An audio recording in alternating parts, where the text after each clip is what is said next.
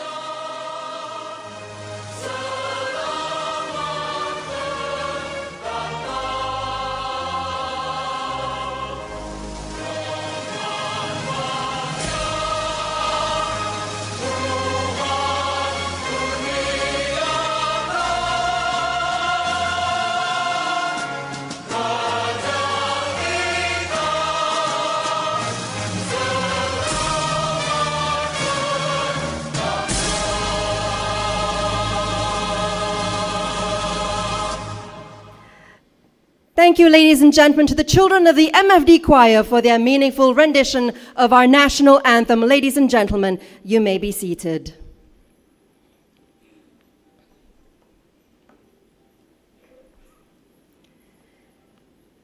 Before we begin, ladies and gentlemen, please join me in welcoming to the stage our very talented MBPJ dancers.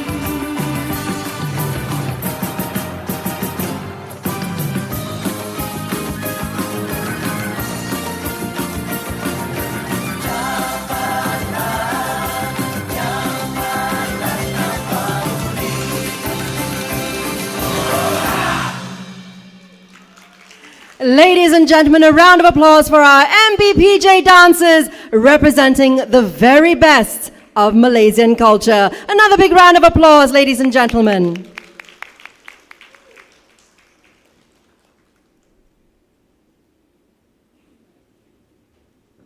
And now, ladies and gentlemen, we have a very special surprise for you.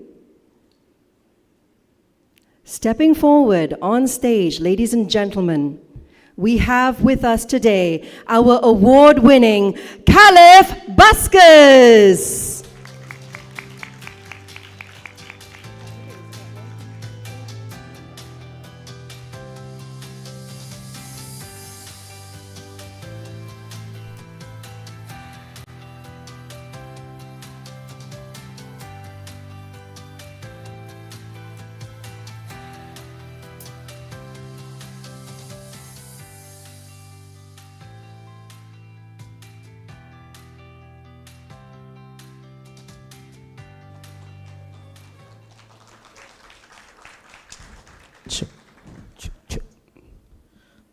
Hai, Assalamualaikum. Selamat pagi. Very good morning to all.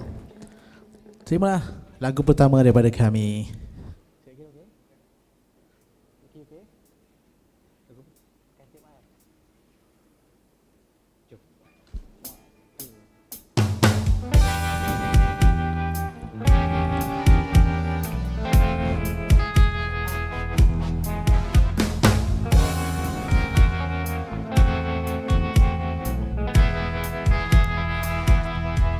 You're just too good to be true. Can't take my eyes off you. You'd be like heaven to touch. I wanna hold you so much. At long last love has arrived, and I thank God I'm alive. You're just too good to be true. Can't take my eyes off of you. Pardon the way that I've stared. There's nothing else to compare. The sight of you leaves me weak. There are no words left to speak. And if you feel what I feel, please let me know that it's real. You're just too good to be true. Can't take my eyes off of you.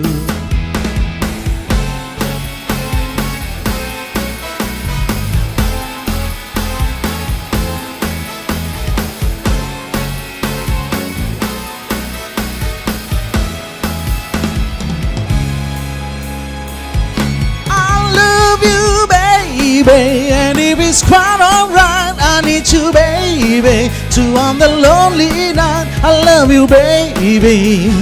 Trust in me when I say, oh, pretty baby, don't bring me down, I pray. Oh, pretty baby, now that I found you, stay and let me love you, baby. Let me love you. You're just too good to be true.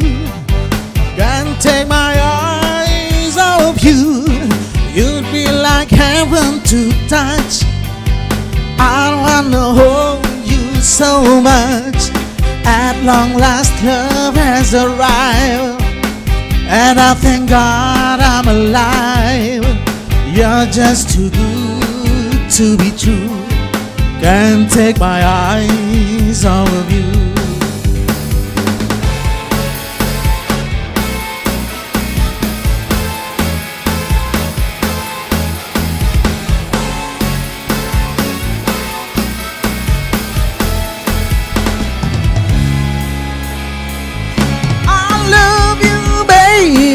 And if it's quite alright, I need you, baby, to on the lonely night. I love you, baby. Trust in me when I say, oh, pretty baby, don't bring me down, I pray. Oh, pretty baby, now that I found you, stay and let me love you. Trust in me when I say, I love you, baby, and if it's too on the lonely night, and let me love you, baby. Let me love you.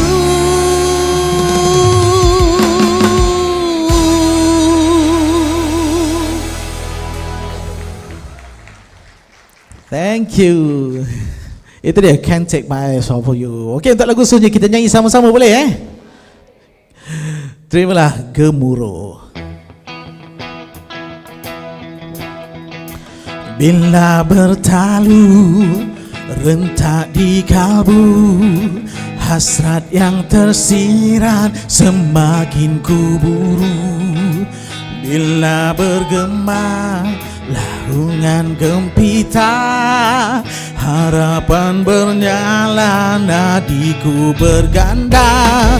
Gemuruh jiwa, semangat membara, dari puncak ingin ke angkasa, berkalungkan bintang berkelipan, menyala jauh dari yang biasa.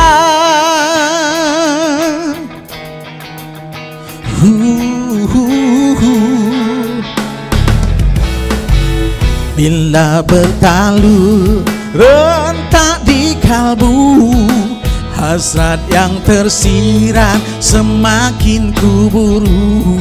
Bila bergema laungan gempita, harapan bernyala, nadiku berganda. Gemuruh jiwa, semangat membara, dari puncak ingin ke angkasa, berkalungkan bintang berkelipan, menyala jauh dari yang biasa. Ungkapan ini bukan sekadar bermimpi,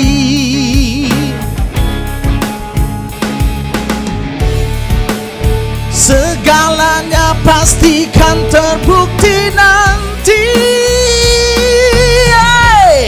Gemuruh jiwa, semangat membara, dari puncak ingin ke angkasa, berkalungkan bintang berkelipan, menyala jauh dari yang biasa. Gemuruh jiwa, semangat membara, dari puncak ingin ke angkasa, berkalungkan bintang berkelipan, menyala jauh dari yang biasa, menyala jauh dari yang biasa.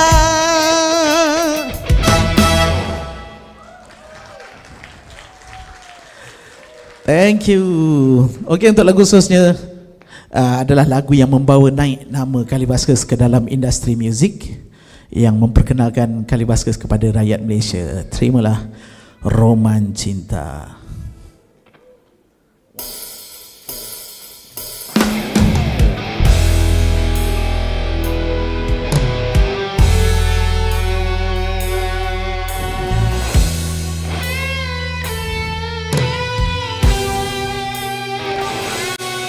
Sejak kamu pergi menjauh, sudah tiada udara untuk diriku hembus. Denyutan nadi pun terbentur melumpuh dalam hening jiwa.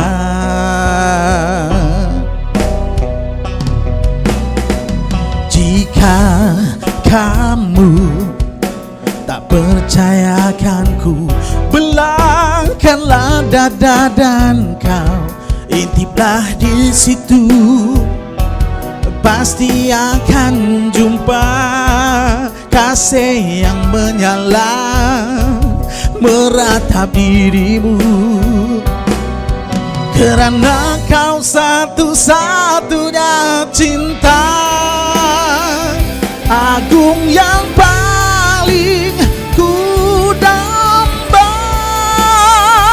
Tanpamu hilanglah makna untuk menikmati roman cinta. Aku akan setia selamanya selagi masih bernyawa. Pulangkan kembali roman cinta yang kau bawa pergi.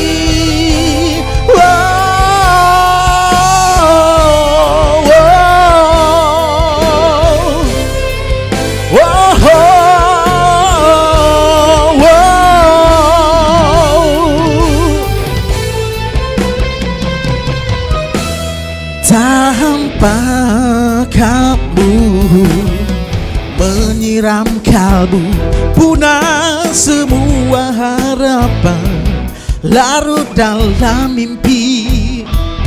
Batinku meronta, kau ulang semula menyayangi aku. Beranak kau satu-satunya cinta agung yang paling ku damba.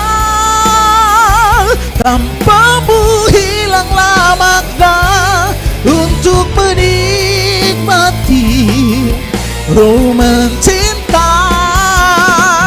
Aku akan setia selamanya selagi masih bernyawa. Pulangkan kembali roman cinta yang kau bawa pergi.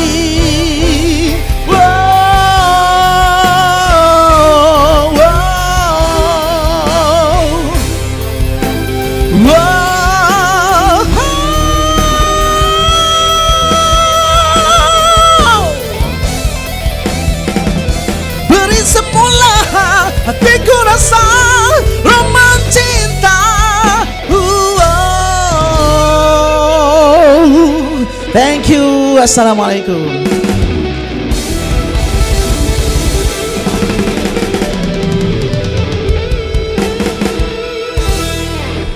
Ladies and gentlemen, give it up once more for Khairul Ismail, Nirwan and Zaki Norizai of Malaysia's very first visually impaired award-winning band, Khalif Buskers.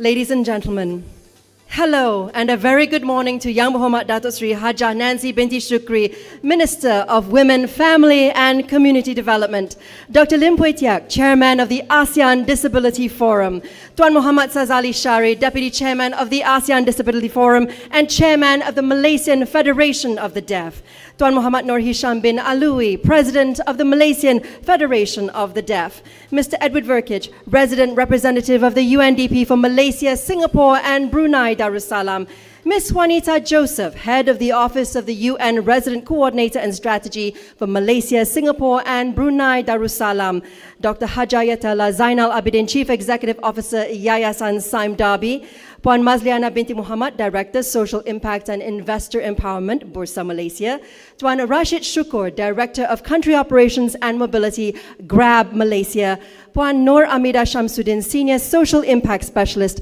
Starbucks Malaysia, esteemed moderators and panelists, honorable representatives of government, excellencies, members of the diplomatic corps, members of the UN country team, members of the media, colleagues, friends, ladies and gentlemen. I'm Shani Iman Lee. Nice to meet, I hope I'm getting this right, all of you. And as your host this morning, it's an honor for me to welcome all of you to the ASEAN Disability Forum ADF Conference 2025.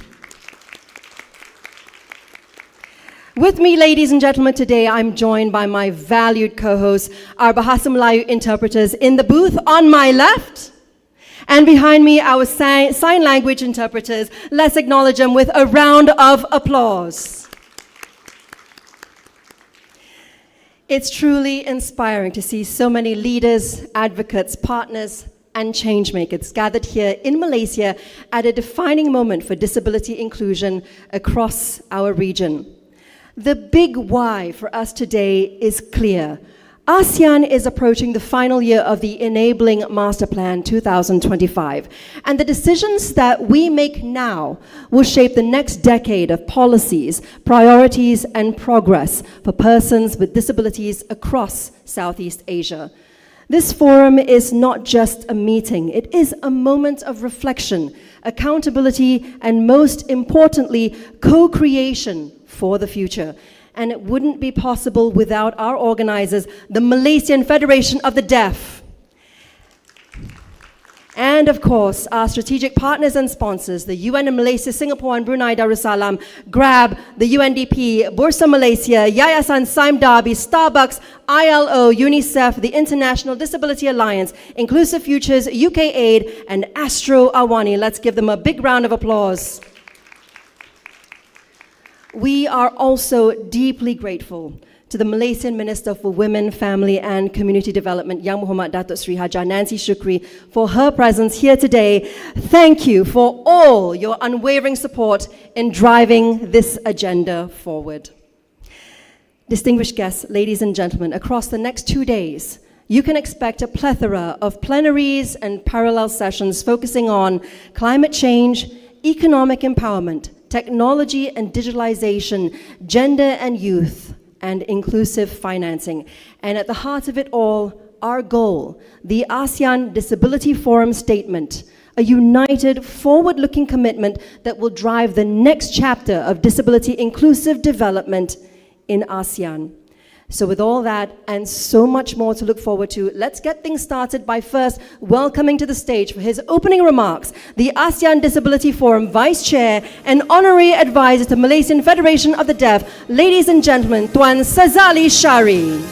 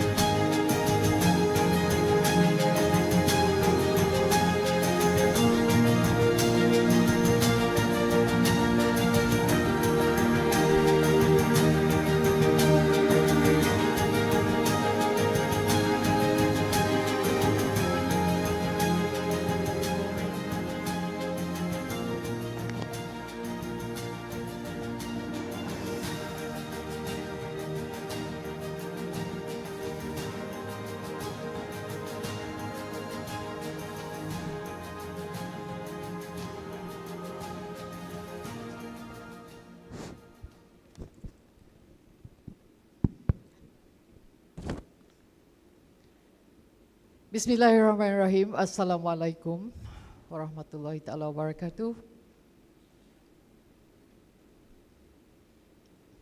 Thank you very much to the MC for today.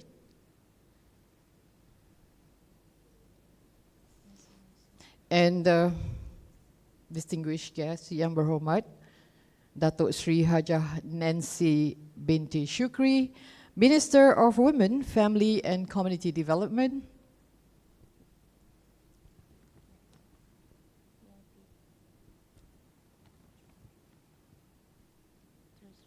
Dr. Lim Pui Tek, ASEAN Disability Forum Chair.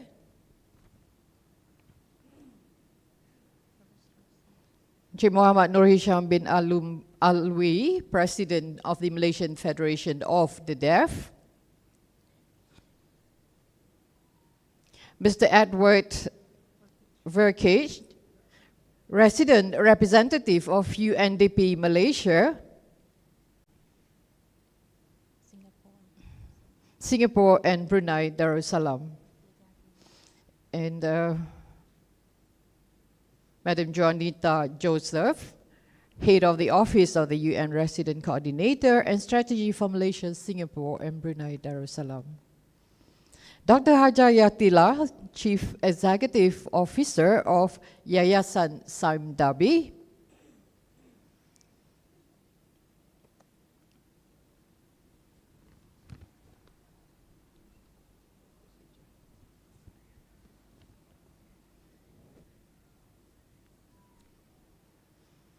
Mr. Rashid Syukur, Director of Country Operations and Mobility of Grab Malaysia.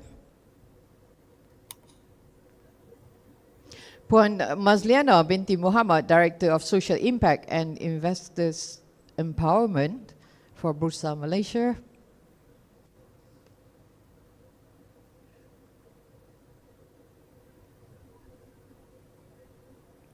And Noramida Shamsuddin, Senior Social Impact Specialist of Starbucks Malaysia.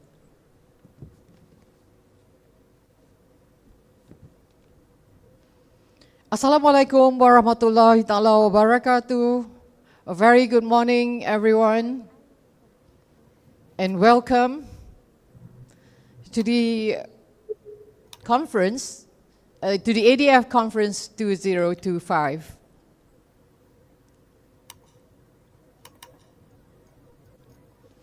First and foremost, I would like to extend our warm Malaysian welcome to everyone present here today.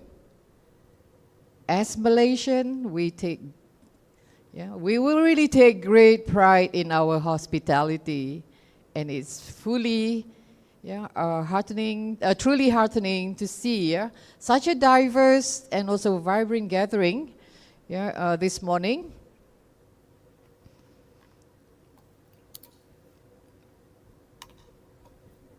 To our distinguished guests, respected sponsors, partners representing various sectors of the government, private industry, NGOs, educational institutions, and international organizations, thank you for your strong support.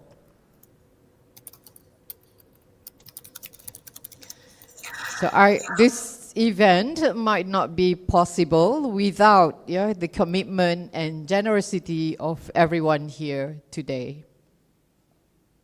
Ladies and gentlemen, we are actually deeply grateful to the Honorable Minister for being with us here today. Thank you so much. To Datuk Nancy Syukri. I think without the support and commitment by the government, there's nothing that we could actually be achieving. So your genuine commitment and also empowering person with disabilities has actually been an inspired confidence, and also it gives strength to the work that we do.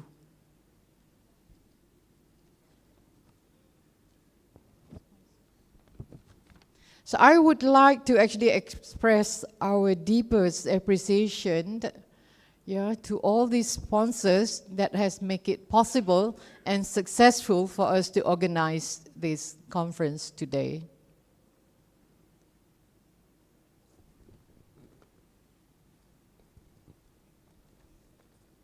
So as how we observe that this the conference for today here is actually something different than usual. So this is actually meant for us, people or person with disabilities. And with the theme of the ASEAN Summit, Inclusivity and Sustainability.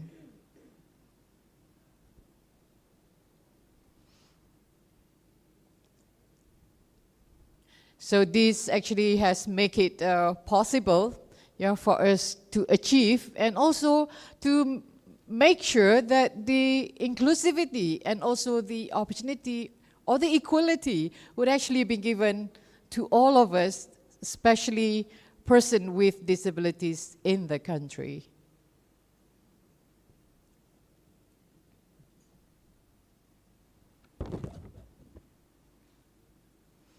So I would suppose that, we are all here for one aim, and we are very much enthusiastic with the session here for 2 days. And I think it is very much in line with the team, as I mentioned, with the ASEAN Summit team. It's like inclusivity and also sustainability for the involvement of persons with disabilities in every aspect of decision making. So I'm also, ladies and gentlemen, I would like to also welcome our new member or family to the ASEAN group. Yeah, we have a representation of Timor-Leste, yeah, for this session here today.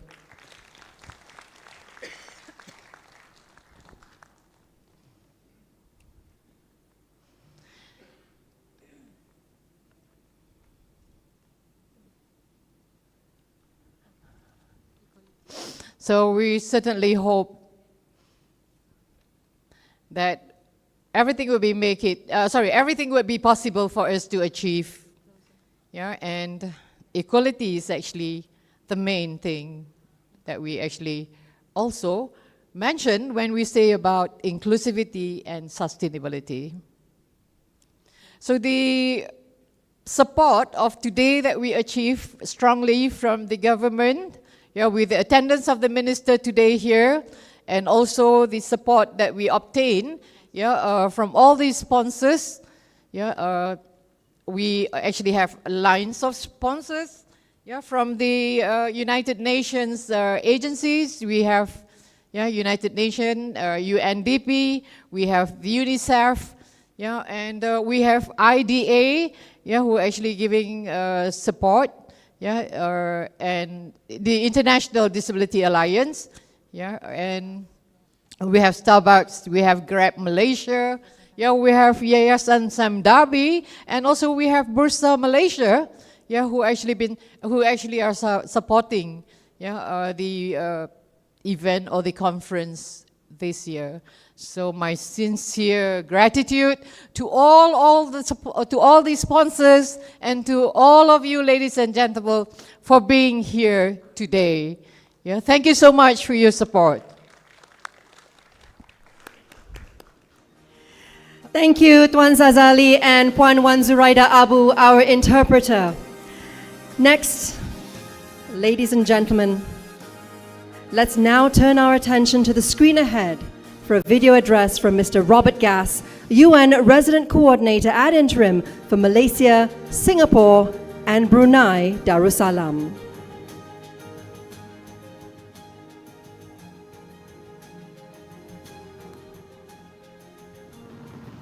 YB Dato Sri Haja Nancy Binti Shukri, Minister of Women, Family and Community Development of Malaysia, Mr. Lim Pue Tiak, Chair of ASEAN Disability Forum, Mr. Sazali Shari, ASEAN Disability Forum Vice Chair and Honorary Advisor, Malaysian Federation of the Deaf, distinguished participants, esteemed colleagues, ladies and gentlemen. I regret that I cannot be with you in person today. As YB Dato Sri Haja Nancy joins this important gathering here in Kuala Lumpur, I am representing the United Nations at another engagement in her home state of Sarawak. But I am very much with you in spirit, because the work you lead, the voices gathered here, and the vision you are shaping matter profoundly. The United Nations in Malaysia, Singapore, and Brunei Darussalam is honored to support the ASEAN Disability Forum Conference 2025. And if I may say, this partnership was born in a very ASEAN way, through a simple conversation, grounded in trust and shared purpose. 358 days ago, in a short but meaningful doorway chat with Tuan Sazali on the sidelines of the 2024 Human Rights Forum in Malaysia, a question emerged. Can we, together, build a sustained national platform where persons with disabilities lead the agenda, not as beneficiaries, but as decision makers? The question opened more than a door. It sparked a journey. What started as a vision for the inaugural Malaysia Disability Forum, intended for this year, has expanded far beyond our initial plans. Instead of launching a national platform, we stand today at the heart of a regional one. From the Malaysian Federation of the Deaf being appointed host of this year's Disability Forum Conference, to the UN country team joining as supporting partner, followed by UNDP, UNICEF, and ILO. Then Yayasan Sim Darby, Bursa Malaysia, Grab, Starbucks, and Astro Awani. This conference is a testament to what happens when partnerships are anchored in inclusion. The circle of commitment grows, and it is fitting that we meet on the International Day of Persons with Disabilities, a day rooted in dignity, equality, and universal human rights. These are the principles of the UN Charter, the Convention on the Rights of Persons with Disabilities, the ASEAN Enabling Master Plan, and of course the UN Disability Inclusion Strategy, our internal commitment to ensure the UN becomes fully accessible, inclusive, and accountable across all offices, programs, and operations. Here in Malaysia, the UN country team is advancing the strategy to ensure we walk the talk on disability inclusion. Ladies and gentlemen, this conversation is urgent because the world is changing and because people with disabilities represent a powerful and significant part of our global community. Globally, 1.3 billion people, 1 in 6, live with a disability. In ASEAN, 90 million persons with disabilities enrich our societies. Here in Malaysia, about 640,000 persons with disabilities are officially registered, though the real number is much higher. These are not small communities. They are vast, diverse populations whose rights, talents, and leadership must be fully recognized. And we meet at a decisive moment. This year, ASEAN concludes the ASEAN Enabling Master Plan 2025, a bold vision with 76 priority actions across education, employment, political participation, digital inclusion, and protection from discrimination. But this is not the end of a plan. It is the beginning of the next one. Your deliberations over these 2 days will shape a new disability inclusive framework beyond 2025, one aligned with ASEAN Vision 2045, the CRPD, and the 2030 Agenda. And your work resonates far beyond ASEAN.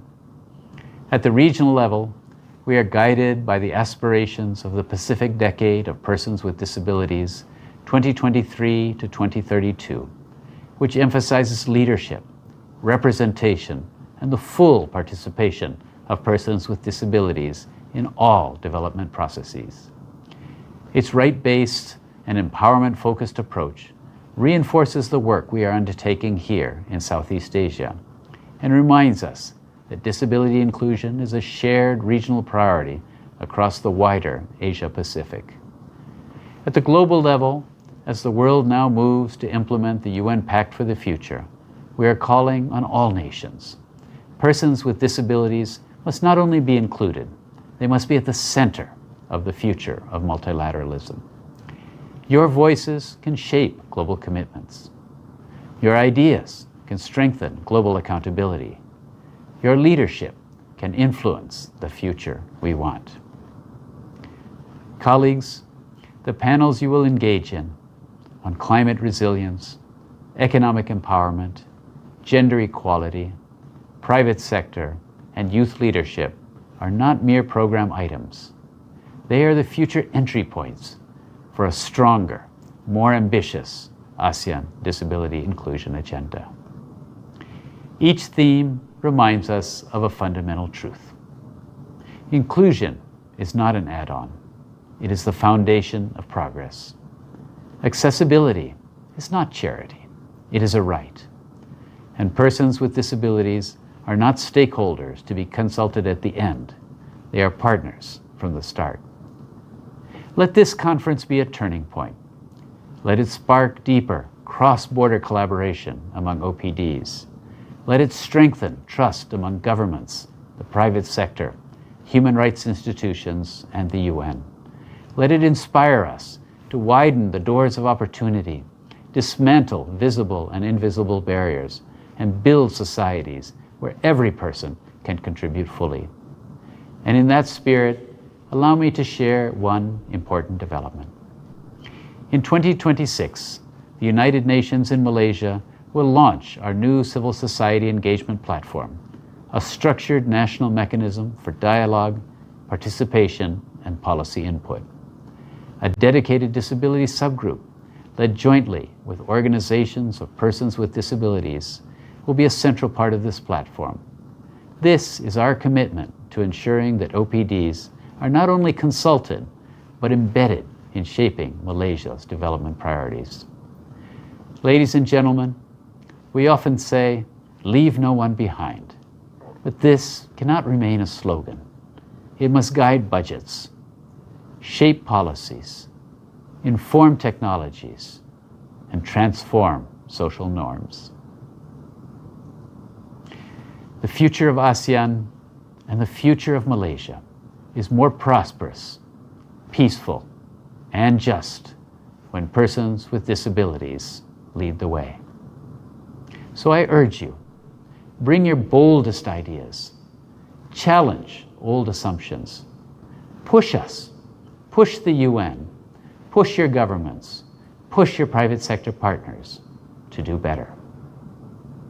Together, let us build an ASEAN community and a Malaysia where inclusion is not negotiated, it is guaranteed, where accessibility is not optional, it is universal, and where every person of every ability has the full opportunity to live, to participate, and to thrive. To all participants, partners, and sponsors from Malaysia, I also invite you to join us in developing the inaugural Malaysia Disability Forum in 2026 so that we can build on the momentum created here, deepen national engagement, and strengthen Malaysia's leadership in disability inclusion. Thank you, and I wish you a powerful, collaborative, and inspiring conference. Thank you, Mr. Gass. And now, ladies and gentlemen, for her officiating address, please join me in welcoming Yang Berhormat Datuk Sri Hajah Nancy Shukri, Minister of Women, Family and Community Development, Malaysia, to the stage. Dipersilakan Yang Berhormat Datuk Sri.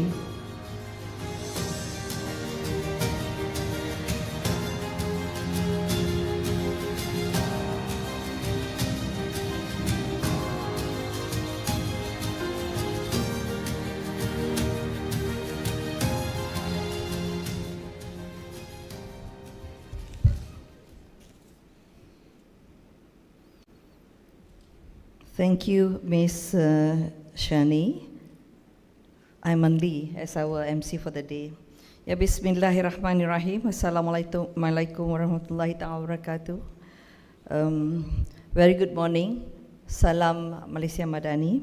Ya, distinguished guests, ladies and gentlemen, with us here today we have Encik Muhammad Sazali Shari, ASEAN Disability Forum Vice Chair and Honorary Advisor, Malaysian Federation of the Deaf MFD.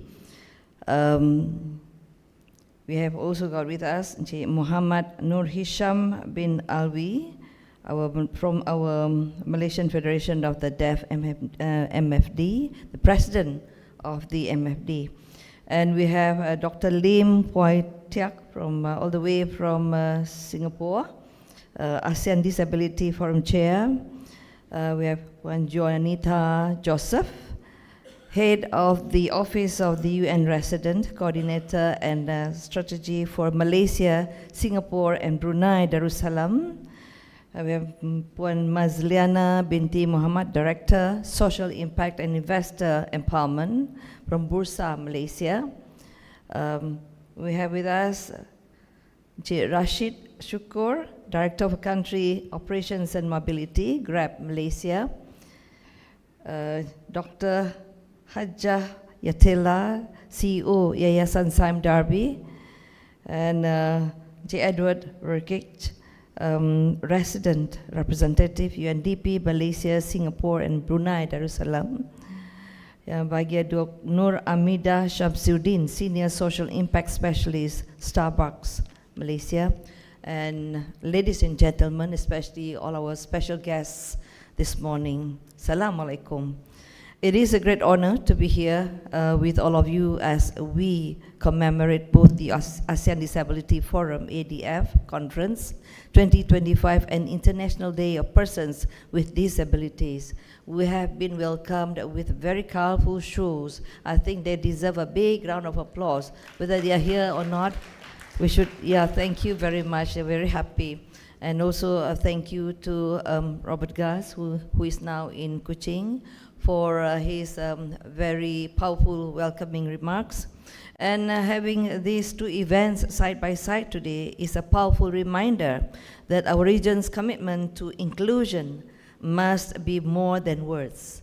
It must be felt by the people we serve, especially persons with disabilities. The theme of today's conference, Shaping ASEAN's Inclusive Tomorrow, resonates deeply with me. It reminds us that inclusion is not an annual conversation. It is a daily effort. It requires intention, partnership, and unwavering commitment. So ladies and gentlemen, allow me to begin by expressing my heartfelt appreciation to the Malaysian Federation of the Deaf, MFD, for hosting this important conference on behalf of the ASEAN Disability Forum. I recognize the dedication and tireless efforts that MFD has invested not only in this conference, but in championing access, recognition, and opportunities for the deaf community and all persons with disabilities. My sincere thanks also go to our partners, the United Nations Country Team in Malaysia, through the Office of the UN Resident Coordinator, UNDP, ILO, UNICEF, and to our corporate champions, Bursa Malaysia, GRAB, and Yayasan Saim Darby. Your commitment demonstrates a powerful truth. Disability inclusion is not the responsibility of governments alone. It requires active participation of every sector, public, private, and community. When we invest in inclusion, we invest in stronger economies, more resilient societies, and brighter futures for all. Distinguished delegates, ladies and gentlemen, today I want to talk about something very close to my ministry's heart, the ASEAN Enabling Master Plan 2025. This master plan represents a shared promise across ASEAN that persons with disabilities deserve equal opportunities, equal participation, and equal dignity. The master plan also connects deeply with the ASEAN Community Vision 2025, a vision of political cohesion, economic integration, and social responsibility. The 76 key action points outlined in the master plan align our regional aspirations with the UN Convention on the Rights of Persons with Disabilities, or CRPD, and the 2030 Agenda for Sustainable Development. Since ASEAN adopted the master plan in 2018, we have seen real movement. Each ASEAN member state has undertaken self-assessments, reviewed policies, and engaged their own disability communities. Many sectoral bodies, from social welfare to education to ICT, have started weaving disability inclusion into their plans. What I appreciate most is this: persons with disabilities themselves are now being consulted and meaningfully involved. Malaysia took a firm step by appointing a national consultant who is a person with disability to lead our own master plan self-assessment. This is the way forward. Nothing about us without us. ASEAN has also endorsed key regional documents, the Mid-Term Review Report, the Path Ahead Strategy Paper, and the Annual Progress Reports, which show where we are making progress and where we must push harder. At the 47th ASEAN Summit, our leaders took note of this work, signaling that disability inclusion is not a side topic. It is part of ASEAN's core agenda. Distinguished guests, ladies and gentlemen, at home, Malaysia continues to strengthen its disability inclusion agenda. Under the Ministry of Women, Family and Community Development, we are reviewing the Persons with Disabilities Act 2008, improving accessibility in public spaces and transport, promoting inclusive education, and expanding pathways for employment. But more than that, we are working to make sure persons with disabilities are in the room, at the table, and heard. Whether it involves policy making, program design, or monitoring, we want their leadership and their voice to shape the decisions that affect their lives. We look forward to seeing persons with disabilities uplift their lives even further to gain skills, secure meaningful employment, become independent, and contribute strongly to society and the economy. And let me be very clear, PWDs are not a special interest group for us. They are an important part of our national and ASEAN family. When we talk about gender equality, care economy, aging, child protection, or social protection, PWDs must be and will continue to be the center of our work. Ladies and gentlemen, we are now reaching the end of the master plan's time frame. But this does not mean the work is ending. In fact, this is the moment to strengthen our momentum and prepare for our next phase. ASEAN has already established a technical working group to think beyond 2025. What comes next? What gaps remain? And how we ensure disability inclusion stays embedded in the ASEAN Community Vision 2045. And this requires all of us, governments, civil society, private sector, and most importantly, persons with disabilities themselves. Having said that about the roles of government, civil society, and private sector, we are delighted to know that Grab is going to introduce its new service called Grab Assist. Grab Assist is a new dedicated service designed to support passengers needing extra mobility and accessibility assistance. It aims to empower persons with disabilities, or PWDs, senior citizens, and users of personal mobility aids to travel independently and seamlessly. I would like to encourage initiatives like Grab Assist among industrial players in our journey to empower the rights of persons with disabilities.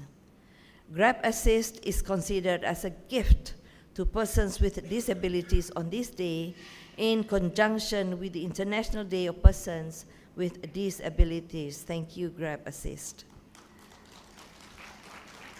Distinguished delegates, ladies and gentlemen, on this meaningful occasion, as we officiate the ASEAN Disability Forum ADF Conference 2025, it is also my privilege to launch the Grab Assist, which symbolizes our continued commitment and support toward mainstreaming the rights of persons with disabilities. And I hope we use this space to be honest, practical, and ambitious. Let us learn from each other, challenge one another, and support one another. And let us make sure that persons with disabilities are not only participants in this movement, but leaders of it all. I wish all of you a productive and meaningful conference. May today's discussions help us build the inclusive ASEAN we are all striving for. Together, let us shape an inclusive tomorrow for all, for everyone. Thank you very much. Terima kasih. Wabillahi taufiq wal hidayah. Assalamualaikum warahmatullahi ta'ala wabarakatuh. Waalaikumsalam, and thank you, Yang Berhormat Datuk Sri. Could you kindly remain on stage as we move on to the next part of our program, the launch of Grab Assist in Malaysia. To join our Honourable Minister, allow me to invite on stage Tuan Sazali Shari, ASEAN Disability Forum Vice Chair, Dr. Lim Pui Tiak, Chair of ASEAN Disability Forum, Ms. Juanita Joseph, Head of the Office of the UN Resident Coordinator and Strategy for Malaysia, Singapore and Brunei Darussalam, Tuan Muhammad Nur Hisham Alui, President of the MFD, Tuan Rashid Syukur, Director of GRAB, Mr. Tiong Siu Kui, Vice President Persatuan Pemandu E-Hailing OKU Physical Malaysia, and Puan Sharifah Zuhira binti Said Tahir, also from Persatuan Pemandu E-Hailing OKU Physical Malaysia.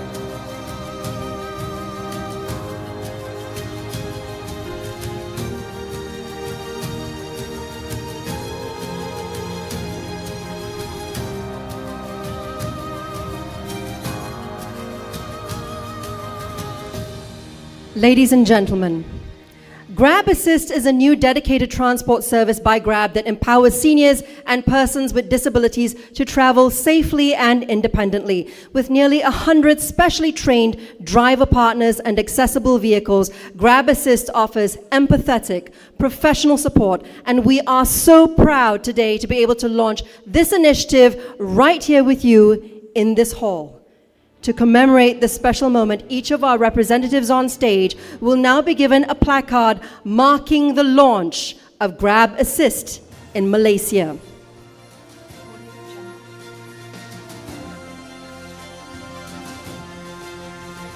Let's now, ladies and gentlemen, have a quick photo of this special moment. First, against our ADF backdrop.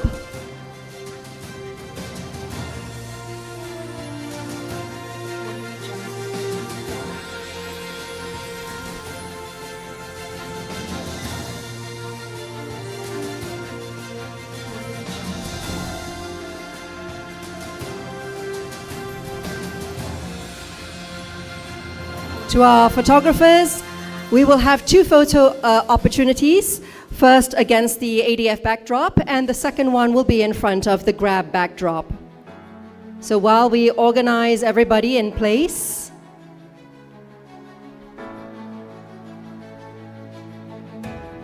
let us take a moment to recognize all of you in this room, our persons with disabilities, and of course, our allies for the community in Malaysia and across ASEAN.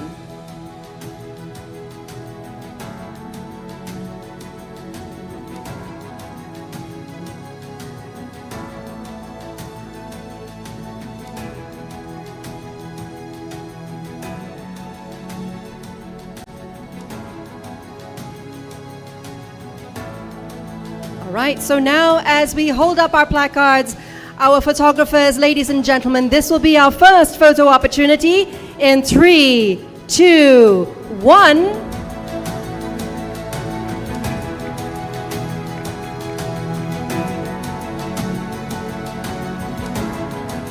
And now, ladies and gentlemen, in honor of the launch of Grab Assist today, against our Grab backdrop, a big round of applause, ladies and gentlemen. Accessibility, independence, and mobility, Grab Assist is there to assist our persons with disabilities, starting with Malaysia. Congratulations, Grab, and to all the partners that are making this a reality. Grab Assist will be rolling out in the Klang Valley via advanced booking on the Grab app from the 3rd of December. Big round of applause, ladies and gentlemen, for our guest of honor and, of course, our VIPs.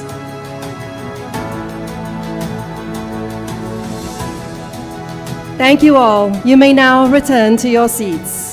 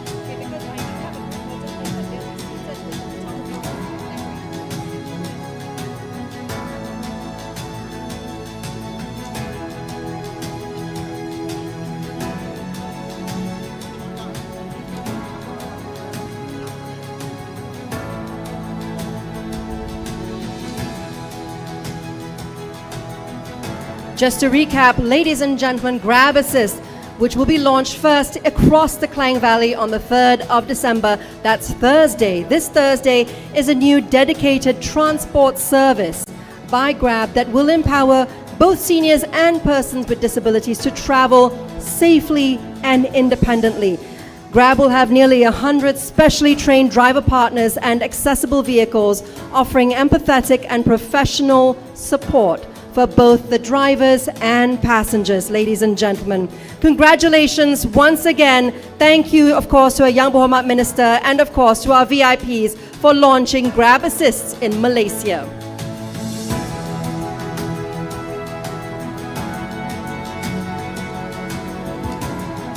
Next, ladies and gentlemen, let's now take a moment for a short video presentation sharing all about Grab Assist. Please turn your attention to the screen ahead.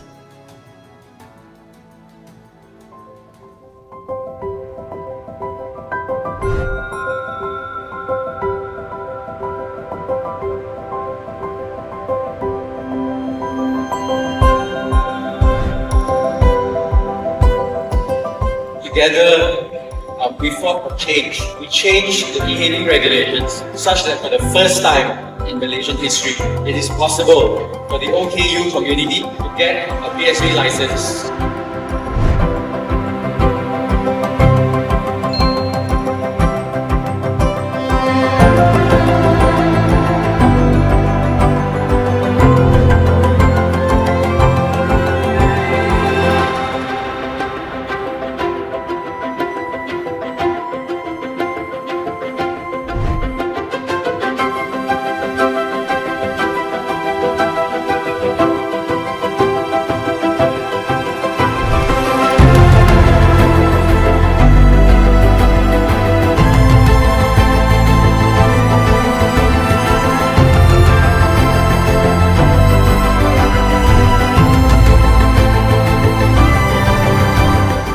Confirm your pickup is lobby, grab 1 north?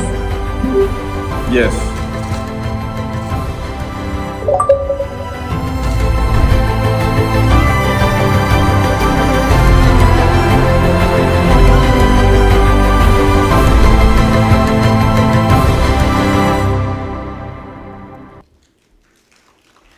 Independence, mobility, accessibility. Thank you, Grab, for giving our persons with disabilities more opportunities, more freedom, and more accessibility throughout ASEAN. Ladies and gentlemen, a big round of applause for Grab Assist.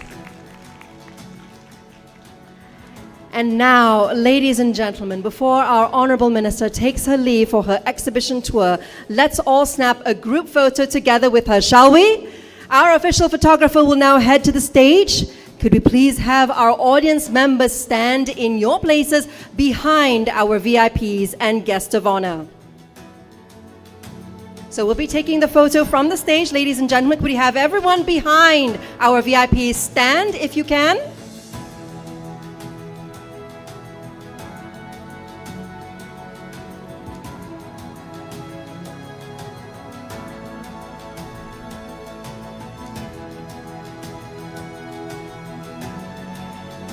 And for our persons with disabilities in wheelchairs, you can raise your hand so that we are also including you in the photo and you are well seen.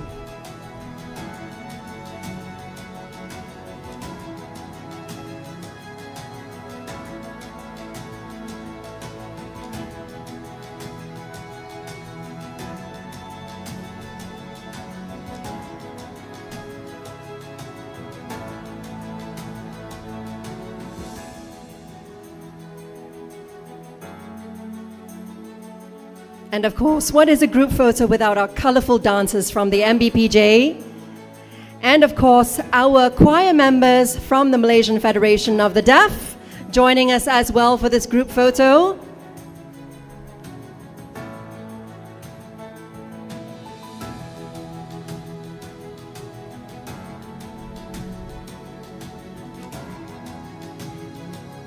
There we have it, our wonderful, vibrant, diverse, and inclusive community. Ladies and gentlemen,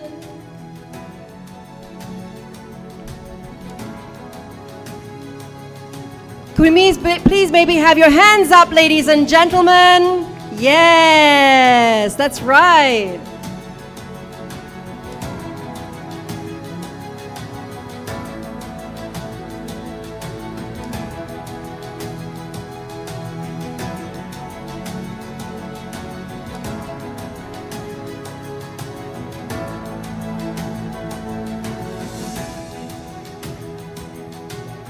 Do we have our photo? Would you like our audience to do one more? Hands in the air.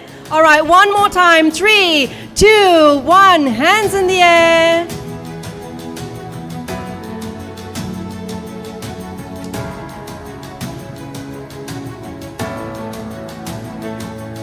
And now, for our videographer, let's do that. Hands in the air one last time, ladies and gentlemen.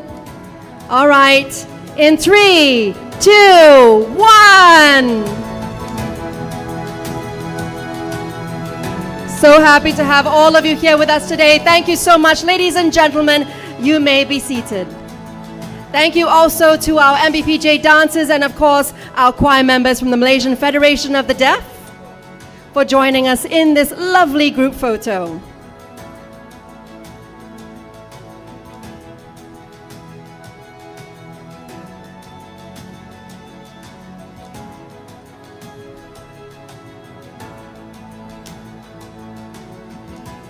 And with that, ladies and gentlemen, we take this opportunity to extend our deepest gratitude to our guest of honor, Yang Berhormat Datuk Sri Hajah Nancy Shukri, as she now departs from the hall, accompanied by our VIPs for a tour of our inclusive exhibition featuring art and craft from deaf and intellectually disabled artists, basket weaving by blind artisans, showcases by foot and mouth artists, performances by our very own performers, and exhibits from ASEAN-based OPDs, our sponsors, the UN and projects of the Malaysia UN SDG Trust Fund. Please do take a moment to have a visit yourselves, ladies and gentlemen, as we take a short break from our program.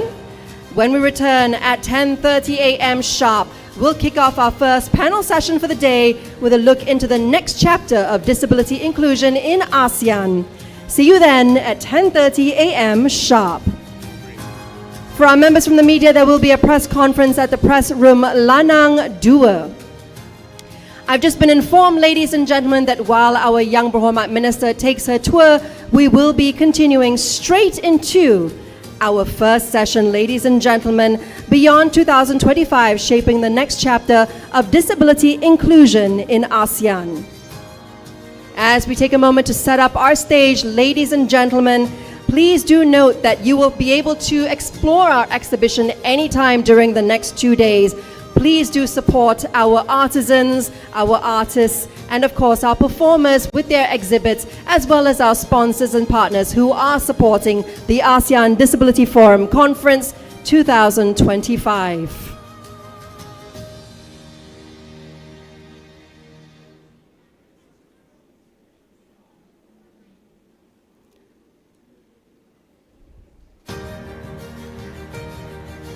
Ladies and gentlemen, for anyone who wants to have a quick look at the exhibition, you may do so until 10:25 a.m. when we will kick off our very first panel session. Thank you so much, ladies and gentlemen, for your cooperation and patience.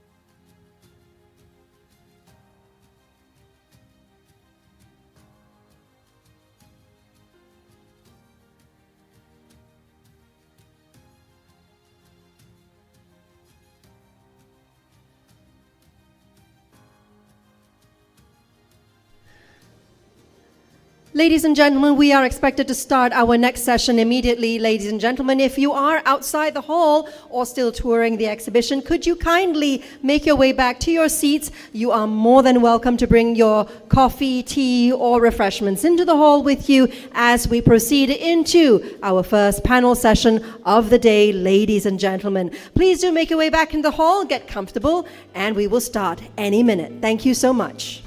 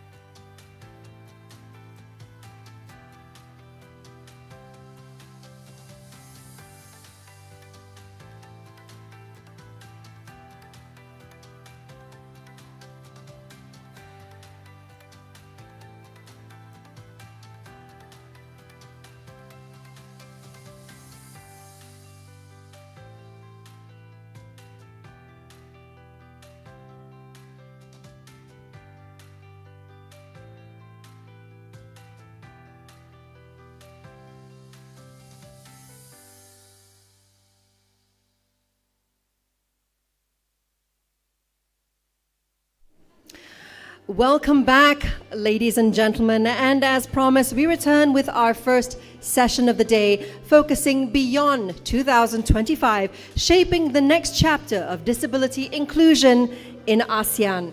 To kickstart this session and lay the groundwork for our panel session, let's first hear from the representative of Thailand to the ASEAN Intergovernmental Commission on Human Rights, or AICHA, who will be sharing his keynote address remotely via video. Ladies and gentlemen, please put your hands together for our first speaker, Associate Professor Dr. Banubatra Jitiang.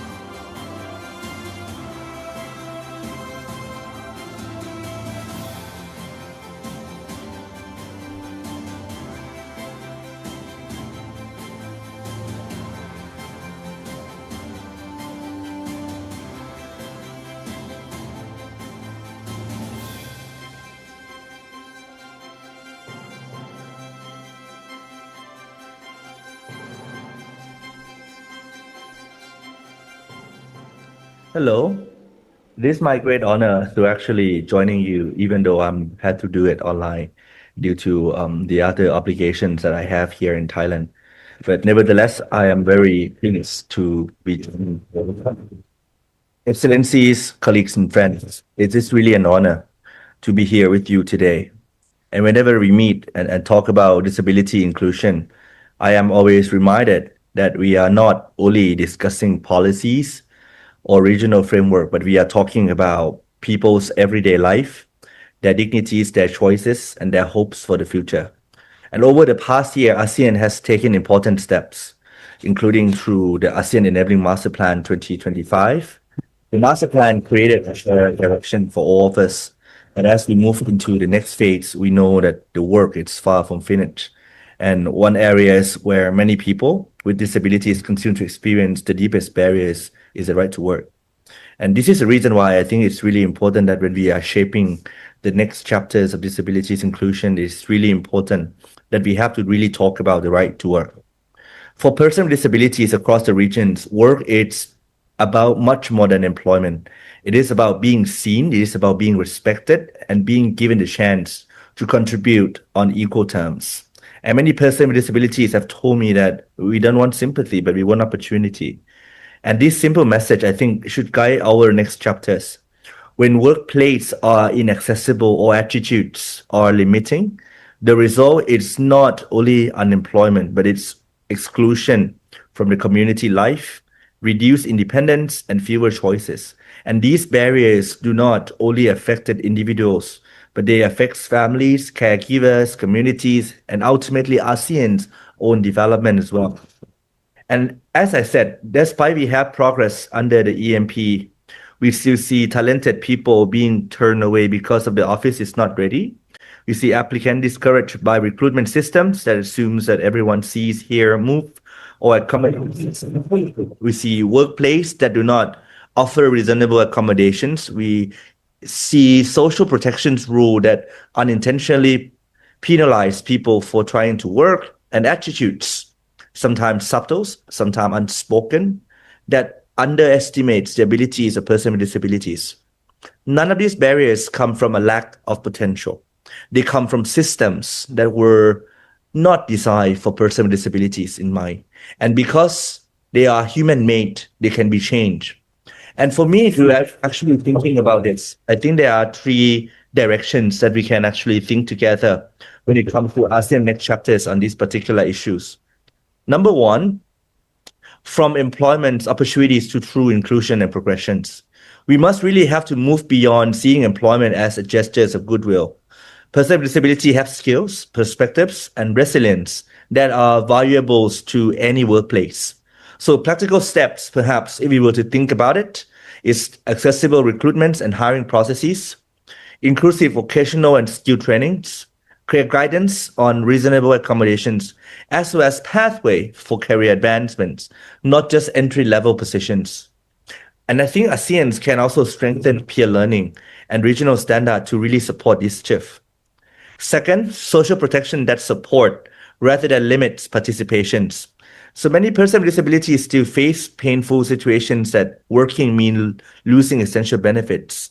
But we must address this with compassion and practicalities that a system and a future system that we are thinking should allow people to work without fear of losing the support that enable their daily lives, including assistance when it comes to technologies, mobility support, and core income insecurities. So the next framework of ASEAN can help government review these policies, share innovations, and ensure protection mechanisms of whole dignities. And third, I think that we see a lot about the role of technologies and in the digital era in particular with the transformations. We should embrace them as a tool for empowerment. Technologies can bring independence, screen reading apps, captioning tools, accessibility e-learnings, remote work, and assistive AI, and so on. But digital space must be designed with accessibilities from the start. So if ASEAN wants to lead, we must make digital inclusion a core part of the post-2025 agenda so that persons with disabilities benefits from the region's digital growth rather than being left behind by it.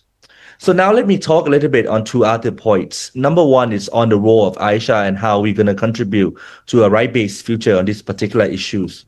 As Aisha serves as the overarching human rights institution in ASEAN, we are here to ensure that disability inclusion is rooted in human dignities, equality, and non-discriminations. And the next phase of regional cooperation should strengthen participations of persons with disabilities in policy making, not simply as beneficiaries, but as partners and as well as leader. So Aisha can support this by, of course, promoting right-based indicators on inclusive employment, reviewing national policies through a disability lens, and also to ensure that all ASEAN pillars, economic, socio-cultural, and political security take share ownership of disabilities inclusion. And in fact, next week, Aisha Thailand will be organizing the event that will focus on the right to work as well, to see how that could fit in the post-EMP 2025, so that we can align this perhaps with the new ASEAN Vision 2045. And last but not least, as we imagine and think beyond EMP 2025, I hope that we can really carry one important lesson, that persons with disabilities do not need us to speak for them. They need systems that listen, include, and adapt. And the right to work is not simply just about jobs. It is about giving people the freedom to build the life they choose. It is about recognizing their talents, not assuming limitations.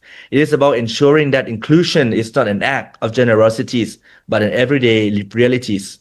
So we have to work together where persons with disabilities can work, can learn, can lead, and thrive on their own terms. And we can become a regions where accessibilities and inclusions are standard practice, not exceptions. And we can also become a regions where every person is valued for what they can do. And with that, thank you so much for having me joining the event. And I apologize once again for not being able to make it in person there. But I hope that what I've been sharing, it would be something that can inspire what it can take forward when it comes to the post-EMPs and thinking about the next chapters of disabilities inclusion in our regions. Thank you very much. And I wish the event all the success. Thank you so much, Dr. Banubatra Jitiang, for those valuable insights. And now moving into our panel session for this topic, it is my pleasure to invite on stage our moderator who will chair this discussion, Puan Nadia Hanim binti Abdul Latif, President of the Malaysian Rare Disorders Society. In addition to this role, Puan Nadia also serves on the boards of Rare Disease International and the Phelan-McDermid Syndrome Foundation, and is actively involved in global advocacy platforms, including the UN and the World Health Assembly. She is a strong voice for inclusive policies, co-creation, and community-driven change, with experience spanning sustainability, corporate affairs, academia, and social enterprise. And now joining her on stage are our panelists. Ms. Ju Young Yun, Disability Inclusion Focal Point, OHCHR Southeast Asia Regional Office. Ms. Sawalak Tongkwe, former Convention on the Rights of Persons with Disabilities Committee. And joining us virtually is Mr. Edmund Bontai Sun, Malaysia's representative to the ASEAN Intergovernmental Commission on Human Rights and the current chair of AICHA under Malaysia's ASEAN Chairmanship 2025.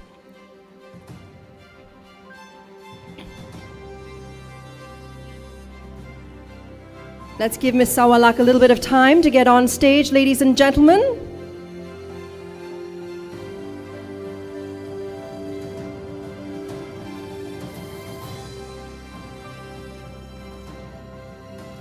Good to have you all with us.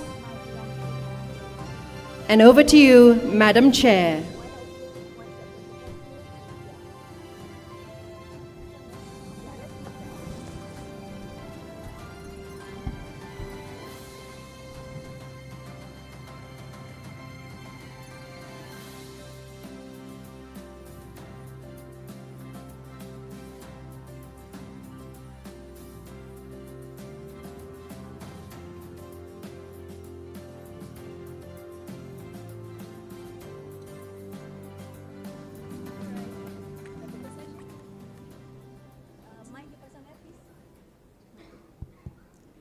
All right, thank you, Shani. And a very good morning to everyone. Assalamu alaikum and welcome to Malaysia. Unfortunately, I can't sign with one hand holding the mic, so I will have to defer to the amazing sign language interpreters that we have on stage. My name is Nadia Hanim. I am with the Malaysian Rare Disorders Society. Very honored to be here today to be able to share the platform with such illustrious speakers, and a topic that I think is not only much needed to be discussed, but it's high time that we look at more action and less promises. So without further ado, let me just sort of set the scene. So we know that before we even talk about beyond 2025, let's begin with the uncomfortable truth. We know that inclusion in ASEAN has moved, we acknowledge that, but we do believe that it's not moving fast enough. We know that we still live in a region where structural failures fail people long before people fail systems. We know that where there is a child that can have a diagnosis that is accurate and fast enough, can be perhaps treated or intervened, education that is inclusive and counted, unfortunately still very much depends on geography and the policy rather than the potential of that individual. I think Professor Banu also highlighted some of the structural challenges that we're seeing across the board, across ASEAN, and it's not one country that has been able to say that they have been able to really hack the code on what true inclusion actually means. We also know from this morning that across the world, we're talking about 1.3 billion people living with some form of disability, and in our region, this means approximately 700 million individuals, give or take. Now the number is rising. We know that there's many reasons to this. It could be the aging population that we see. It could be chronic illness, of course, environmental stress, as we're seeing today, and unfortunately, conflict. Now in the recent UNICEF review, we know that over 108 million children across the Asia Pacific are living with disabilities, and this still grows because the system, as Prof. Banu mentioned earlier, is not designed for them. Now, when we're talking about structural underinvestment, we're seeing a story of missed GDPs, missed innovation, missed human capital. And therefore, this means that the region sidelines millions of people in education, in health, in technology, in jobs. And the cost, ladies and gentlemen, is not just a moral one. It is economic, it is intergenerational, and if we don't get it right, it will be irreversible. But that's not a picture of doom and gloom. We know that there are strides that are being done. We know that we have the ASEAN Enabling Master Plan, or we are calling it the EMP 2025. We know that we have the Bali Declaration of Empowering Persons with Disabilities 2011. We have, of course, the Convention on the Rights of Persons with Disability that is ratified by nearly all member states, not all, but nearly all. And of course, we have the Sustainable Development Goals, all pretty colorful in front here, that talks about really that aspiration of a world where no one is left behind. Right? So today I hope our esteemed panelist is going to be able to really talk about what are some concrete actions that we can do beyond polished promises, so that we can really change the lives of people living with disabilities across ASEAN, be it in classrooms or clinics or workplace or society. With that, let's begin. I know we have Edmund, who is all smart and waiting for us large on screen. Edmund, you're like the largest face that we have on screen right now because you're online. So give us your best smile. I know you wanted to perhaps touch upon what Prof. Banu mentioned and a little bit about your experience on the EMP, some recommendations, and where we should go forward. So I'll defer to you. Also for the panelists and the guests here, Mr. Edmund will have to leave in the next few minutes as he also has another panel that he will be speaking at. So Edmund, over to you. Thank you very much. Can you hear me? We can hear you very well. I'm sorry I cannot be there. We have so many events and we're all over the place. But we are very focused on our work. Today is the International Day of Persons with Disabilities, and I wish you all well. I'm going to be a bit slow, although I have a panel discussion, which I'm late for already, but I know that you have signed translators there, so I'm not going to be too fast. But I wanted to congratulate ADF and all the sponsors for this initiative and the UN.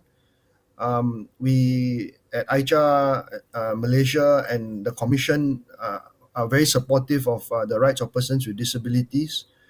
As you would know, we have all signed up to the CRPD, including Timor-Leste, and we also have the Enabling Master Plan.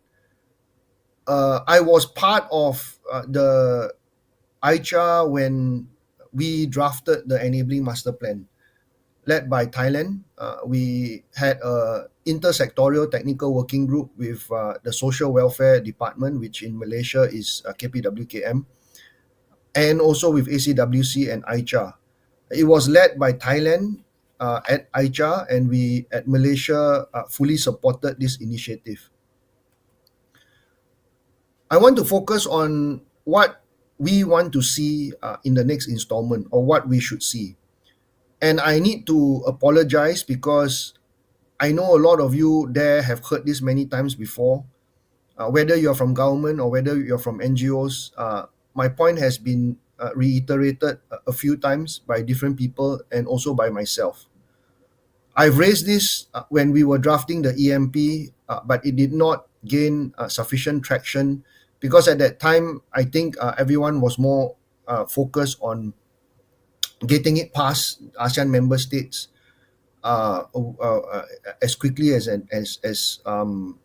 swiftly as possible, because that really was the first real document on persons with disabilities at the ASEAN region level. But I think the next installment of the EMP needs to be more robust. And why I say I keep reiterating the points I make, we keep saying it all the time, is one, the rights of persons with disabilities are human rights. It is not to be given as forms of donation or charity, and the rights of persons with disabilities are not to be treated by way of discretion. It is a right. Number two, when we have local laws, and here I would like to mention our laws in Malaysia, I've said it a few times, we have also drafted amendments for the government and sent it in 2018 and 19. Our law focuses a lot on promotion of persons with promotion of the rights of persons with disabilities, but very much less on protection. So as a lawyer, when I have complaints on cases regarding violations of the rights of persons with disabilities, I cannot use the Malaysian law to go to court, because the law is very promotional in all its aspects, although we have signed up to the CRPD. And this is not only to mention Malaysian law, but also in a lot of ASEAN member states. I'm very glad to hear that we at the Malaysian government and Malaysia are continuing to review proposals to amend the law and improve it, and we will support that process to enhance the rights of persons with disabilities. But three, the protection gap in ASEAN and in the EMP needs to be closed. The current EMP is very promotional in nature, and for a first baseline document is very good. But if we are looking at the next installment, I would strongly urge SOMSWAT, ACWC, even my colleagues at ICHA to support a more enhanced protection modality in the EMP so that it can cascade down at national level. Because the rights of persons with disabilities, as I say, is a right, and people who live with disabilities deserve no less. So when I talk about protection gap that needs to be closed, what do I want to see? We have, as part of the ASEAN Political Security Community action lines and ICHA, an annualized disability dialogue. So at ICHA, led by Thailand, and my colleague Khan has just delivered his pre-recorded, we continue to have dialogues every year. We want to make this annualized dialogue more robust. We want to make it more enhanced. And I think in the coming format, my personal suggestion would be that as a result of the dialogue at a high level, we should be also doing reporting on progress regarding the rights of persons with disabilities. Some of my colleagues in the past ICHA have mentioned this to mean a mini UPR, a mini Universal Periodical Review of ASEAN member states' obligations and actions on the CRPD and on the Enabling Master Plan. And don't forget, we now also have Timor-Leste as our 11th ASEAN member state as part of our family. That annualized disability inclusion dialogue, whatever we want to call it, we've called it mainstreaming at ICHA, should produce a persons with disabilities human rights report. And this should be the first ASEAN person with disabilities human rights report that collates the baseline, the progress, the achievements, the challenges, the gaps, as well as case studies. Because in human rights, when we take a case study approach, or some people call it a violations approach, that would necessarily help ASEAN member states with recommendations on how to improve when those cases come before them. I only spoke yesterday about cases, for example, persons with disabilities who cannot access the MRT or the BTS. What can we do? How do we encourage or help state governments to make sure accessibility is available? So the human rights report for persons with disabilities through reporting needs to be the next phase of the EMP. And how do we do that? We should have two mechanisms. One, we should have a national focal point or national coordination mechanism for each of our 11 countries. That may or may not be from the government. It may or may not be from the committees that we have on persons with disabilities. The national member states can decide, but we need to have a coordination mechanism or a focal point for each country, some sort of a repertoire to collate the information and be the one that we channel as a pathway to enabling the implementation, the better implementation, operationalization of the next installment of the EMP. And that includes organizing the dialogue and coming up with the human rights report.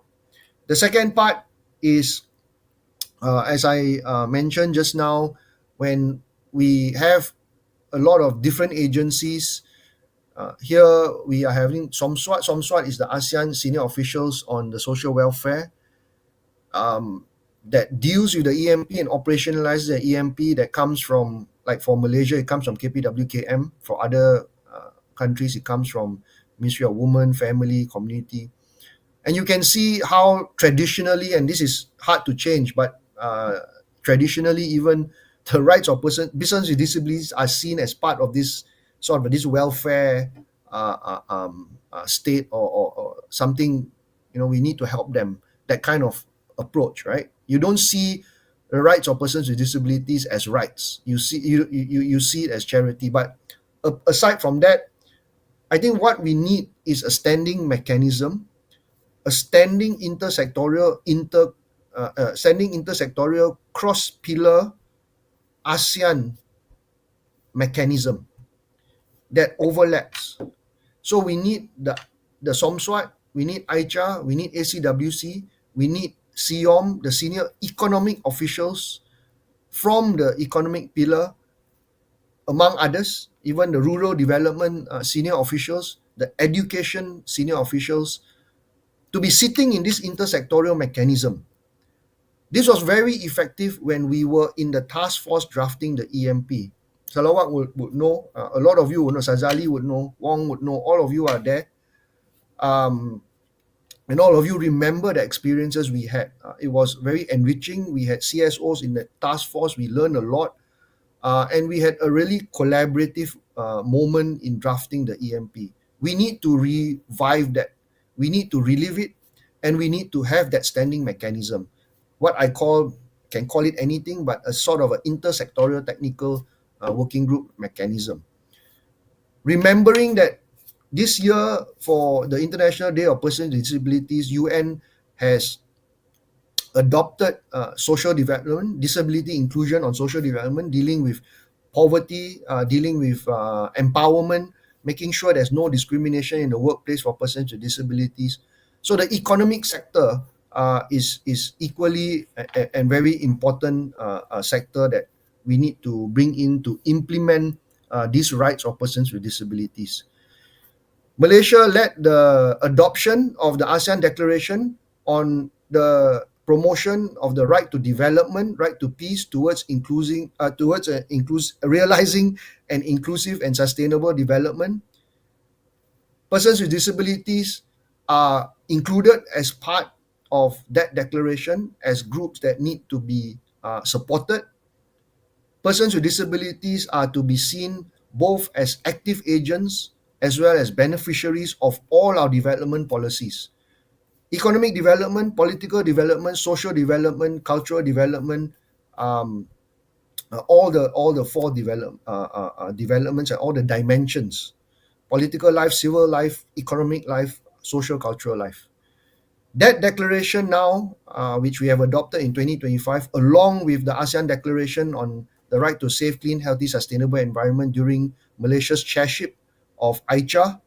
We have adopted two declarations in its landmark, because our last declaration was 2012, which is the ASEAN Human Rights Declaration. Please use those two declarations. I would urge all NGOs, OPDs, governments to use these two declarations, because we have purposely used the right to development to include our targeting and the work to support and enhance the rights of all groups in vulnerable and marginalized situations. Persons with disabilities are also affected by intersectionalities, also affected by multiple vulnerabilities, especially women, children living with disabilities, indigenous living in very inaccessible areas as well. These are issues which we need to focus on.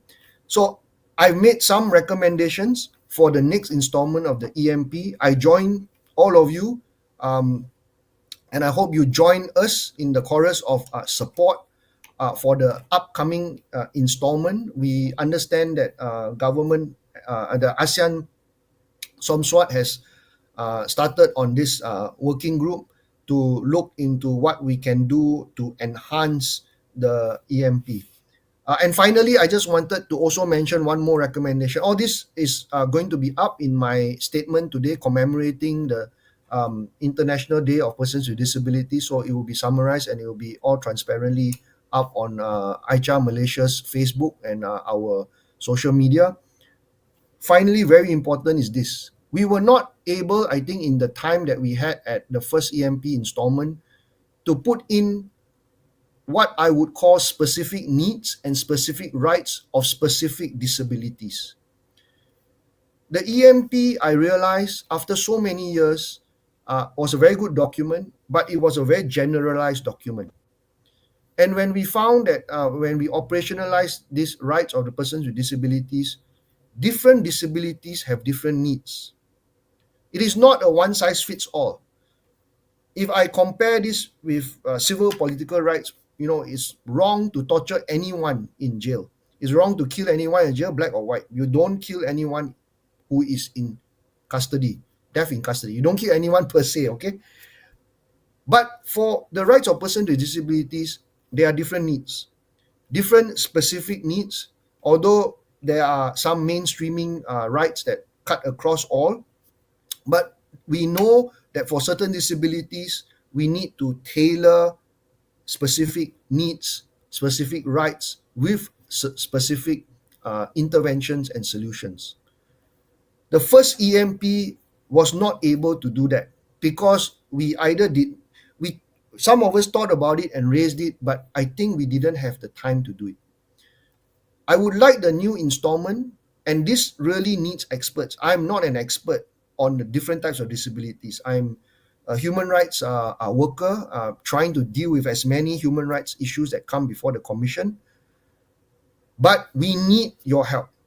We need those experts on the particular rights telling us, hey, this particular enabling master plan installment or the draft, whatever is being drafted, is still not tailored for the rights of persons with disabilities with this specific disability, if you get what I mean. We need to dig a bit deeper. And this would help. So we can have a separate chapter at the end of the new installment saying, okay, for these persons with disabilities, with this deaf, blind, neuro, whatever, we can have a specific chapter. We need to be specific on that so that we can understand that in terms of rights, their rights, what are their rights we are looking at? Because different disabilities may have different needs where we have different rights being emphasized more than the others. So if you get what I mean, I hope my message is very clear for this conference. I'm going to take this message, and I've been taking this message or substantially part of it for many years that I've been here working on this issue back at the commission again during chairship. But I would really encourage that these very few points also be worked on with all of you and discussed with all of you. I just want to leave it there for my quick intervention. And I'm sorry, the moderator and all my fellow panelists, that I need to leave. I have another session on elimination of violence against women and children. They're doing a new regional action plan, ACWC, at this event here. But if the moderator is okay, maybe I can take one or two questions before I leave. I pass you back to Madam Moderator. That's it. Thank you, Edmund. As usual, strong and very poignant points. To be honest, your intervention actually gave lots of questions that I wanted to ask, but I understand that I am in the presence of people with lived experience, so perhaps maybe we can open for one question from the floor first. There are mics that are on the floor with the lollipops there. If you have a question, please raise your hands. If not, we will jump into the questions that I have for him. Going once, going twice. Edmund, they're still warming up, so I'll ask you my question, okay?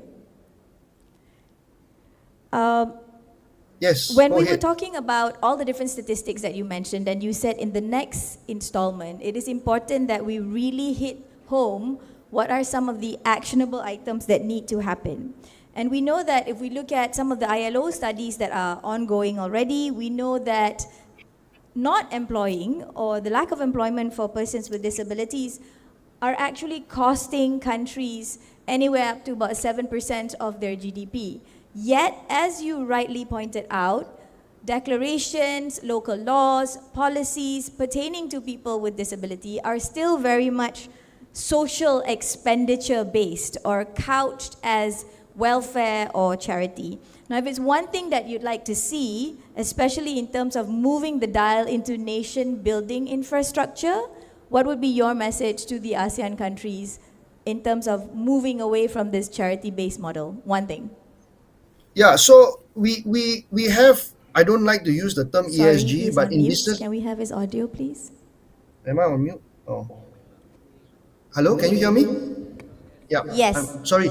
I want to take the approach of business and human rights that we have been advocating for. Okay, I don't want to go into the controversy of ESG and all of that, but I think what we have said many times is that, like the acceleration of the women's participation in economic, political, and civic life, we need to have affirmative action for persons with disabilities in employment. It cannot be just greenwashing or show washing where companies said, yeah, we have ESG, DEI policies.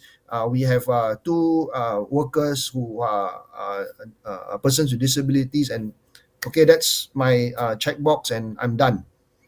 I think we need to be very sincere about how much we can support, how much we can subsidize, how much places and what places are really available. I think some years ago or there may still be job matching, skills training,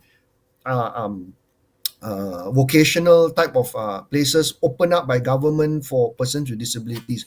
So those operationalization issues are there, but I want to say that affirmative action by companies, non-state actors, by governments, by GLCs are very, very important. And so if you want to ask me, gender sensitive, persons with disabilities, sensitive budgeting that provides support to companies or even incentives to companies at the first stage for persons with disabilities would be very welcome. But I think we need to be very concerted about it. We've talked about this many times, but still we don't see the numbers exponentially increasing as quickly as we would like to. I hope that answers your question. And I think you brought up a very important point. When you're talking about business and human rights and moving that away from charity-based model, I know that a lot of countries in ASEAN actually do have business and human rights plans. Malaysia actually launched the National Action Plan on Business and Human Rights via the work done by YB Azalina and team.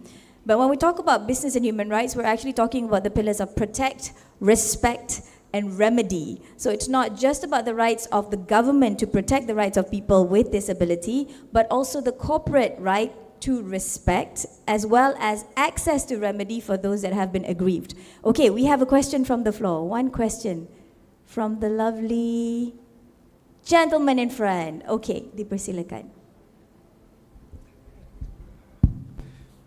Okay, good. Thank you, Ms. Moderator. Edwin Wong here. I just like to have your frank opinion compared to many years ago when you were in the task force trying to advocate for the master plan, and now we are trying to have a new installment. But what do you think over the years? Last time we have some challenges, maybe the awareness among the sectoral bodies and the leaders of government and the CSOs might not be very much of a right base. But through your involvement as the Asia Chair, Malaysia, what do you think that so that this question will help us in our advocacy work? Do you think that the sectoral bodies and government leaders are more open now to talking about our rights of persons with disabilities, or we still have some obstacles? So how do you propose that we advocate and engage with them? Thank you. Wong, can you hear me? Yeah, okay, thank you, Wong. Yeah, so when you put up your hand, I already know what you're going to ask me. So you try and trap me, although I'm trying to leave. But number one, I think congratulations to you. Minister mentioned just now that the self-assessment, I think, was referring to you for helping the government on the EMP. But number two, to your question, I think the rights of persons with disabilities are normalized, but they are not completely understood. And because we don't have, like some of our countries don't have specific ministries on human rights, the social welfare approach is still taken. But number two, if you ask me about operationalization on advocacy, I think there is a lot of good opportunity now, especially with the, how would I say, with the active countries.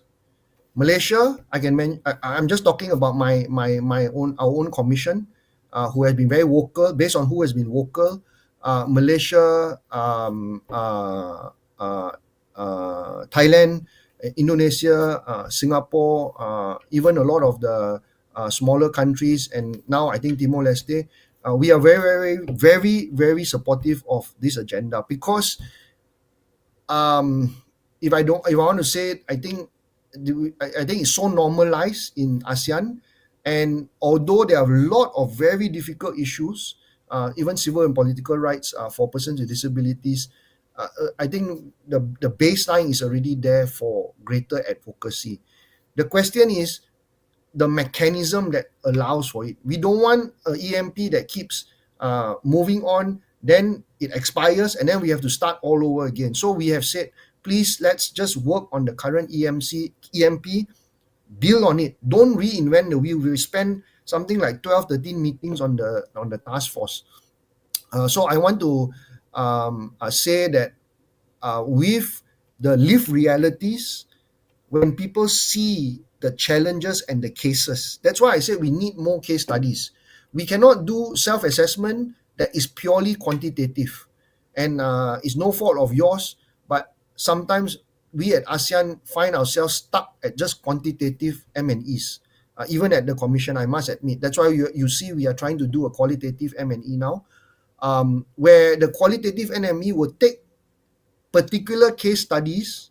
We don't even need to name the countries, particular disabilities, to explain, hey, where are the issues? Where is your voice? I've not seen that. And if we can at least have some of these major case studies that we see it recurring all the time, then we know it's a structural problem, then we know it's a priority, then we know that must be part of the new installment of the EMP. I hope I'm clear on the strategy. Okay. So a big round of applause for Edmund for joining us. Thank you so much. Now, I'm sorry. no worries. Thank you, and all the best for your next panel. Bye.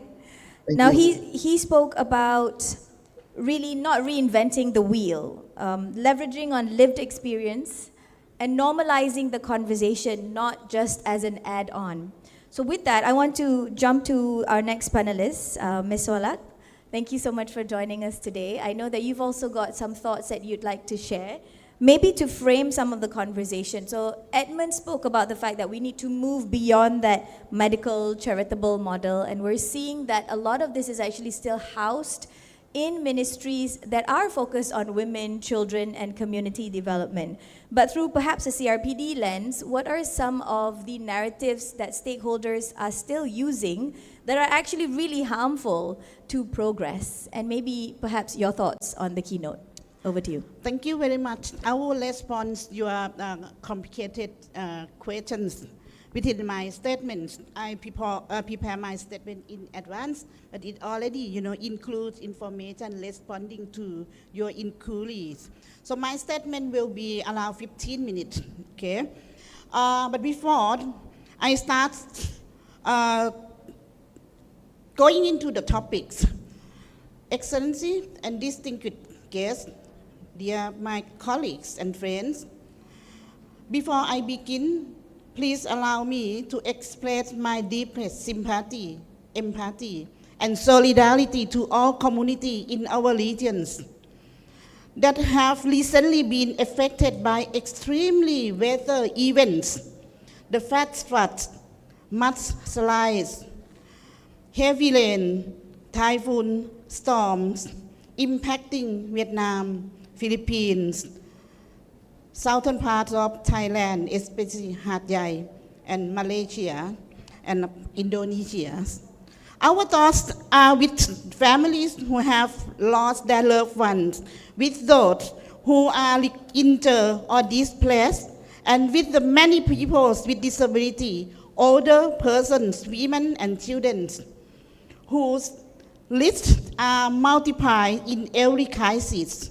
These events remind us that what we discuss here today is not an abstract. It is about real lives, real homes, and real future in ASEAN. Allow me to continue with a simple scenarios. It is from my debate, you know.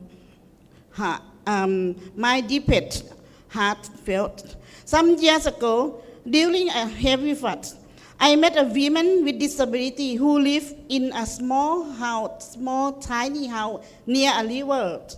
When the water rose up, her family has to choose either save a few family members or carry her to safety. The evacuation center has no lamp, no toilet she could use, and no one trained to support her. She told me, I felt like I was not a part of the community. I was the last person they thought about. Her story is not unique. It is the reality for many persons with disability across our regions, especially women, children, and older persons. This is why the ASEAN Enabling Master Plan has never been just a policy paper for us. It has been a promise that ASEAN will uphold the human rights of persons with disability in line with the international convention and international treaty. For instance, the Convention on the Rights of Persons with Disability, the Convention on the Elimination of all forms of violence against women, and the Convention on the Rights of the Child. That we all know that ASEAN state member has these common interests because state members are already, all of them are already ratified those three major conventions. So today, as we look beyond 2025, I would like to share not only analysis, but a story of where we stand and the future we must build together. First, please come with me. Looking back to move forward. Over the past decade, according to my observation as a former CRPD committee and a newly elected of ASEAN Disability Forum Chair, we have seen many progress. We have seen children with disability entering classrooms that once shut them out. We have seen women with disability standing at microphones like me, in consultations, in parliaments, sharing their lived experiences with courage. We have seen ASEAN body like ACWC at the moment working on ASEAN guidelines on disability inclusion in violence against women's policy and programs. We have seen governments adopt new disability law, expand social protection, and open doors, at least partially, to consult with persons with disability and their representative organization. But these are, not all small things. For many of us, they are the results of years of advocacy and tears and persistence. But we must also speak honestly beyond academic theory. Too many of our brothers and sisters recently remain invisible, especially persons with intellectual and psychosocial disabilities, deaf-blind persons, indigenous persons, and those who need higher levels of support.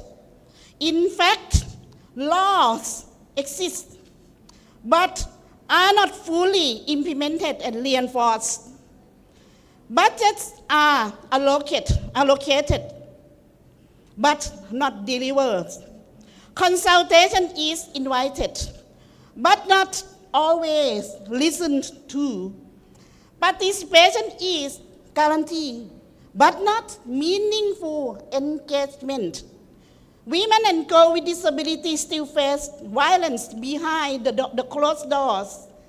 Their stories are mentioned again and again in CEDAW concluding of the observation and CRPD concluding of the observation, but too rarely in the national action plans. Children with disability are still left behind in inclusive education, healthcare, and protection system, especially in time of crisis and emergency. So, as we stand at this situation point between the end of the master plan in 2025 and the next decade of our works, we must ask ourselves questions. What kind of ASEAN do we want to build for the next generation of children and young persons with and without disabilities? So next, please come with me to learn about a major challenge that our region would not be avoided. The first, the climate crisis. In many ASEAN countries, people no longer ask, will there be a flood this year? But they ask, how bad will it be? When disaster strikes, persons with disability are often the last to receive information, the last to be evacuated, the last to have services restored. I have heard stories of people being carried downstairs in unsafe ways. I have heard stories of emergency announcement with no sign language, no captions, no simple language, no local language.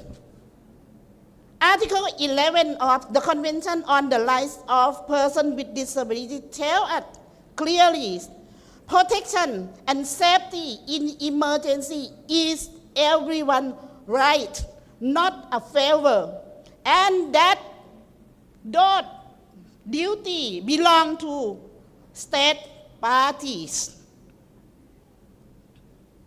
Next challenge, digital transformation. It is IT, about IT and AI.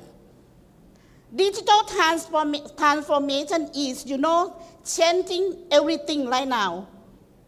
How we study, how we work, how we access healthcare and other services, and how we participate in politics. For a young women with disability in rural village, a smartphone, a simple smartphone, and a simple accessible application or an online learning platform can be a lifeline for them. But if websites are inaccessible, if AI systems are trained on biased data, if information is not available in accessible format, then digitalization becomes another wall, not a bridge at all. So the question is no longer, will ASEAN become a digital region? But in reality, it already is, okay? So we have, to ask a serious question, who will left outside the digital door? The third challenge, geographical and economic pressures. We also face political uncertainties, economic inequality, migration, and shrinking civic spaces. You know, when budgets are cut, accessibility is often seen as extra, and therefore first to go out. When the spread of civic society narrows, organizations of persons with disability find it harder to bring voices from the crowd to the decision-making table. This is why the next chapter of disability inclusion must be grounded not only in human rights, but in resilience. The resilience that the capacity of our community and system to protect, adapt, and include even in time of crisis. And we learn ASEAN Vision to 2045 speaks of a resilience, innovative, dynamic, and people-oriented community. If we take this seriously, we must question, are persons with disability fully included in that vision? So I believe we need to work through 4 interconnected pillars to fulfill that answer to those questions. First, leadership and governance. Organizations of persons with disability often say, we are not asking to be invited to the table as guests. We are asking to be partners in building the table.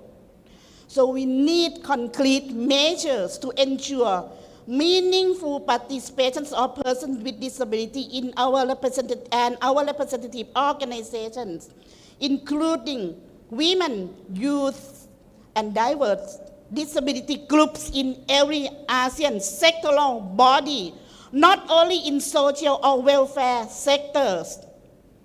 So nothing about us without us must move from a slogan on the banners to a daily working method. The second pillar, climate inclusive and crisis resilience ASEAN. We can and must do better than before in the next crisis or climate crisis or any emergency and conflicts. To include persons with disability. This means accessible early warning systems are adopted. Disability inclusive emergency shelters are implemented and available. Gender and child sensitive safeguarding during crisis are reinforced. Local disaster communities that include persons with disability and OPD is established, and the allocated budgets must be fully delivered. This is not only about emergency response. It is about human dignity, quality, and survival. The third, the digital inclusion, IT and AI. That we know both IT and AI can be powerful tools for inclusion if we design them in that way. So therefore, ASEAN should move towards regional digital accessibility standards, gender and disability responsive AI with safeguards against discrimination. IT and AI literacy and digital skills standing for youth and women with disability include those who are underrepresented. Incentives for the private sector to develop accessible technologies and platforms. We must embrace inclusive digital innovation is not a luxury for the few. But it is a right and safety for all the folks. Economic empowerment and social protection. During COVID-19 pandemic, many persons with disability were the first to lose their jobs and the last to regain their jobs. This is not just an economic issue, but it is about justice issue. So we need inclusive employment policy and active labor market measures, okay? Accessible workplaces and support for entrepreneurship, social protection that truly leads to children, family, and older persons with disability. Importantly, recognition seriously of unpaid care and community-based support and equal pay for the equal work of equal value according to the Convention on the Rights of Persons with Disability and CEDAW. Because economic empowerment is the bridge between rights written on the papers and tangible equality in daily life. So as ASEAN should adopt a realistic action plan for 2022 to 2030, transforming this idea into reality requires coordinating action at 3 levels. From the ASEAN level, all ASEAN member states already ratified those 3 major conventions. We already have a common, right? We already have a common interest and then common system. So in Southeast Asia region, ASEAN must, from the common system, must advance those, obligation to develop the ASEAN Disability Inclusion Framework 2030, align with those 3 conventions, and establish an ASEAN task force on disability, or digital inclusion and climate resilience, create a regional monitoring mechanism on accessibility, participation, and protection. This is response to Excellency Edmund about to promote employability of persons with disability beyond charities. National and in national level, so the harmonizing the national disability law and policy with CRPD recommendation is a must, because CRPD is a legally binding. All state parties has to come to Geneva to report their implementation, and the committee investigate the implementation if it harmonizes with the convention, and then the concluding of the observation will deliver to the state party. And also allocate dedicated disability inclusive budgets across ministry, strengthen GBV services, child protection system, and accessible complaint and justice mechanism. And importantly, at the community level, because all, discrimination happen on the ground. And more than 60% of persons with disability are living in the community. So empowerment OPD to lead a local initiatives, especially on climate adaptation, early warning and social protections are necessary during this time. And building a leadership pathway for women and youth with disability, and promote digital literacy program tailored to different disability groups, include those with higher level of support need. Distinguished delegate and my friends, I am not a dreamer. Achievements is not far to reach if we share responsibility and partnership between ASEAN and its member states, OPDs, UN agency, development partner, private sector, and community. Let me return to the woman. I will close within 2 minutes. Let me return to the woman I mentioned at the beginning. When I met her again years later, she told me, I don't want to be the last person they think about when crisis come. I want to be a part of planning, not just a part of the damage. Her words stay with me because they capture what disability inclusion really means. So the future we want is one where children with disability learn and grow without fear of exclusion.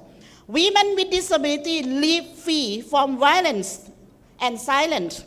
Youth with disability lead ASEAN's innovation and digital transformation. And all persons with disability can live independently, participate fully, and contribute to a peaceful, resilient ASEAN community. So beyond 2022 is not the end of the plan. It's the beginning of a new chapter.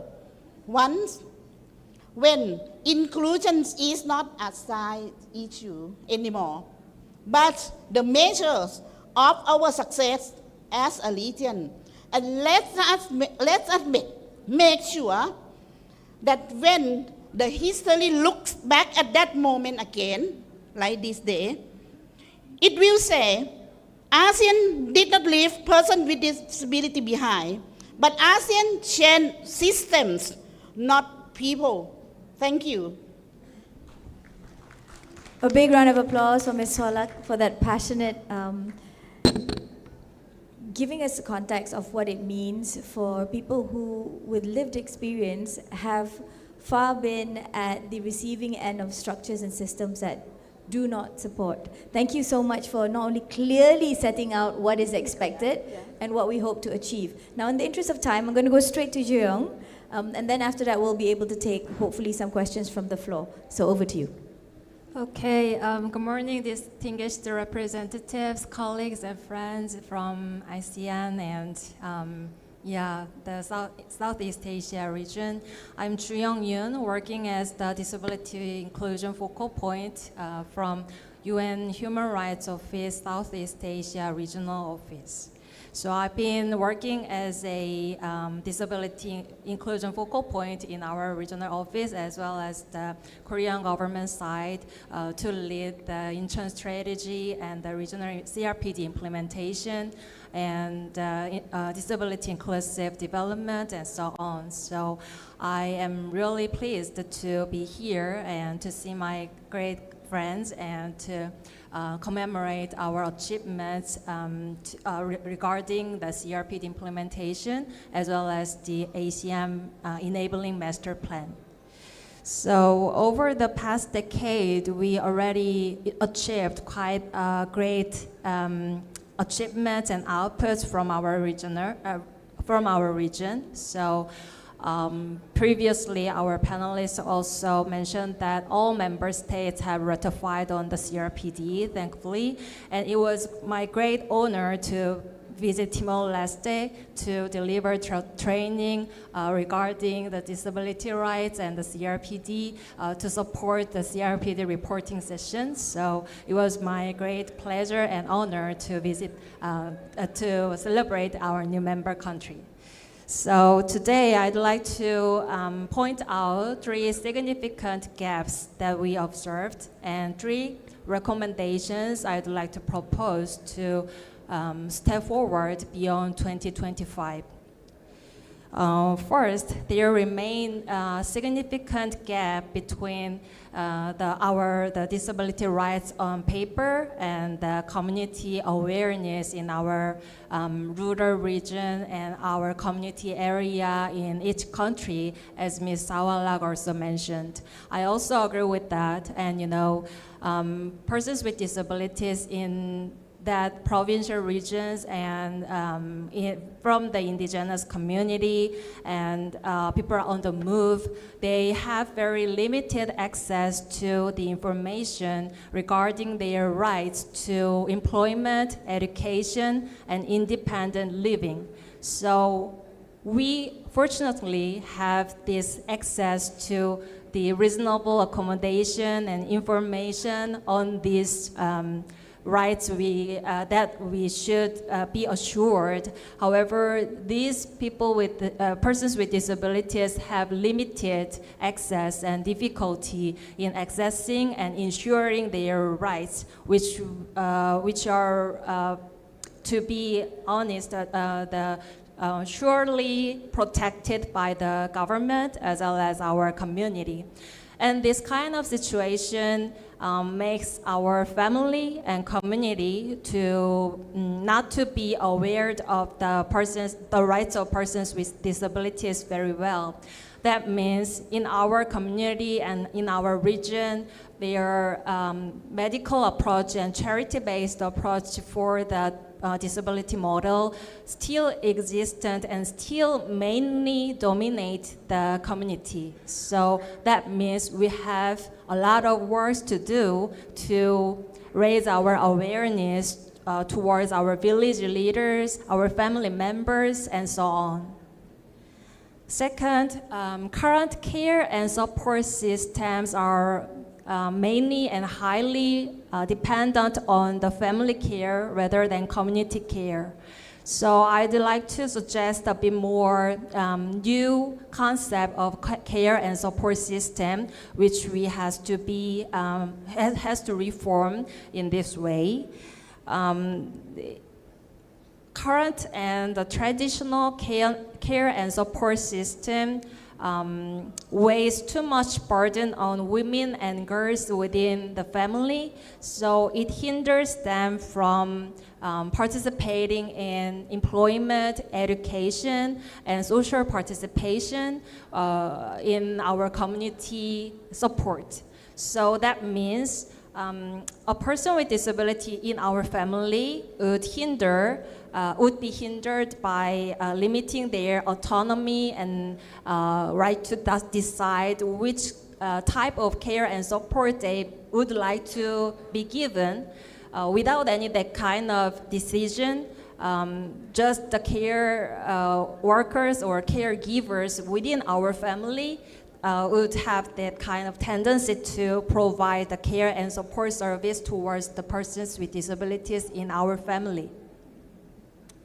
And the CRPD Article 19 also says that persons with disabilities have the rights to be included in the community and to live independently as a person and who has the human rights. However, this kind of system jeopardizes the autonomy and the self-decision-making process from the persons with disabilities. And also it increases in a negative way the gendered inequality by making women and girls to be excluded from the formal education and employment. So my third gap is we see persistent barrier in economic empowerment and digital divide. And I'd like to also highlight the interlinkage between these two. As persons with disabilities have very limited opportunity to be trained and to be empowered in related to the digital technology and AI technology. So that means in this digital era and in this AI era, persons with disabilities might have much less opportunity to participate in economic activity and to work for the decent jobs. So looking forward 2026, just 1 month later. So I'd like to suggest 3 recommendations to address these gaps I've already shared. The first one is that ASEAN and member states should engage more OPDs and the persons with disabilities from diverse area and the region in the, for the ensuring their human rights. So I'd like to take an example of human rights mechanisms. So actually Edmund also mentioned that ASEAN human rights mechanisms, and we also have UN human rights mechanism, including universal periodic review, special procedures, and treaty bodies. Honestly, CRPD is from the treaty bodies, but we also have CEDAW, CRC, and other conventions. And these conventions also recognizes the persons with disabilities and the rights of persons with disabilities, actually. But we have so much more tendency to focus on CRPD rather than saying any other human rights mechanisms. We also have our international mechanism to complain human rights violations cases regarding on the disability rights. So I'd like to recommend you to, we are going to empower and to be more capacity building plans to persons with disabilities within the region to be empowered to let people know which rights they have and which cases are related to the violation of their human rights. And we also compiled around 800 recommendations from the UN human rights mechanisms, including 11 countries in the region, and we divided it into 12 themes. So it may be released within the first quarter of next year. That this tool might be a very great measure and tool for you to advocate the specified rights of persons with disabilities. And second, ASEAN should reform care and support systems as rights-based, aligning with the CRPD Article 19. This requires transitioning from the family-dependent care to community-based care and support system. So by strengthening personal assistance schemes, respite care, and community support, this will improve the quantity and the quality of life, quantity of services actually, and the quality of life of persons with disabilities. But not only for the persons with disabilities, we can include older persons, children, and also care providers within our family, that they can participate socially and economically. And last but not least, ASEAN should advance disability-inclusive economic and digital transformation, as Ms. Haulak also addressed this very well. So I strongly believe that business and human rights and with disability and with CRPD, this kind of mechanism and this kind of system will be very feasible idea for us to make the employment, the right to work and right to be employed for the persons with disabilities. So, yeah, so and this kind of accessible and inclusive recruitment process, and by incorporating the human rights due diligence related to the rights of persons with disabilities within our companies, that approaches might be needed to reform this vicious cycle. To close my statement, yes, we have one person with disabilities in every 6 people in our region, and this kind of trend will be keep going on, and or to be more serious as we are all living in aging society. So I strongly believe that disability inclusion is not the matter of choose or the optional one. However, we should know that in the process of our life, we can experience a disability for some time. And we are all having the kind of possibilities and availability to consider the disability rights within our lives as well as from ourselves. So as we move beyond 2026, I'd like to hope and would like to work, keep my work as going on to make this era and this period to be more accountability, autonomy, and genuine empowerment. So yes, thank you for your listening. A big round of applause to Juyong. Now, I've got the organizers flashing the sign to ask me to wrap up, but I know that all of you have got so many questions to ask our illustrious panel.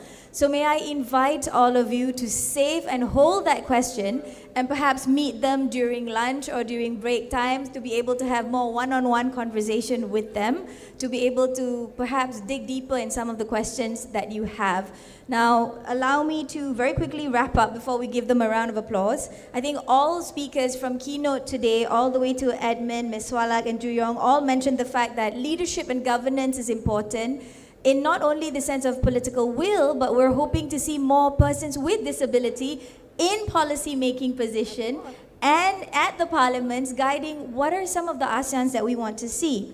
Next, we spoke about every layer of society needs to be involved, not just tokenistic add-ons, but look at it from a right-based approach, not just charitable, nice to have.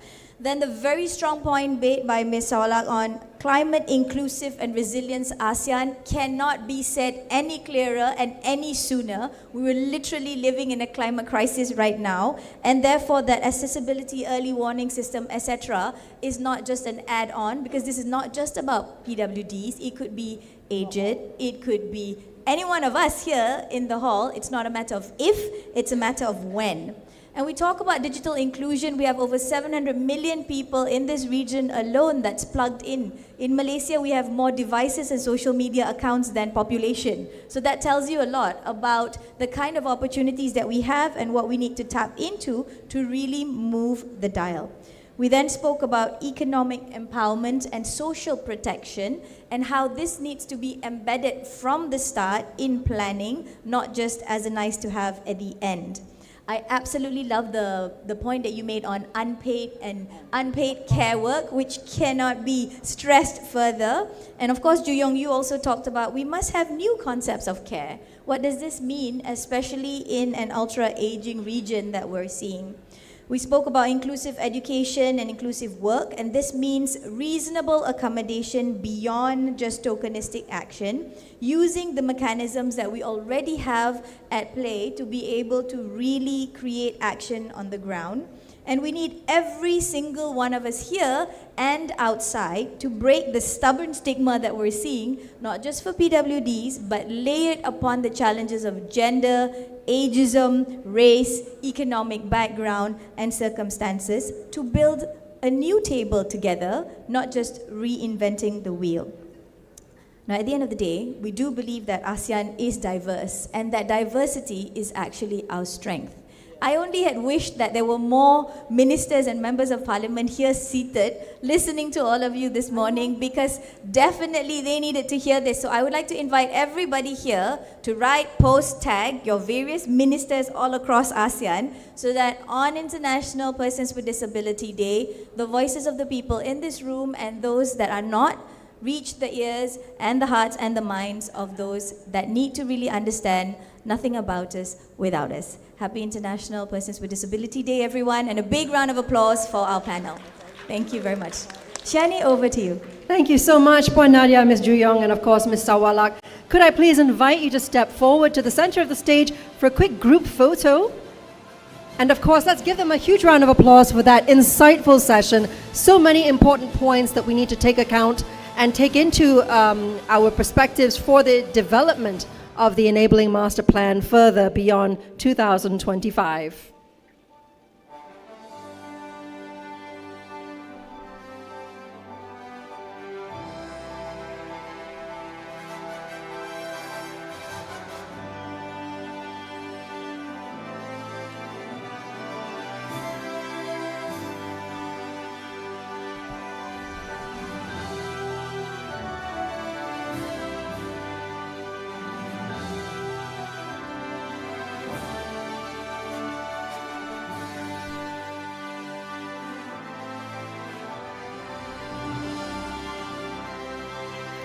Thank you once again to our moderator and panelists.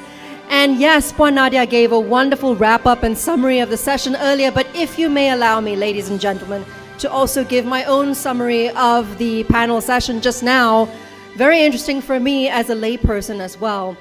Now that ASEAN, including Timor-Leste, are all signatories to the CRPD, developing the enabling master plan further beyond 2025 is a key focus moving forward. Our panelists noted that the EMP must be more than just promises on paper, and that the next installment needs to be more robust, actionable, more qualitative, and acknowledge that the rights of PWD are human rights. These rights must cascade down to a national level, including in rural areas, ensuring that local laws towards PWD close existing gaps and are actually enforced. How? Our panelists did give their recommendations. Among them, progress reporting such as a universal periodic review must be included to ensure accountability and that achievements, challenges, and gaps are collated for future reference. 2, a national coordination mechanism in the form of maybe a focal point or a rapporteur between countries is necessary. And in addition, agencies must review the rights of PWD outside of the lens of welfare and instead as part of social and economic development with a focus on community care in place of just family care. And the pathway is there. Edmund Bond urged the use of the 2 ASEAN declarations signed this year, specifically the ASEAN Declaration on the Right to a Safe, Clean, Healthy and Sustainable Environment and the ASEAN Declaration on Future-Ready Public Service to guide the further refinement of the EMP. So, ladies and gentlemen, beyond 2025, in the words of Ms. Sawalak, we must ask ourselves, what kind of ASEAN do we want to build for persons with disabilities? Let's not just focus on having PWDs at the table, but on building the table itself. So a big round of applause once again to our first panel session, our moderator and our panelists, ladies and gentlemen.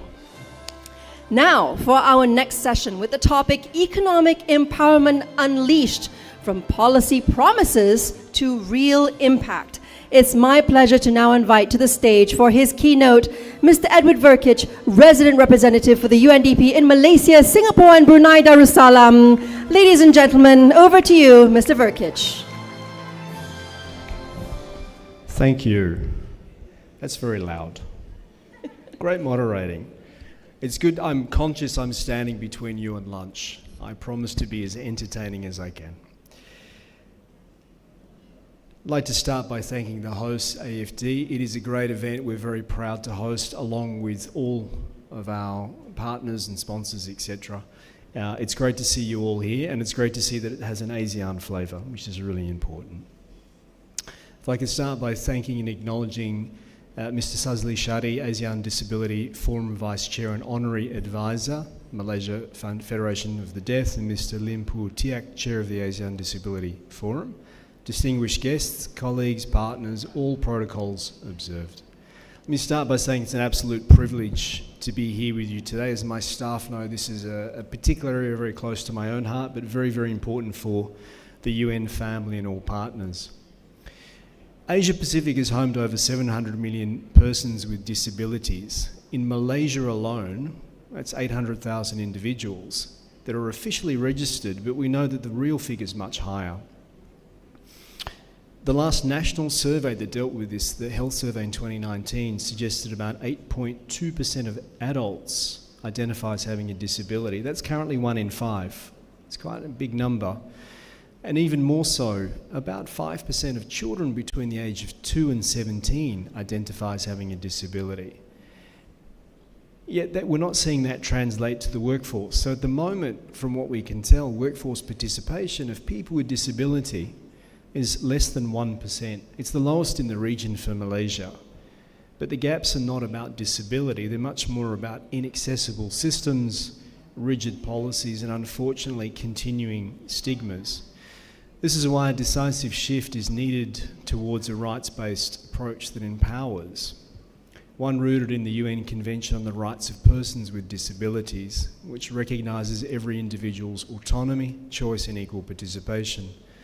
But recognising rights is not enough. We also need to recognise our obligations. Obligations to ensure accessibility, obligations to dismantle barriers, and obligations to provide reasonable accommodation. Obligations to uphold equal participation as legal duty and not a discretionary act of goodwill. Creating opportunities for persons with disability is not an act of generosity. It's a duty borne by governments, employers and society. Just reflect on ASEAN. There's encouraging reforms over the last few years. Indonesia has passed a disability law which requires equal access to public services. Thailand has introduced employment quotas for those with disability for employers with 100 persons or more. Vietnam has entrenched national-wide curriculum on disability with school children, and we're seeing growing numbers. So in Vietnam alone, 68% of children with disabilities are able to access primary schooling, amongst the highest in the region. When rights and obligations go hand in hand, systems become more fair, resilient and inclusive. Distinguished guests, disability inclusion is not only about dignity, it's about economic sense. Across ASEAN, persons with disabilities face labour force petition rates that are 2 to 6 times lower than those without disabilities. I want you all to reflect on that for a moment. It means if you have a disability, you're 5 times less likely on average to be able to access paid employment. Across ASEAN, this contributes to higher poverty rates, greater vulnerability, and lost economic potential. The economic cost is real and we're able to measure it. So excluding persons with disabilities can reduce a country's GDP by up to 7%. Let me give you an idea what that looks like for Malaysia. Malaysia's GDP is 400 billion US per year on average. 7% is $28 billion. Imagine what you could do with 160 billion ringgits. Interesting question. Inclusion's not the cost, exclusion is the cost, and it's a very high one. We already know this. Global evidence is very clear. I'll give you some private sector measures in the spirit of this morning's launch. Companies with inclusive hiring rates of 35% or more are more likely to outperform their competitors. They're also, on average, about 70% more likely to capture new and emerging markets. Disability inclusive employment across Asia Pacific could lift GDP between 1 to 7% nationally and regionally. ASEAN member states are starting to recognise this. Singapore's enabling master plan of 2030 strengthens inclusive employment, and the Philippines have a Magna Carta for persons with disabilities, which is pivoting and changing the way civil service recruitment is done. Inclusive growth is therefore not just a moral imperative, it just makes economic sense. It's actually really good for economies, and what we want to do is see people lifted out of poverty, not continue in structural poverty. Economic development begins with human capital focusing on skills, confidence and systems that enable equal participation. Across ASEAN, governments are taking steps to strengthen inclusive pathways. In Brunei, which I represent, they're starting to coach employers on how to deal and attract people with disabilities. In Cambodia, my own organisation has been instrumental in developing vocational training for people with disabilities. And in Laos, we're also working to try and reshape national budgets to be more disability friendly. In Malaysia, I'm very proud to say that we're working with ILO, Perkeso, the Ministry for Women, Family and Community, and My SDG Trust to advance inclusive training, apprenticeships and access to economic opportunity for people with disabilities. We're assisting job keepers and employers or job seekers, and will generate practical recommendations to scale inclusive workforce systems. What we know is when inclusion is embedded in employment policies supported by technology, lifelong learning, and accessible workplaces, employment becomes intentional, systematic, and sustainable. Thankfully, we're seeing some really positive examples in the region. Malaysia has appointed 4 senators with disabilities to the upper house. Senator Isaiah Jacob, who I met last week, is a great ambassador for Malaysia and for persons with disability. Thailand, they've established a national high-level committee for empowering persons with disability. And in the Philippines, they've institutionalised local disability councils and giving persons greater influence over how cities are planned and decisions are made at local government level. When persons with disabilities lead in co-design solutions, policies become more grounded and more effective. This is what we know. So in closing, ladies and gentlemen, and for fear of keeping you any longer from lunch, I'd just like to say and finish on this note that economic empowerment for persons with disabilities is not a distant aspiration, it's actually a choice we need to make today. We must move from promises to practice, from awareness to accountability, and most importantly, from our rights to obligations. Because the evidence is clear. Exclusion undermines dignity, deepens inequality, and costs us actually billions in lost economic potential. We know that the strongest societies are the most inclusive ones. So my call to all of you is to lead the way in helping us build a more inclusive society, which you are at the forefront of decisions, not following. And on that, thank you very much, and I wish you all the best for the rest of the forum. Thank you. Thank you so much, Mr. Verkic, for setting the stage for our next panel session. And to chair the discussion on this topic, let's invite to the stage our moderator, Professor Dr. Anis Norashikin binti Nordin, Professor at the Department of Electrical and Computer Engineering, International Islamic University, Malaysia. At IIUM, Professor Dr. Anis is both a microelectronics engineer and researcher. With postgraduate degrees from the George Washington University, she specializes in microelectromechanical systems, including biosensors, microenergy harvesters, and advanced sensing technology. Her innovations have earned her international recognition, multiple awards, and 2 US patents. She is also a recipient of the Leaders in Innovation Fellowship from the UK's Royal Academy of Engineering and the Top Research Scientist Malaysia Award. It's an honor to have you with us, Professor Dr. Anis. Joining her on stage are our panelists, Ms. Amanda Kong, disability advocate and solicitor of the High Court of Malaya and legal associate of Leon and Partners, Ms. Sujata Velapa, senior manager for global culture and inclusion, Micron Memory Malaysia, Puan Akmal Niza Ahmad, head of education and human capital investment at Petronas. While joining us virtually, we have Mr. Jürgen Menze, disability inclusion specialist, ILO Global Business and Disability Network, from the International Labour Organization, and Ms. Courtney Conan, Director of Communications and Advocacy, STEPS Community. Thank you all for joining us. Over to you, Madam Chair. Hello everyone, nice to see everyone here, and we are going to talk about a very interesting topic today about economic empowerment unleashed from policy promises to real impact. So I would like to welcome everyone. I know that we are the ones keeping you guys from lunch, but we have a very important topic to discuss, so we hope that we can have participation from everyone. All right, so now I would like to go through to introduce all our panel today. So I'm going to first go through the panel that are online. So Mr. Jürgen and Courtney. Okay, 1 second.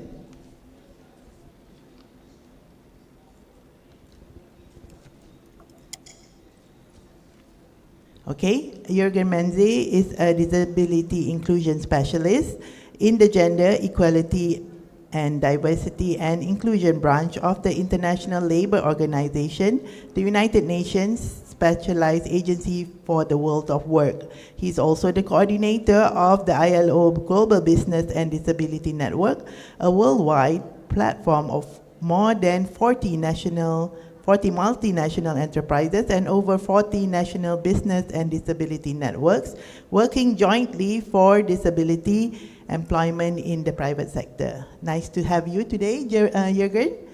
And next, I'm going to introduce Courtney. I hope I pronounced your name correctly. Courtney Conin is a strategic communications professional with 15 years of experience spanning the political, education, and social impact sectors. She has worked in the United States, South Africa, Myanmar, and Thailand, where she has led winning campaigns and initiatives that elevate organizational visibility and drive mission-centered advocacy. She currently serves as the head of communications and advocacy at STEPS, a Thailand-based social enterprise dedicated to innovating in inclusive education and employment. Nice to have both of you. So now I'm going to go through the other 3 panelists that we have here physically. So just give me 1 second to arrange everything. Okay, so on my left, we have Amanda Kong. Amanda Kong was diagnosed with congenital glaucoma at birth, which resulted in visual impairment. She aspires to be the champion of rights of persons with disability, PWD, in Malaysia. She was awarded the Outstanding Cambridge Learners Award for being the top student in the world for law in 2013 by the University of Cambridge. And she also graduated with the class LLB honors from the University of Liverpool in 2016. Amanda completed the Certificate of Legal Practice in 2017, read in chambers at Skirring, and was admitted as the advocate for and solicitor of the High Court of Malaya in 2019. She making her the first blind woman lawyer to qualify this position. She has joined Make It Right movement, MIRIM, the CSR wing of the BAC Education Group in 2019, and is currently the Community Development Manager, focusing on projects promoting advocacy, diversity, equity, and inclusion for PWD. Welcome, Amanda. Okay, next to her, we have Sujata, Miss Sujata. Miss Sujata is from Micron. Sujata Velapa has served as the Senior Manager, Global Culture and Inclusion at Micron Memory Malaysia, and she brings 20 years of engineering and leadership experience to advancing workplace equity. She leads transformative diversity, equity and inclusion strategies that embed belonging into Micron's culture, driving program for women, persons with disabilities, and underrepresented communities. Sujata pioneered Northern Industry collaboration programs such as Girls in Engineering, inspiring young women to pursue STEM careers, and spearheaded the setup of the Society of Women Engineers in the southern region of Malaysia. Welcome, Sujata. And last but not least is Puan Niza. Puan Niza is a marketing executive before moving to the Big Five consulting firm. She has joined Petronas in 2001, and she focuses on leadership and capability development. She is a strong advocate for diversity and inclusion. Puan Niza served as the project sponsor for Petronas DNI and participates in the DEI Task Force and the Asian Human Resource Leaders Circle. Okay, so welcome, Puan Niza.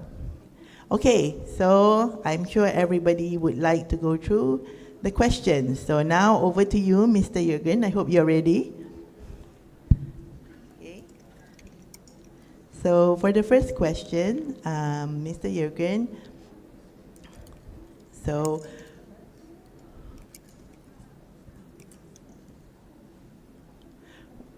what global standards or frameworks does ILO recommend for business to ensure disability inclusion in employment and supply chains?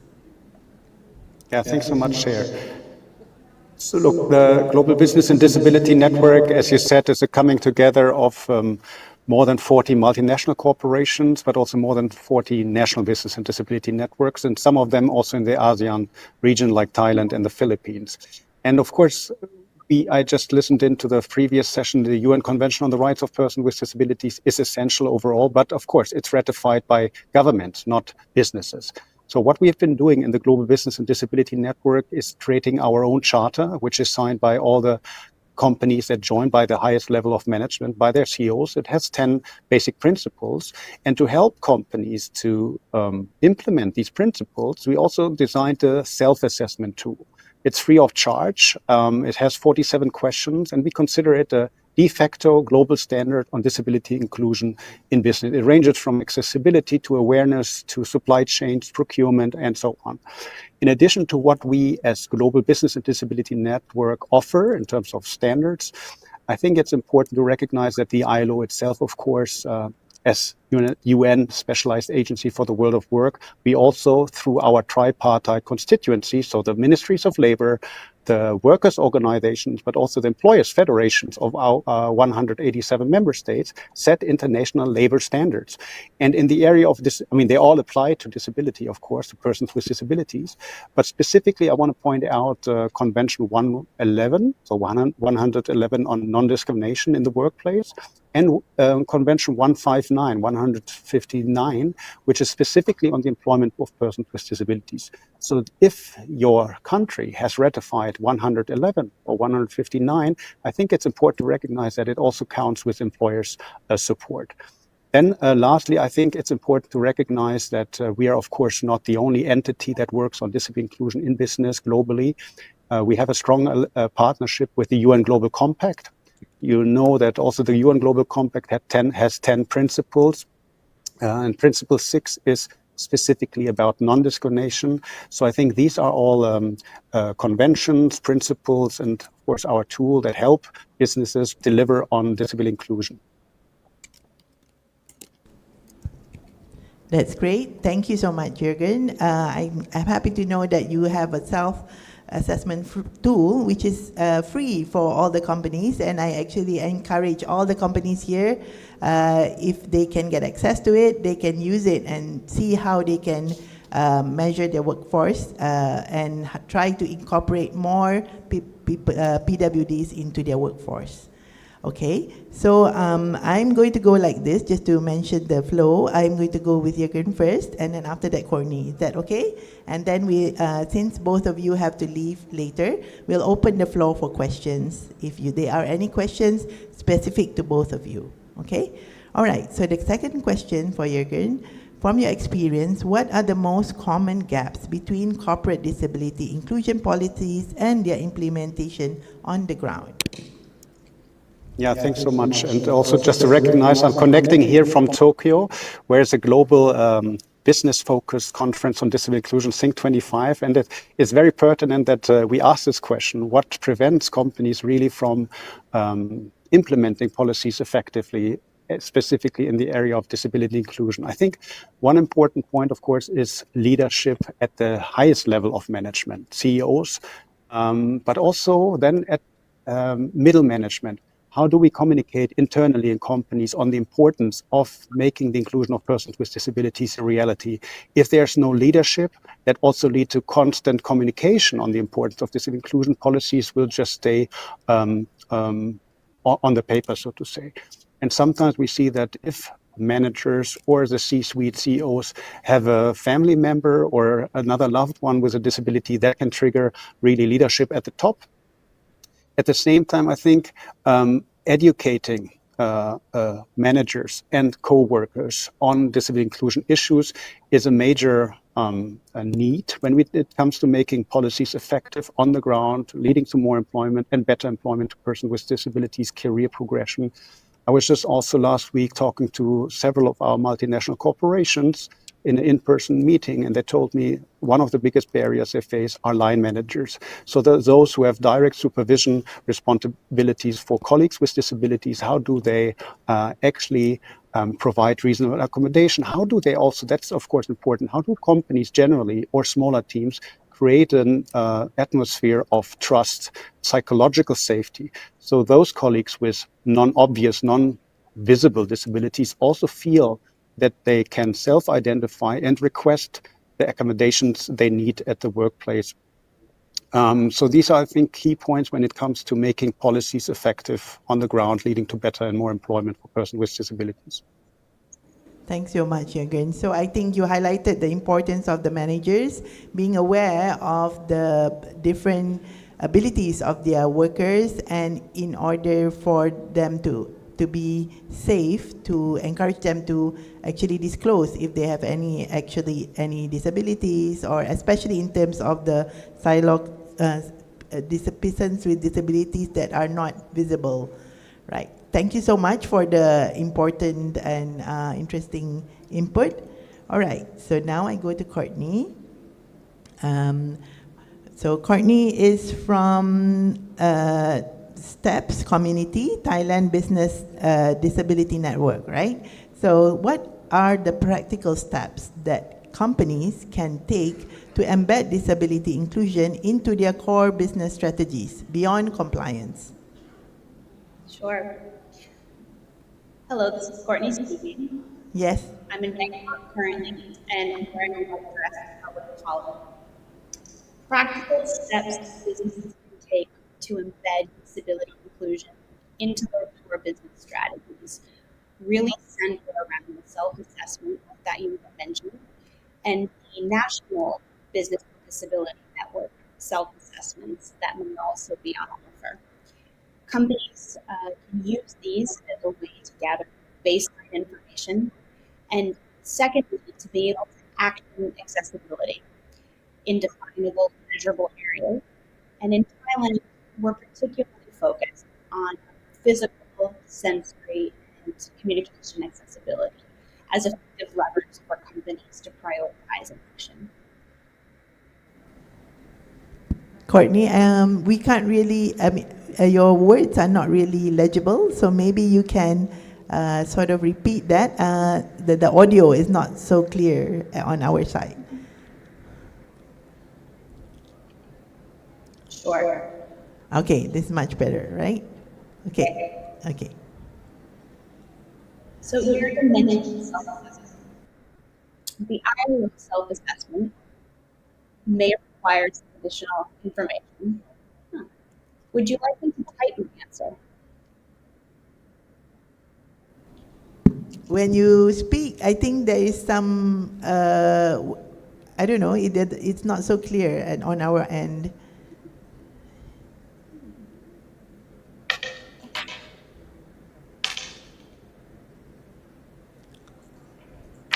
Let's give Courtney a few minutes to set up.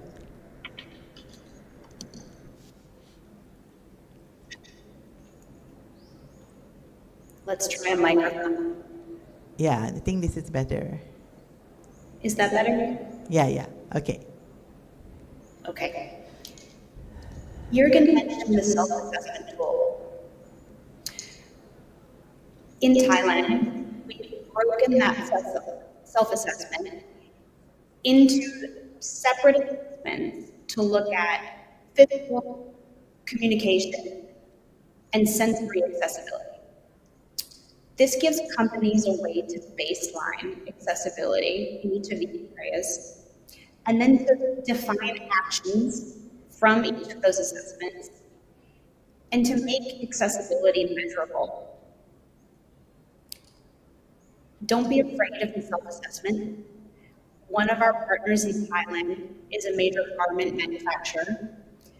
They found that doing basic physical and communication accessibility audits had measurable impacts on belonging and retention for all employees.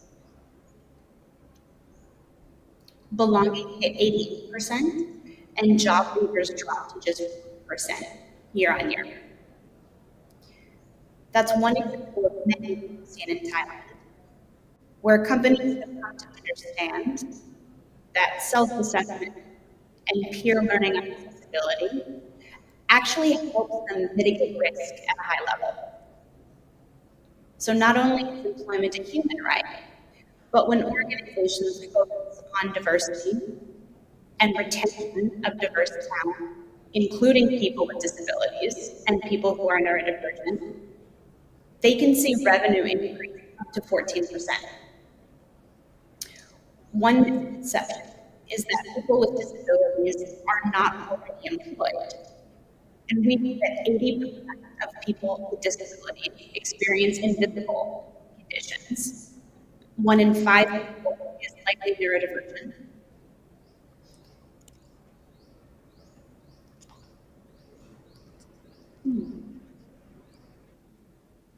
Okay, you wanted to continue?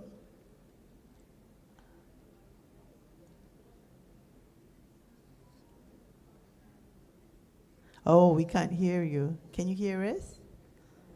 I can hear. Ah, now it's better. Okay.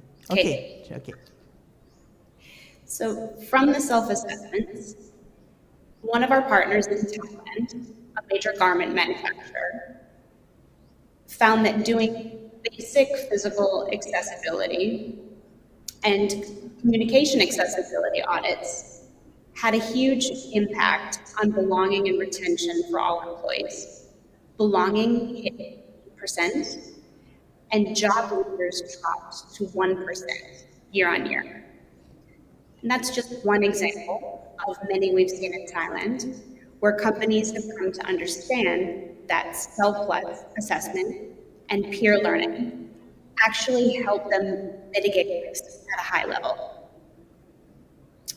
One misconception that people with disabilities are not employed. 80% of disabilities are invisible. 1 in 5 people is likely neurodivergent. People can acquire disabilities at any point in life. Many people are already disabled and afraid to disclose to their employees. We've found that employers in Thailand discovered that 10% of their employees were caregivers of people who were neurodivergent. The motivation and direct experience is already there, but in many cases, the story hasn't been told. Okay, thank you, Courtney. I think just to recap, I think you have highlighted the importance of self-assessment and peer learning between companies so that the companies can learn from each other and also help them to implement the policies that will encourage the PWDs into the workforce. Okay, great. So in the interest of time, is it okay if I open the floor for questions for Jürgen and Courtney, just in case? Is there any question from the floor on this part?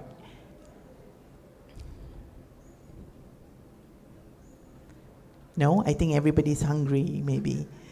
All right, so thank you, Jürgen, and thank you, Courtney. We appreciate your inputs very much, and we look forward to gaining access to the self-assessment tool and hope that our companies, we have a lot of companies over here, they have open booths so that maybe they can also encourage, try to use your self-assessment tool and also mimic what Thailand has done, and hopefully they will learn and not be afraid to do their self-assessment tool. Thank you so much. Okay, so now Thanks so much for having us. All right, great. So now we go to the people on the stage. So, all right, Amanda, we start with you. Are you ready? Okay, great. So Amanda, from your perspective, what are the biggest barriers preventing persons with disabilities from benefiting from economic empowerment policies? Hi, thank you for the question. I'll try to make this short and interesting because I know a lot of you are hungry, as our moderator said. Now, from the perspective of a person with disability, when you talk about the biggest barrier, of course, it is accessibility. A lot of people do not have access to the right information.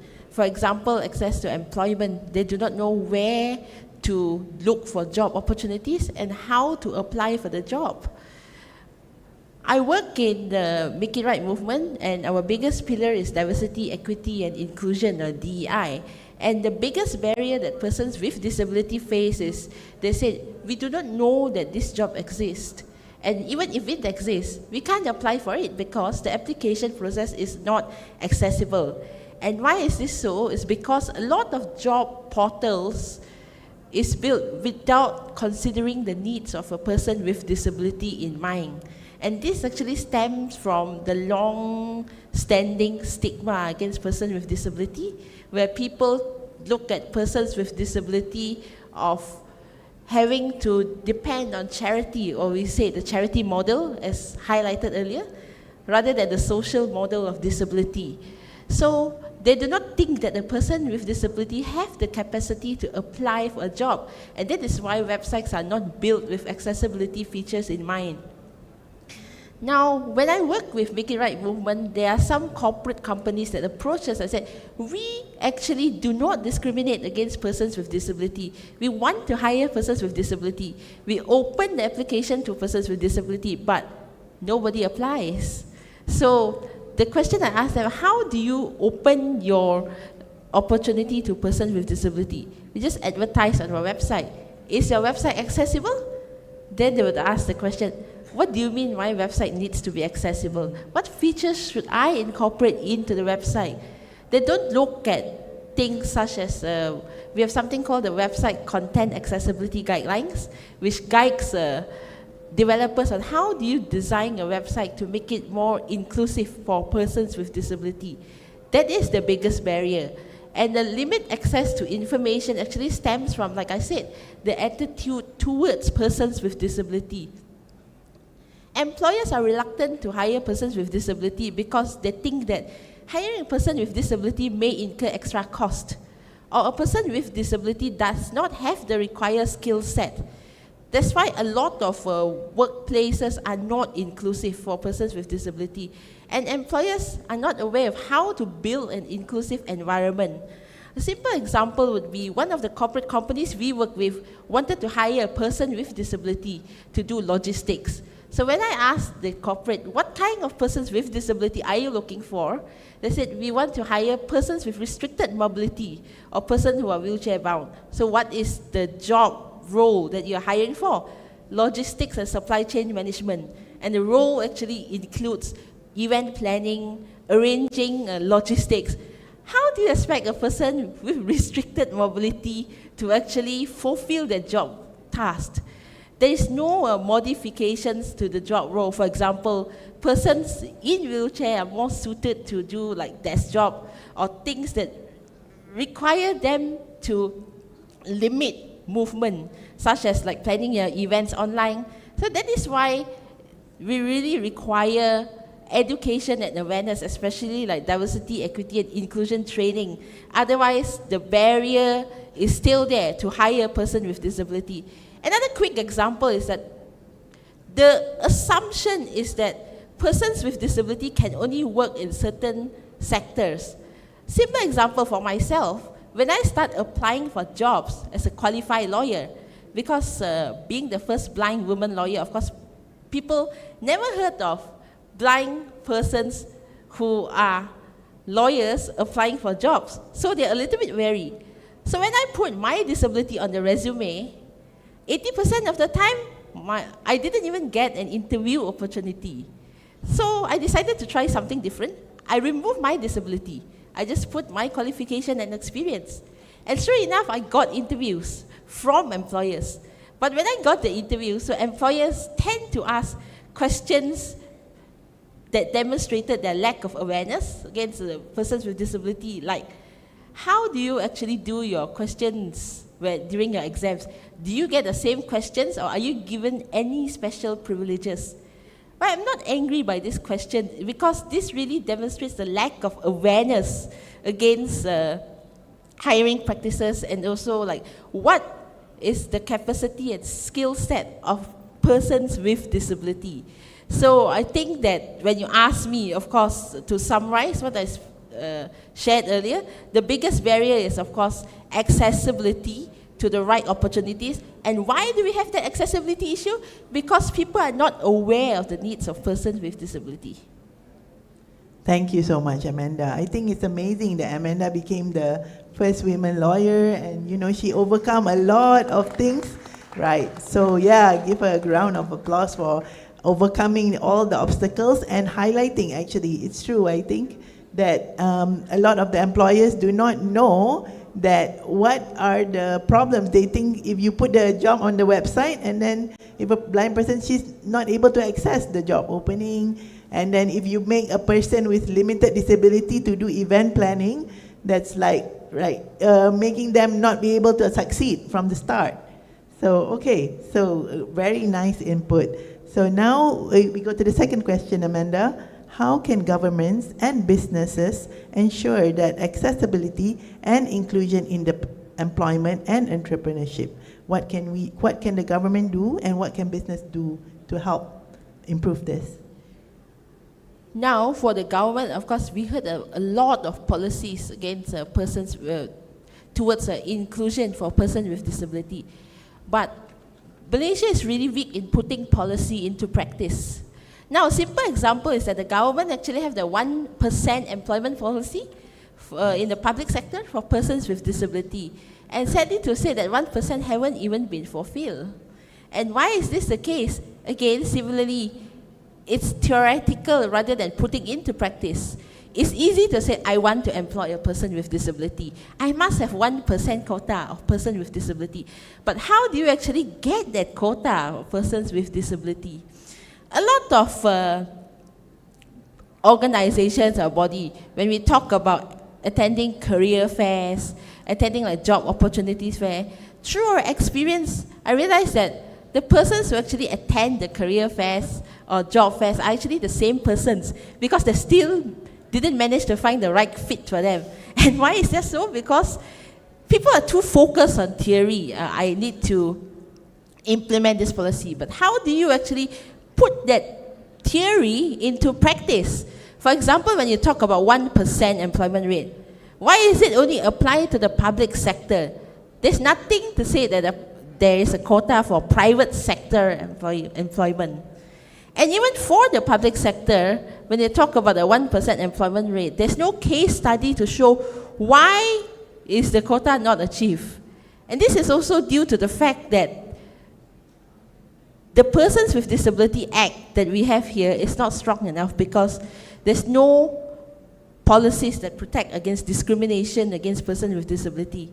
People can be discriminated just based on their disability. They don't get employed because, not for any other reason, it's because of their disability. So, and the Act does not require persons with disability to register as a person with disability. And given that stigma, a lot of persons with disability don't register with the welfare department. When you don't register, you don't get the data that we need to actually generate the actual number of persons with disability registered and what are their needs actually, we don't know. So there need to be a better management data system. Well, in terms of businesses, don't assume what a person with disability needs. Ask what a person with disability needs. A lot of time, people are not afraid to ask. People are just stressed out by what is the politically correct term that I can use to address a person with disability. I face this all the time when people are speaking to me. Can I call you differently able? Can I call you a person with special abilities? What difference does that make? Because at the end of the day, it's just a term. Well, rather than wasting time focusing on what is the correct term to address a person with disability, focus on inclusive policies or inclusive language that you can use. And I believe that one way of doing this is actually education and awareness. Education and awareness must come from both sides. Number one, from employers, where they can actually consult the persons with disability themselves. What do you actually need? Flexible work arrangements, like things that can be done at home. People can work from home for persons with disability who have restricted mobility or require mobility support, like blind or visually impaired individual. Or what can we do to actually make you feel included? Socialize with you. How do you interact with a person with disability? Well, during my meetings, usually we work with a lot of corporate partners, and I communicate with them through emails instead of using the Braille. Now, Braille is quite obsolete for persons with disability, and we actually need to align ourselves with technology. So when usually people come to my office and meet me for the first time, they'll say, "Oh, you are Amanda." I say, "Yes, I'm Amanda." I thought you were different because when I talk to you, I don't know you are blind. So I said, "What do you mean?" When I talk to you, you don't sound blind. So my question to them, how does a blind person sound? No, they have a certain way of speaking which we know. So I was surprised by that because this really shows the ignorance of people towards the capacity of a person with disability. Well, look at the other side of the coin is that persons with disability themselves need to move out of their comfort zone. For example, for the blind, now technology is so advanced, you are able to make use of things like smartphones to do your job applications instead of relying on Braille, which is quite bulky and very heavy to lug around if you have documents. And you yourself as a person with disability need to transition towards employment and independent living.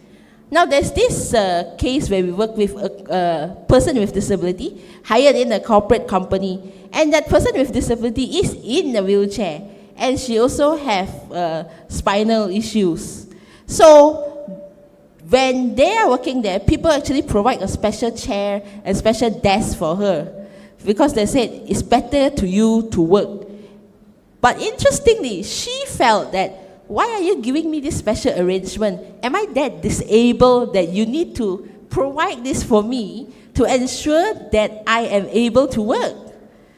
So that is why employers really need to balance expectation in a way we say that, number one, you need to make sure that your productivity is not affected, but in the same time to make sure that arrangements are adaptable and reasonably accommodated the needs of person with disability, and that person with disability themselves also need to play a role in educating employers on what they need, and also to voice out their suggestion, opinion of what they feel is the most comfortable thing for them, because they themselves know what they want and they need to communicate it to educate others. Thanks so much, Amanda. I think I like what she mentioned, that, you know, the employer has to have balanced expectation and do not be afraid to ask, actually. Even me as a person with disability, they are also sometimes afraid to say, can you walk, don't walk, or can you climb upstairs? So they are a bit worried on the exact terms, but actually, if you just ask us what do we need for us to help us, we are more than okay, and we are not so easily offended. So I think a lot of us are like that. And thank you so much, Amanda. And we are actually very happy to have the first woman blind lawyer with us here today and to advocate for us. Thank you. So now we go to the other side of the coin, which is the business. So I hope it's okay if I start with Sujata first. Amanda, can you pass? Oh, Amanda, Sujata has the mic already.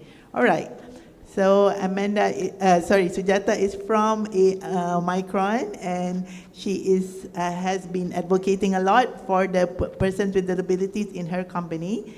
So for her question is that, how can ASEAN businesses integrate economic empowerment into their core strategies while maintaining profitability, and how do you convince leadership that disability inclusion is not CSR, but actually core to talent strategy and competitiveness? Like what the keynote speaker mentioned, it's not actually cost, but actually it's actually cost not to include us, not the other way around. All right, go ahead, Sujata. Thank you, Pro, for the question. So in Micron, first of all, we look into inclusion as competitiveness. So when we speak about economy integration with the business sustainable, the evidence that we look for is workforce productivity, innovation output, as well as retention trends. These indicators always shows us disability inclusion is not a CSR. If you ask me, I say it's a work smart planning. So in Micron, we look PWD as our employment capability. So we directly employ PWD members into our production floor to job that really matters. And they are also in roles that they produce productivity as well as output. And these are the evidences that, that it is not a CSR, but we put a lot of effort in ensuring that we have a good pipeline, talent pipeline built into Micron. The other thing is we also see, secondly, we integrate business inclusion into our business strategy, meaning that we are not looking into as a secondary programs. So inclusion is built into our daily operations. So we look into standard accommodations accessible to the production floor. We also have trainings for the managers in terms of for the speech impairment, as well as for the sight impairment as well for the PWD we have. So we have these trainings given for them in terms of sign languages. So 50% of our workforce is actually trained today in terms of sign language. And this makes, this makes our daily operations, and also it contributes to the cost effective, as well as it is part of the operation build-up itself. So the other thing is when the inclusion we build into daily operation becomes cost-effective and sustainable. Yeah, in terms of, we also invest a lot of time and our cost in growing our PWD members, and definitely it is not a CSR, because what are we trying to do is we are shifting the mindset of being dependent into empowerment. When we talk about how do we even convince our leaders, we show them data and not emotions. So for us is our PWD members, they contribute as far as the rest of the workforce in terms of our KPIs. They meet our KPIs. They give us a lot of retention advantages in terms of we see more PWD members who stays put with us compared to the general workforce, as well as cultural impact, meaning that they work with us into a cultural, when we have inclusivity built in the system, it improves the business performances. It moves the indices. So even in our recent Micron survey that we have, which we have built the KPIs for inclusion score, we have actually trending upwards and 2% up for this year, which is already a good mark for Micron Malaysia in terms of semicon manufacturing, where we have 100 PWD members working directly into our workforce in the production floor. So 80% of our workforce is actually direct laborers. So they are the production staff who is building the product for Micron Malaysia, and our PW members, there is no difference in terms of our general work. So we do not see this as our CSR project, but we are building the talent pipeline for semiconductor. Thank you. Thank you, Sujata. It's very interesting that I see that a semiconductor company, Malaysia now is going into the semiconductor industry, and I'm very happy to see that Micron is like helping the PWDs, getting them to join the workforce actually. So before this session, I actually was discussing with Sujata, and she mentioned that Micron has a talent pipeline. That means preparing the PWD before they enter the workforce so that they can be absorbed into their workforce easier. So they do not have to go through the hassle of like applying through the website and not being chosen just because of their disability. I think that would help them a lot. All right, so Puan Akmal, is it okay if I go to you next for the same question, right? All right, so we are going to hear from Petronas now on how Asian business can integrate economic empowerment into their core strategy while maintaining profitability, and how does Petronas convince the leadership that disability inclusion is not CSR, but core to the talent strategy and competitiveness? Thanks, Prof, for the question. For Petronas, we started our journey in D&I since 2019. And similar to Micron, we acknowledge that having a diverse workforce will definitely improve our productivity, efficiency, and the bottom line. We also acknowledge trending that is coming out, shared by WHO. 1 in 6 people globally, around 16%, experience significant disability. Yeah, this means persons with disability are not only part of our future talent pipeline, but are also our customers. So we're thinking about how can we understand their point of view when we, do on our product and all that. Our journey in Petronas, I mentioned to you, diversity and inclusion start in 2019, and it's like Jürgen mentioned, there's a lot of it happens with tone from the top. So we actually went to our management and presented to them. And in 2023, we kind of seek their blessing to do a pilot in 2023 where we said we want to hire PWD into Petronas Dagangan. We had a semi-skilled petrol station operated by our Rakan Niaga, as well as neurodivergent, hiring in Petronas Digital. That was the key one, the pilot that we were doing, to bring neurodivergent talents into roles like cybersecurity and software engineering. Just to give some context, I acknowledge that people say sometimes you go zooming into certain roles or jobs, but knowing that Petronas, the context of technical and engineering background, we are also very, very cautious on which are the roles that is suitable for us to bring in. So we thought we wanted to pilot it first. Now, when we piloted it first, because we had the journey of D&I, we actually put a lot of focus in training our leaders. We brought in unconscious bias program, we bring in inclusive leadership, where leaders need to understand the uniqueness of each individual talents. You cannot assume that certain people need certain things. As a base first, before we can really open up to bigger PWD, if I may say that, yeah.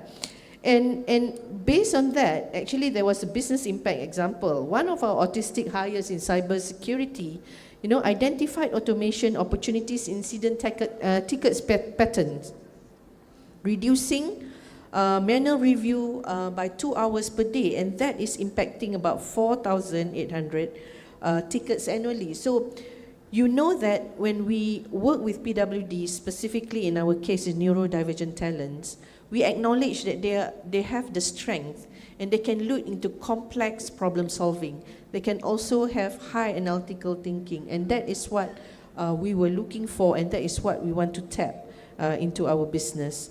Like I mentioned, we work a lot with the leaders, we put a lot of training, we even have peers, like Micron's similar experience, that we really need to bring the managers to upskill, and for them, after they've gone through it and really working with PWD, they said, oh, now I know I need to be more empathetic, I need to listen carefully. And sometimes I realize I give instruction not clear, because with the neurodivergent talents, they will just say, I don't understand what you're saying.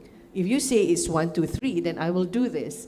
And it was quite an amazing finding for us, and as we learn into this journey, more and more we find out, and we are trying to incorporate that in our leadership program for our middle managers, leaders.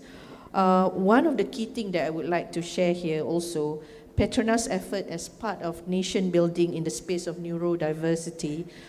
Similarly, in 2023, we collaborated with EY via MOU to advocate neuro inclusion. Yeah, neuro inclusion as a nation building with universities and business organization. In 2024, we formed CHRO, Neurodiversity Roundtable, gathering HR leaders from various corporates, from energy sector, financial, some IT, consulting, construction, like Gamuda, government agencies like Talent Corp, HRDC, to converse on how corporations can drive neuro inclusion for Malaysia. It is still an ongoing effort. It is still a journey. There's a lot of things that we need to learn, and I acknowledge Amanda's point on a lot of things that corporations need to put in, and this is the space that we wanted to play. Yeah. In June 2025, during our Energy Asia program, we launched what we call NADIN, a Neurodiversity Action for Development, Inclusion and Network Empowerment. So we're creating this platform aspires to further unite the neurodiversity ecosystem across Malaysia, bringing together more businesses, academia, NGOs and government agencies to collaborate, champion neuro inclusion in creating more inclusive Malaysia, and learning together and try to take practices that we can emulate in our organization. Thank you. Thank you so much, Puan Akmal. I think it's very heartening to know that the Petronas, actually one of our major companies in Malaysia, has taken steps to include the different aspect of PWDs, such as those who are neurodivergent. And actually, when you incorporate people with PWDs, you actually build better leaders, because they are now have to train, they have to use other aspects of their leadership capability to learn to be more empathetic, different, it's improve their skill set actually. Okay, so now I'm going to go back to Sujata. So Micron is a high-tech industry, semiconductor industry. So can you describe to us what are the accommodations or job redesign that have proven to be most effective for integrating PWD talent? How does Micron evaluate the returns, such as productivity, innovation, retention generated from inclusive hiring practices? So as you said, we are a high-tech company, so we actually have to look into job accommodation seriously, because it is not only for the PDW members, but also for overall inclusivity, because we, as I just was sharing to the team in Micron, we have almost 4 inclusion, different personality that is actually part of our workforce. So we take job accommodation seriously from the hiring checkpoint itself. And as what Amanda just mentioned, if you don't ask, you don't get. So in that process itself, we have embedded that everyone who comes in, if you need any job accommodation, then you have to mention it. And we are prepared. If you're hired, we are prepared to provide that job accommodation. So we have done a couple of job accommodation to the team members. So when I say team members in Micron, we call our employees as team members. So we have given them places like accessible to production floor. So we have renovated the production floor that is accessible, that is safe for our PDW members. Especially in manufacturing, it will be very difficult in terms of mobility and so forth. So that has been done. So the other part is, I just mentioned, we have to do the sign language learning. This is just, we'll have two-way communication between the members as well as the supervisors and managers. And the other one is neurodivergent. So we are also looking into neurodivergent spectrum.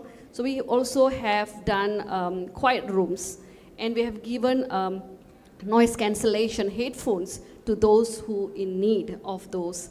And most importantly, the whole plant, it has been modified, not only to the production floor, but also to the admin buildings, that it is really accessible, so that you're safe to be in Micron in whatever form that you come in, or what you are not able to access elsewhere, but Micron is safe. So we have done all of this. Another thing that we have added on is the assistive tech. So it's a language bias screen for those who are reading on screen, so they can actually read it through screen, so they don't need hearing from the person. That's one. And the other side of Micron, we also have introduced transparent masks, because for some of our service providers, like canteen operators, they wear transparent masks so that you can do lip reading. So these are the things small things that we have done, but it is giving a big impact, so that you feel very comfortable working in Micron as part of the team. So what are the 3 things that we're actually looking in terms of return so when we evaluate the 3 areas are the productivity. So we see PWD team members consistently meeting our KPI, and especially when the job is properly matched. So we take job matching very seriously. So we partner with the governments as well as NGOs to ensure the job is matched properly, so we can get the productivity KPIs met. The other thing is, of course, they are in a core manufacturing roles, very important roles. So the capability actually uplift, like what Akmal said about in Petronas, it uplifts everyone, especially the managers, supervisors, because we go through the training of managing different inclusions, different kind of person. So it kind of increases our capabilities as the middle management. And in terms of retention, we always see higher retentions for the PWD members, so we don't need to retrain or rehire them, so the cost effectiveness is there. Lastly is culture in innovation. So this is so important because when we have an inclusive team, we will have a very big demonstrating of innovations that is being sparked. And this is also a system that's working where we have employee resource group. Our ERG capable is very active. We have 2,000 members who have signed in for the ERG, where we do not just enclose ourselves in the walls of manufacturing, but we go out beyond our manufacturing. We go to schools, we go to communities to build the talent pipeline. So these are the returns of investments in terms of how are we building the pipeline. Thank you. Thank you so much, Sujata. It's happy to know that the PWDs bring actually benefit a lot of benefits, such as cultural innovation. That is excellent. Okay, last question, but not least, to Petronas. Since Petronas has done the inclusion journey, maybe you can share a bit. What are the practical steps that other organizations can do to start their own journey? And how does Petronas continue to sustain its momentum within the organization in disability inclusion? Thanks, Doc. Just to share here, we have a simple formula in my use. It's called 3S, Practical Framework to Start, which are sourcing, skilling, and supporting. We acknowledge, as we want to open up for PWD, and in this specific case for Petronas in neurodivergent, and we are aiming to create a neuro-inclusive environment, the sourcing of hires are being looked at in a different manner. There was an example of, if we were to do an assessment for a neurotypical candidate, then we realize sometimes we get them to present. And in one example, of our autistic talent, what happened is when we asked him to present, of course, he was not able to do it fluently. But when we give him a problem to solve and get him to write or actually do the problem solving, that one shows that he really able to do, and that's how he get the job. Yeah. In terms of skilling, I mentioned about just now the skilling of the managers and also the peers into how you need to be aware, more inclusive environment when you deal with talents of PWD. This is on the skilling side. We spent a lot of things on that. We work with, we collaborate with social enterprise that support PWD, like Inoku. We have our Dagangan side, which is our retail, allocated about 1,400 training hours to just equip the managers and Rakan Niaga the skill needed to effectively manage and support PWDs. So I think in Petronas, as we progress into the journey, we're putting a lot of effort to actually really prepare the people to embrace the neuro-inclusive environment. The third one is supporting, and we spoke about some of the policies that we implemented, things like provision of new way of working. I think we did the same on noise cancelling headphones. We have hybrid working environment, flexible working hours to enable PWDs even to avoid traffic. Yeah, additional monitors to support productivity. And so forth, so on. We also actually have what we call provision of special allowance for Petronas staff with PWD children.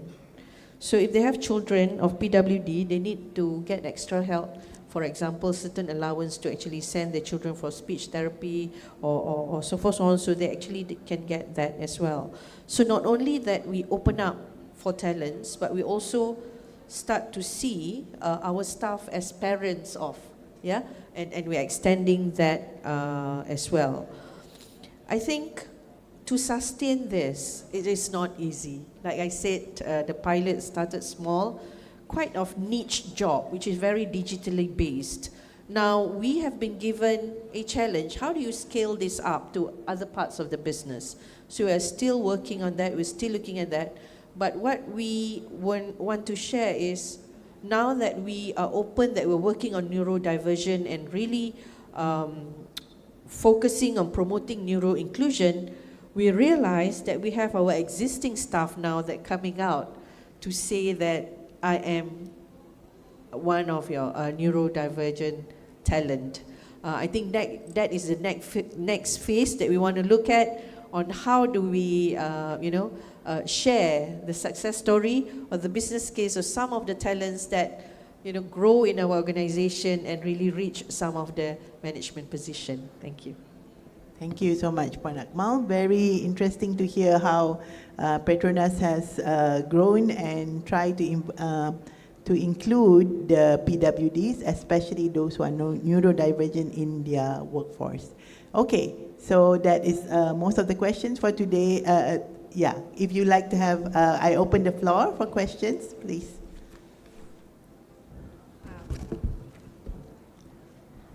Thank you. So my question will come to amazing Amanda. It is very strong and straightforward review of experience of you, Amanda. So I hope you don't scare others. And then hopefully your message should be accepted based on human rights background. Since the mindset is still the big challenges, even after 20 years of CRPD launch, can you share the tips to overcome the double barriers of mindsets and human rights in a practice approach for the economy, in particular economy spheres, where anything to be counted off based on loss and profits? And maybe I can also address this additional comment from others speakers. Thank you. Yeah. My name is Maulani from Indonesia, sorry. Hi, thank you for the question. Now, when you talk about how do you empower persons with disability economically, the first thing to do is simplify application processes. Now, a lot, like I mentioned just now, a lot of things are not accessible because people don't design platforms with persons with disability in mind. So one simple thing to do is, in your application processes, make the process simplified for persons with disability. Simple examples would be, for persons with restricted mobility, you can arrange an online interview session, if need be. For those who are deaf and requires support in interpreting, so you may ask them, will you bring along your sign language interpreter? And some companies may be wary because they said job interviews are confidential. We only want you in the room. But this can't be done for persons who have hearing impairment. They need someone to interpret for them. Or you can provide forms that are screen reader accessible for persons who are visually impaired. Now, for people who are using screen readers, actually, for when you are preparing forms, the screen reader can't read text that are highlighted, for example, or they can't read images. So what you can do is put all the image, convert them into text, and limit option boxes, because it's a bit difficult for persons with disability who are not really familiar with screen reader to navigate that. And when you talk about companies, what are the things that they can do? Number one, of course, to change their mindset, you need to focus on empathy rather than sympathy, empowering persons with disability. And interestingly enough, before we have this session, we actually have a briefing session, and it came up, what does the E in DEI stand for? Now, there are 2 points of views of this. Some people may say the E in diversity and inclusion stands for equity, and some may say it stands for equality. There is a difference between equity and equality. Equity is basically fair treatment for everyone. Equality is basically fair treatment for everyone. Everyone should be treated equally. persons with disabilities should be given equal opportunity. But corporates need to take a step back and think whether if you provide the same opportunities, is it practical for that person with disability? If I give a blind person the same facilities that I provide for other people, like for example, I give you the same time frame for work. Also, I give you the same resources that everybody has. Will it help you to work better? Or should you actually consider providing what actually helps them to complete that particular task? Like what the Sujata mentioned earlier, for neurodiverse individual, you provide like noise cancelling headphones. You design the production room in a way which is accommodating for persons with disability. You provide quiet rooms. That is what we actually call equity, which is focusing on what a person actually needs instead of providing equal rights. Because even if you provide equal rights, if that person is not able to avail the equal rights, it's not practical and sustainable in the long run. And finally, the third point is, the sad truth is a lot of people tend to focus on short term rather than long term, and they don't look at sustainability. I want to hire persons with disability as a CSR, or in the form of a tokenism, like what it was mentioned earlier. Then the next question they often can't answer: what's next after you hire that person with disability? Or we won't know. We hire first and then we will decide. And that's really not sustainable, because it's a learning process when you hire a person with disability. Even for us in our organization, I work with various persons with different disabilities, and you really need to know how to accommodate to their needs. For example, persons with speech impairment, when you're communicating with them, our HR department actually said that, okay, I will call that person. How can that person communicate when he or she is already having speech impairments? It's more practical to text them, send them a text message or send them a WhatsApp message. Or for persons who can't really sit for long, they have attention span issue, are you able to provide a short breaks in between, like flexible working schedule? You have to consider whether it will help in their productivity. And it's always a learning curve, because you really won't know what a person with disability truly needs unless you interact with them and they actually communicate their needs. So it's actually a learning process. And to move towards sustainability, you need to prepare people in your organization, number one, to accept persons with disability and treat them just like how other employees are treated. And the second one is to consider what are the things that you can do in the long run should you decide to hire more persons with disability, besides providing reasonable accommodations. Are you able to provide an inclusive environment for them? A lot of people think that inclusion for persons with disability is a privilege. Oh, you are special, therefore you need this accommodation. It's not a privilege. Inclusion is actually a right.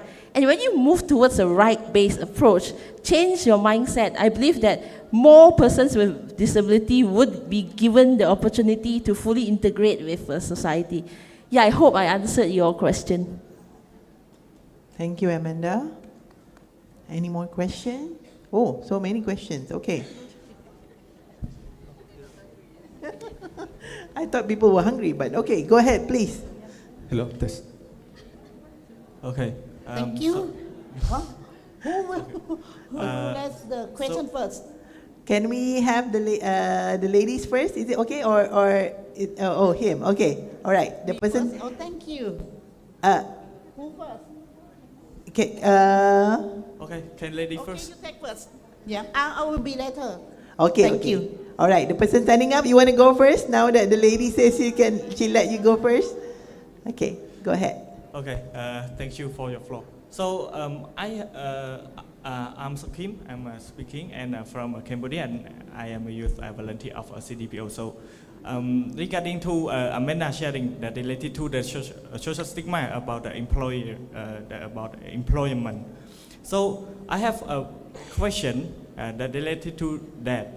So my question is, I just want to know about your advice or opinion, which you as a youth with visual impairment specifically to advocate for to break a social stigma and to engage employer to understand about a person with visual impairment or to like to understand to engage with a person with visual impairment, you know, because I can say about a person with visual impairment or blind person is really difficulty to make to engage to convince or to lobby for employers to understand what blind person need or to provide the opportunity for blind person to get the job.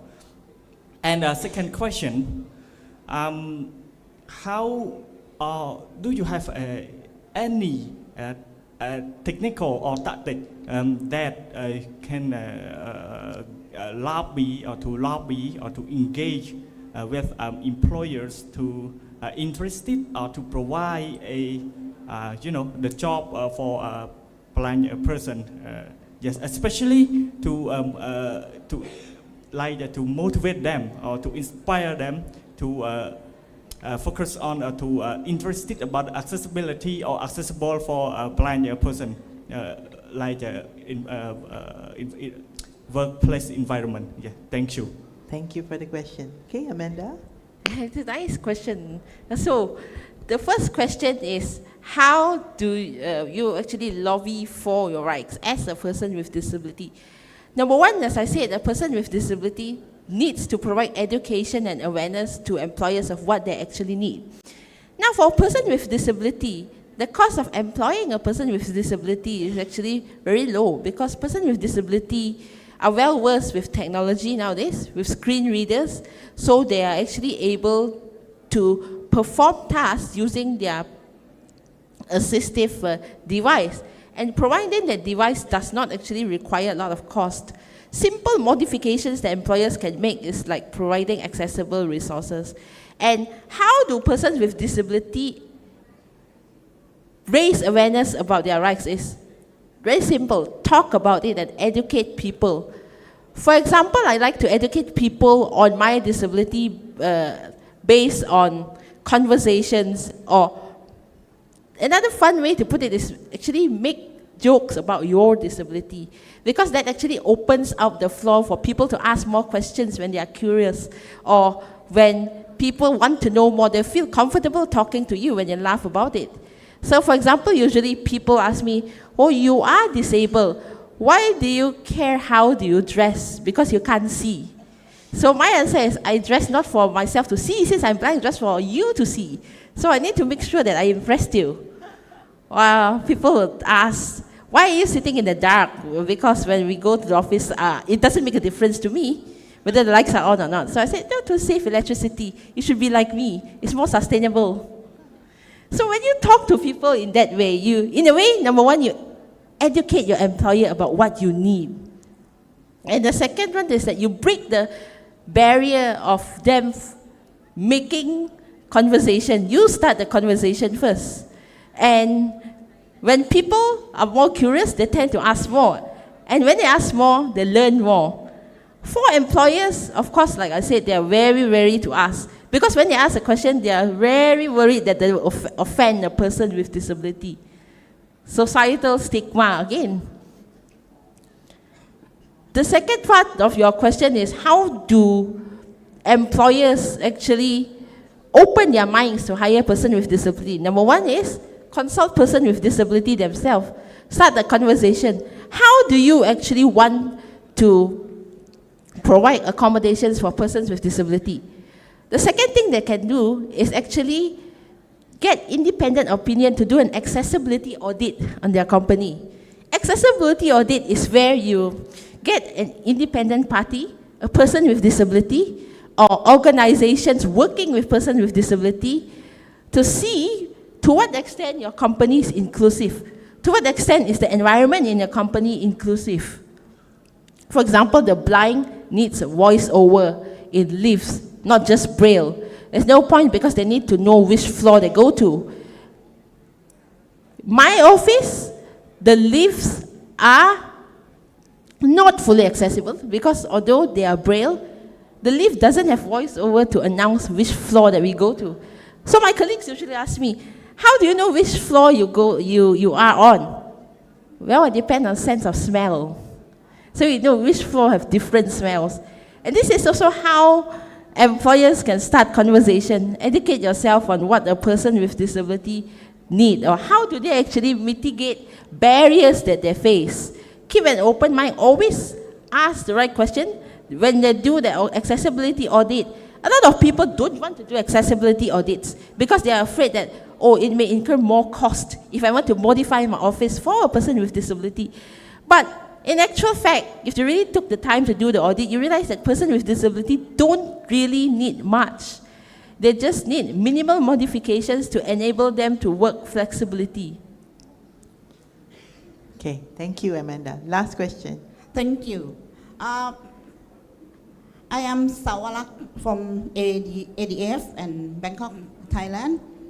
I think this session is very important. It is harmonized with Article 27 of the Convention on the Rights of Persons with Disability Work and Employment.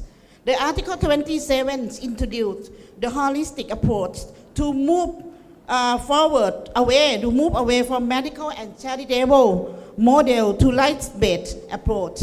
My first question is, does the government, do you know, my question go through everybody, every panelist, do you know if the government has any measure to ensure awareness raising and to implement this holistic approach and to move away the medical and charity model to rights-based approach?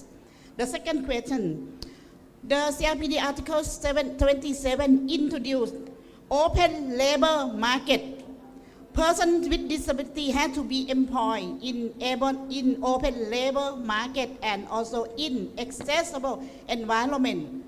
The question is, do you know if the government has any specific measure to reinforce and to ensure open labor markets are inclusive and accessible?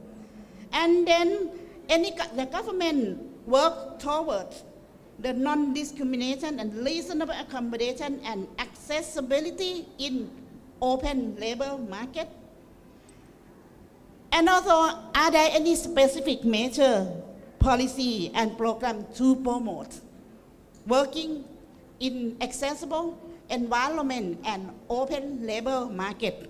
The last question, I did not hear from your government this morning about CRPD. Malaysia is running out, not running out, overdue, submit the report. Those two CRPD committee, it is a long overdue since the Malaysia, the government ratified CRPD, I think in 2010, but the government has not yet submitted even one report. My question is you are civil society organization or maybe working closely with the government. Did you talk with them about submitting the report and break down the overdue, and the progress of the implementations? And this is a call to promote rights-based approach and open labor markets for persons with disabilities. Thank you. Thank you for the question. A bit difficult for us. I think we may, okay. So Amanda wants to answer that? All right, go ahead. I think it's a very technical question, so I will make it simple for everyone to understand. Now, when you asked about why is this policy not implemented and can we move from the charity to the welfare approach, the problem lies with the Persons with Disability Act itself.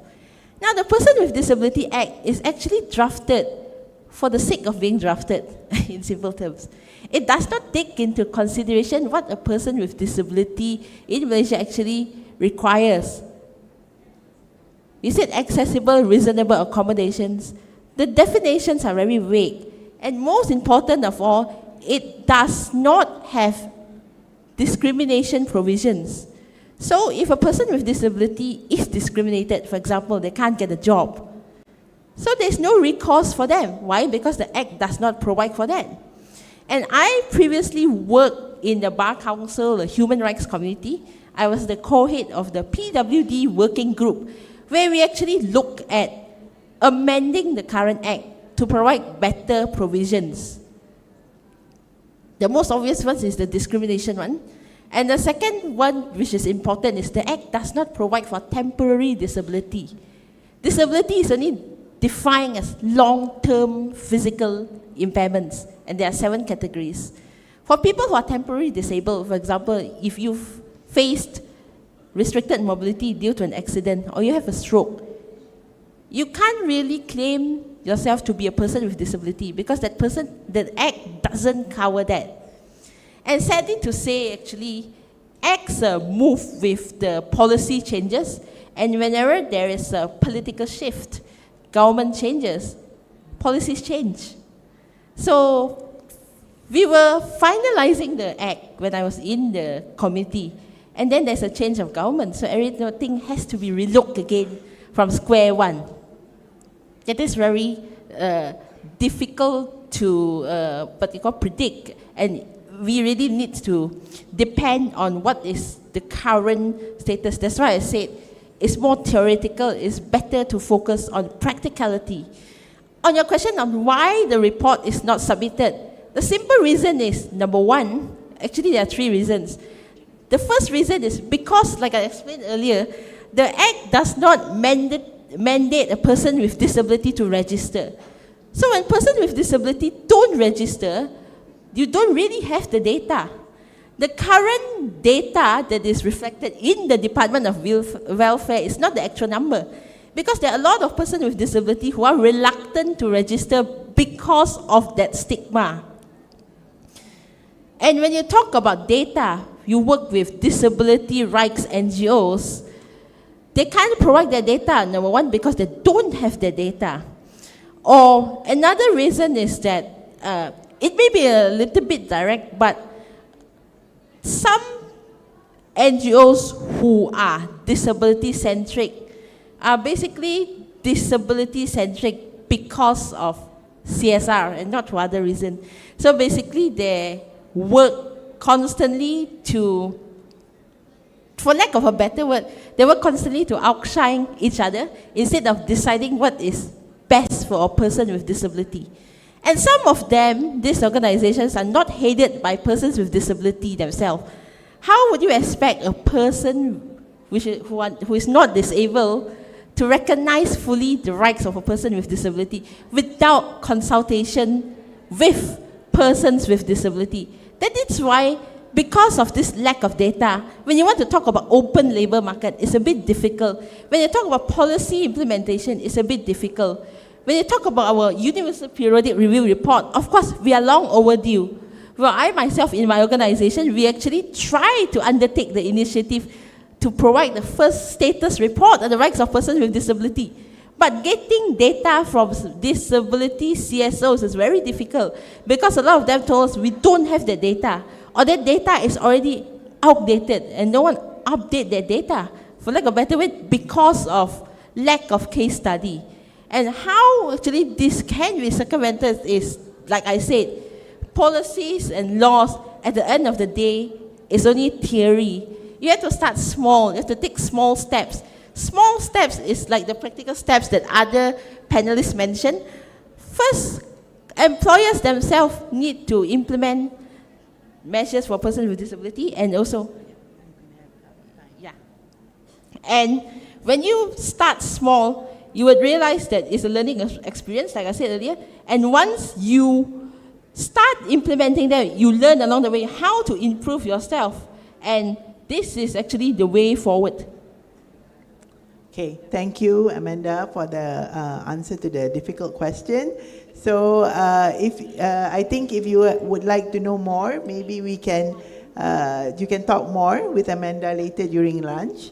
So I would like to wrap up the session. Thank you so much from the audience for being very engaging. And the last word is that exclusion is the cost, and inclusivity brings innovation and growth to the country. Thank you, everyone. Thank you so much, Professor Dr. Anis, Ms. Kong, Ms. Sujata Puan Akmal, Mr. Menzi, and Ms. Konin for that wonderful session. And thank you also to our audience for all your wonderful questions. All right, ladies and gentlemen, with that, we are taking a break for lunch and would like to invite you to join our luncheon located at the Taman Masuri just outside this hall. In the meantime, let's invite our moderator and panelists to the front for a quick photo before we adjourn for lunch.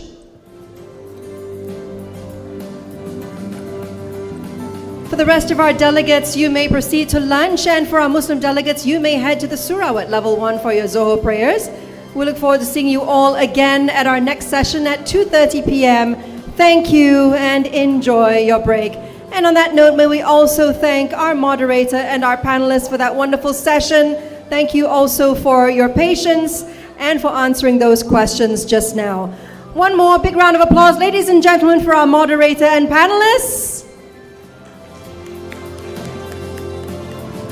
Thank you, and see you at 2:30 p.m. sharp for our next panel session. Thank you, ladies and gentlemen.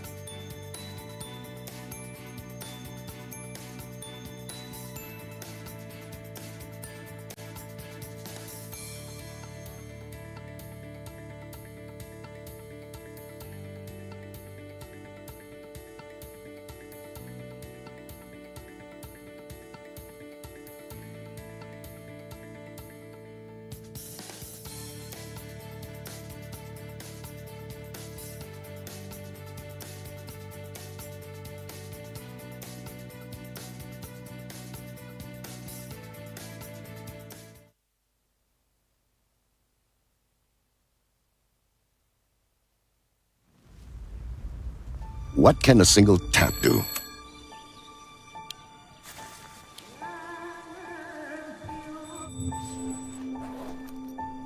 It's just one simple little tap.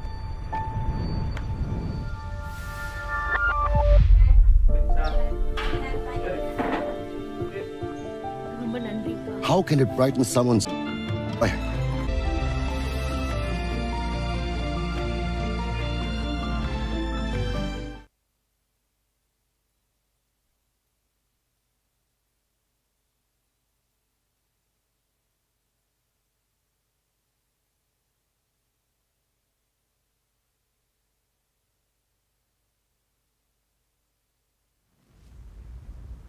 What can a single tap?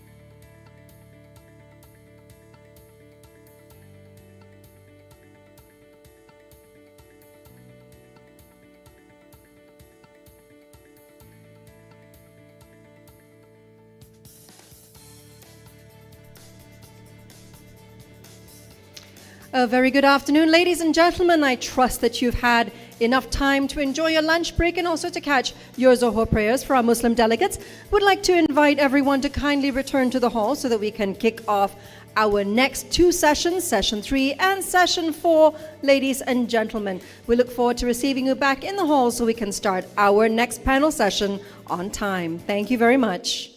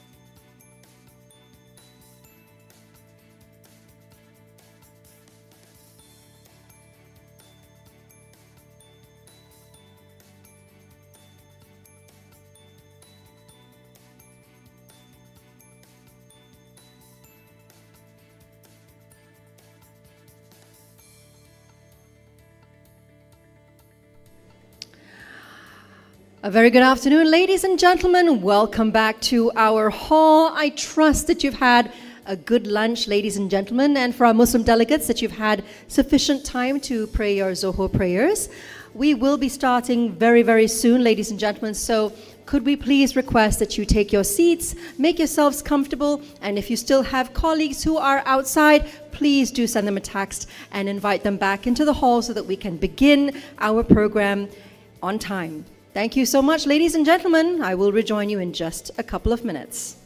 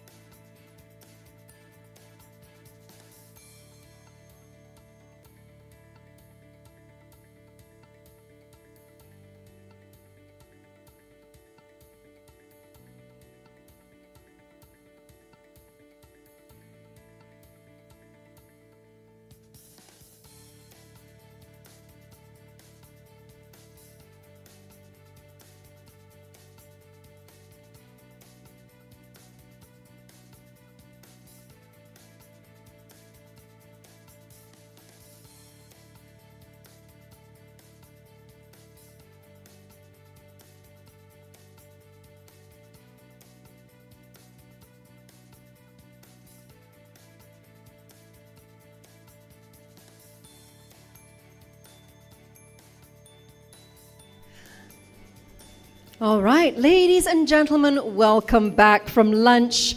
And as we move into the afternoon segment of our program, allow me to just take a little bit of time to quickly share some key highlights from our second panel session before lunch earlier. Now, earlier, our keynote speaker shared that persons with disabilities remain underemployed, underpaid, and vastly underreported, yet empowering them makes undeniable economic sense. However, real barriers persist, from limited job access to ineffective anti-discrimination laws. Companies must shift from equality to equity, stop viewing PWD inclusion as CSR, and audit their own policies using tools from bodies like the ILO and STEPS. On top of that, workplaces must make PWDs feel safe to ask for support, while education and technology help integrate true inclusion into daily operations. And, ladies and gentlemen, we have success stories. Petronas and Micron show that disability inclusion isn't just ethical, it strengthens productivity and, bonus, the bottom line. And with that in mind, let's kick things off with our third panel session of the day, unpacking the topic, Champions of Inclusion, how ASEAN businesses are setting the standard. For that, it's my pleasure to invite to the stage for her keynote address, Ms. Mazliana Muhammad, Director of Social Impact, Bursa, Malaysia.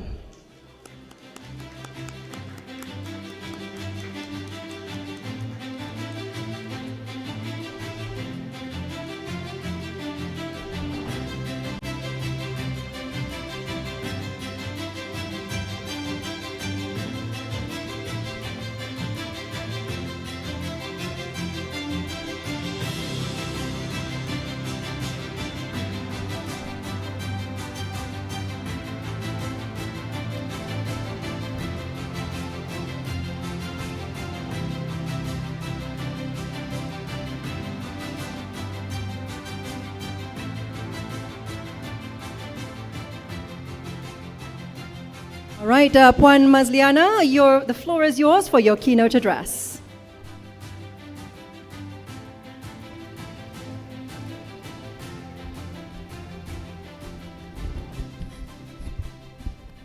Testing.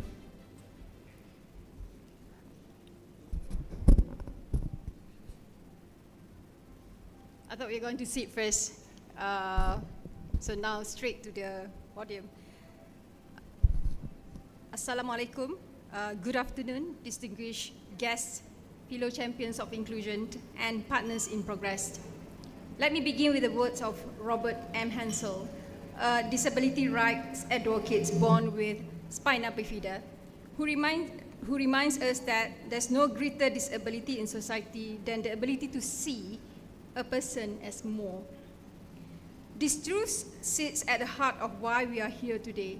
I stand before you today representing Bursa Malaysia, but more importantly, representing a conviction that inclusive employment isn't just the right thing to do.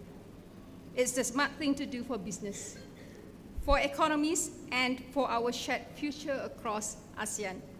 At Bursa Malaysia, as the heartbeat of Malaysia's capital market, we recognize that the markets we serve must reflect the communities we belong to. True market integrity means ensuring everyone, including persons with disabilities, has equal access to economic opportunities. Let me be candid. Across ASEAN, persons with disabilities remain significantly underrepresented in our workforces. This isn't just a social gap. It's an economic blind spot. We are leaving talent untapped. We are missing diverse perspectives that drive innovation. We are overlooking a consumer segment that represents substantial market value. But here's what gives me hope. Businesses across our region are proving that disability inclusion delivers tangible results. Higher employee retention, enhanced innovation, stronger employer brands, improved problem solving through cognitive diversity. The question is no longer why. We should include persons with disabilities. The question is, how fast can we scale what's working?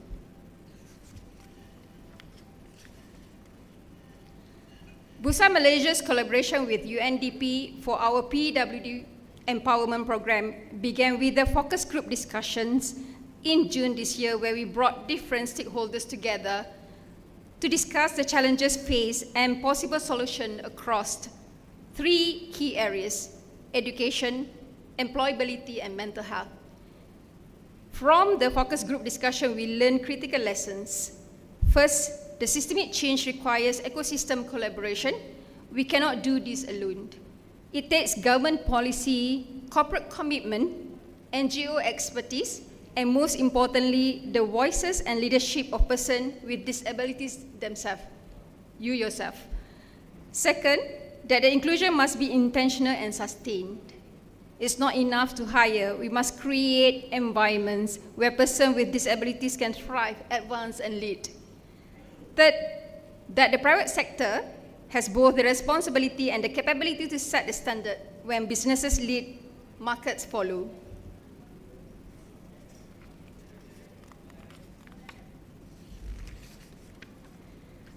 Our collaboration with UNDP will bring together capital market players, particularly corporates, public listed companies that have been established robust policies, procedures, and infrastructure for inclusivity. We'll create a platform that these pioneers can share their experience. That will be done to next year, inshallah. Can share their experience, their challenges, and most importantly, their proven best practices. But we are not stopping at conversation. Together, we'll be developing practical tools, employer resources, and partnership models. And here's what sets this apart. We are committed to sharing this openly across the entire region. We believe that when it comes to inclusion, competition should be about business performance, not about hoarding the knowledge that helps people thrive. The best practices that create opportunity and dignity to persons with disabilities shouldn't be competitive advantage. Kept behind closed doors, they should be shared catalysts for regional transformation. Today's session will showcase Malaysian and regional businesses that are getting this right. You will hear real strategies, real challenges, real results, and real people. My call to you today is this: let's move from inspiration to implementation and good intention to real action. For too long, we have been working in silos. Each of us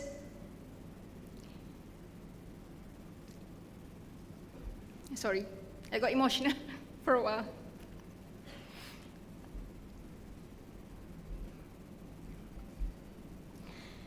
Each of us believing we are moving the needle. Each of us making incremental progress in isolation. But the truth is, the needle doesn't move fast enough when we work alone. It's time to shift our approach. It's time to stop talking about inclusion in separate corners and start collaborating with intention.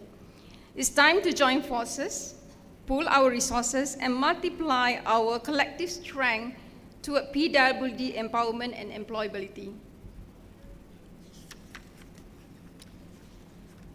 Because when we work together, we don't just add efforts, we amplify them. And that's how we create the kind of transformative change that persons with disabilities deserve and that our region needs. Take what you learned today and commit to one concrete action within the next 90 days. Whether that's reviewing your recruitment processes, partnering with disability organizations, or setting measurable inclusion targets.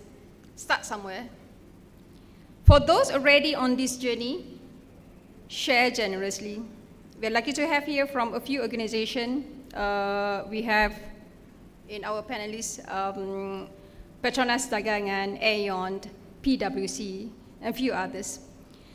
They are here to share with you the experience that they have in supporting or driving the PWD employability in their organization. Your successes and failures are learning opportunities to the entire region. For policymakers, create enabling environments that reward inclusive practices, and remove barriers that exclude. For persons with disabilities and disability advocates, continue to hold us accountable. Your voices must shape the workplaces we are building. Inclusive growth isn't just a development goal, it's economic imperative. The businesses that will thrive in the future are those that recognize talent has no disability. Talent has no disability. Let me repeat that. There are the ones who understand that diversity isn't a code to meet, but a competitive advantage to embrace. At Busan, Malaysia, our conversation with UNDP affirms that when we invest in inclusion, everyone benefits. Markets become more robust, communities become more resilient, economies become more equitable. That's the target that we have in mind. Allow me to close with a simple poem that captures the heart of this belief. See beyond the label, see the light. Every soul carries strength inside. When doors are open, talent soar. Inclusion isn't kindness. It's what makes us more. Let's make ASEAN the global standard bearer for disability inclusive employment. The champions in this room have already started. Now let's scale this movement together, beginning from today onwards, beginning from Malaysia, together. Thank you. Thank you, Puan Mazliana, for giving context to our next panel session.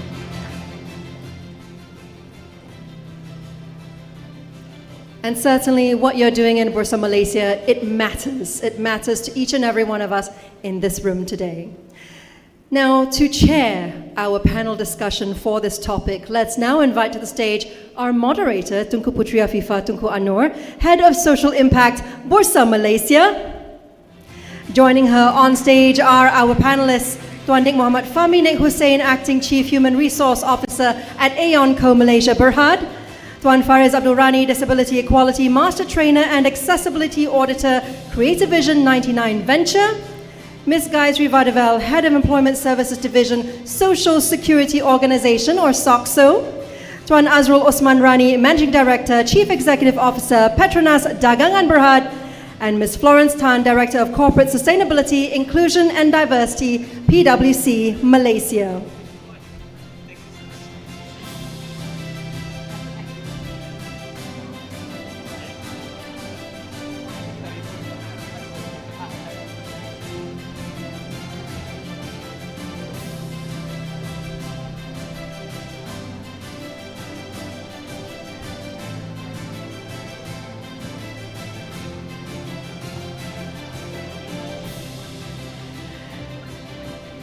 Thank you, panelists, for joining us. Over to you, Madam Chair.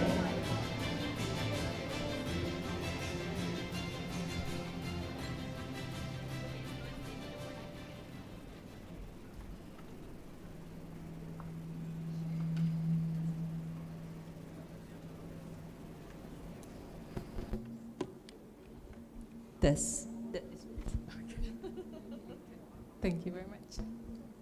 Thank you everyone for that warm welcome.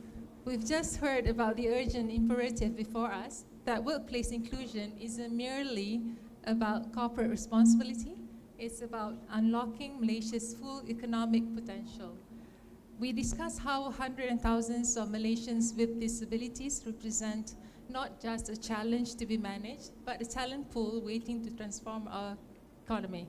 Now I'm honored to introduce 5 extraordinary leaders who aren't just talking about inclusion, they're actually architecting it.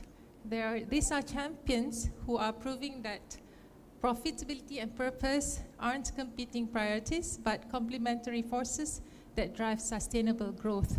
So I have with me Nik Muhammad Fahmi Nik Hussein, Chief Human Resource Officer from ASEAN Berhad. A round of applause, please. We have Fariz Abdul Rani, the DET Master Trainer and Accessibility Auditor from Creative Vision 99 Venture.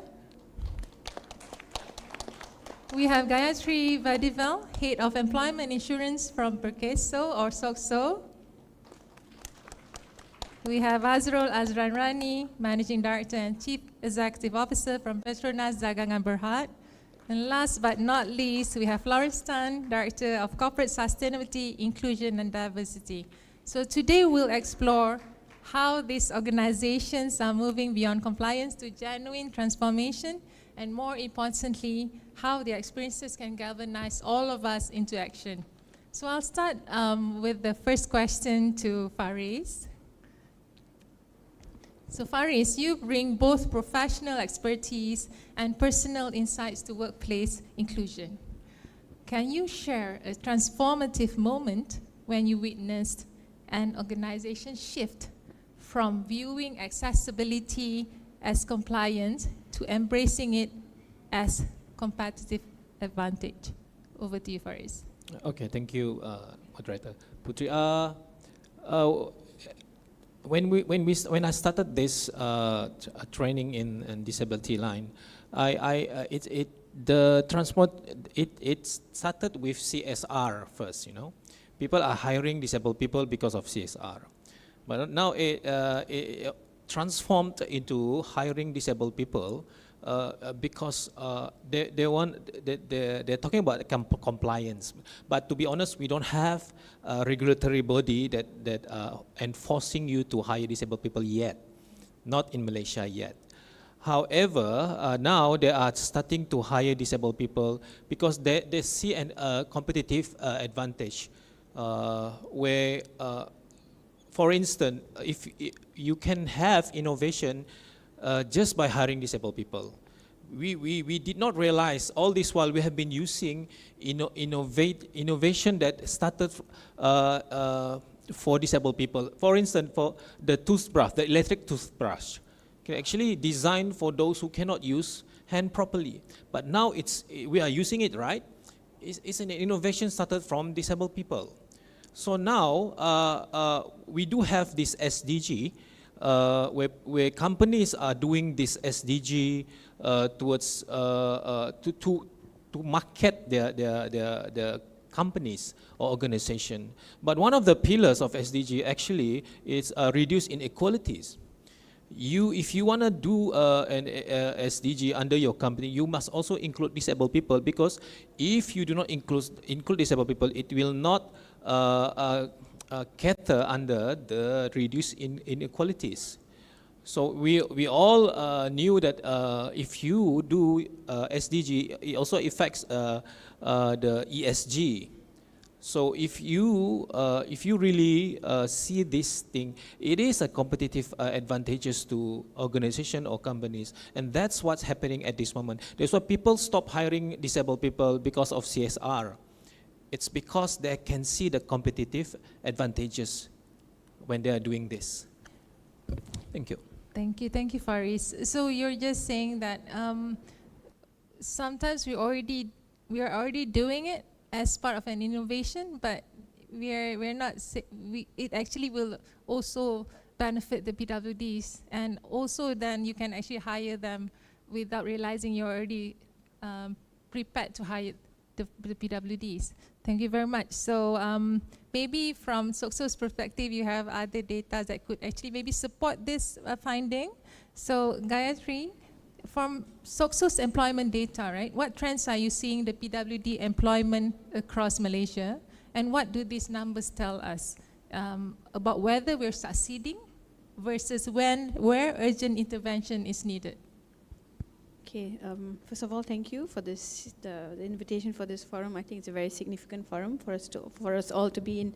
To answer your question, just a little bit of context where Perkeso is coming from, where we manage, I would say, social protection schemes for workers who are under the employment injury scheme, invalidity scheme, but at the same time, we're also responsible into looking at the employment or reintegration into the workplace for job seekers who are registered with us. So there's two segments in which I'll be touching a little bit about. So when we look at the labor force participation itself, this is a statistics that was quoted by DOSM in 2018, where it says only 1.4% of the labor force participation among persons with disabilities.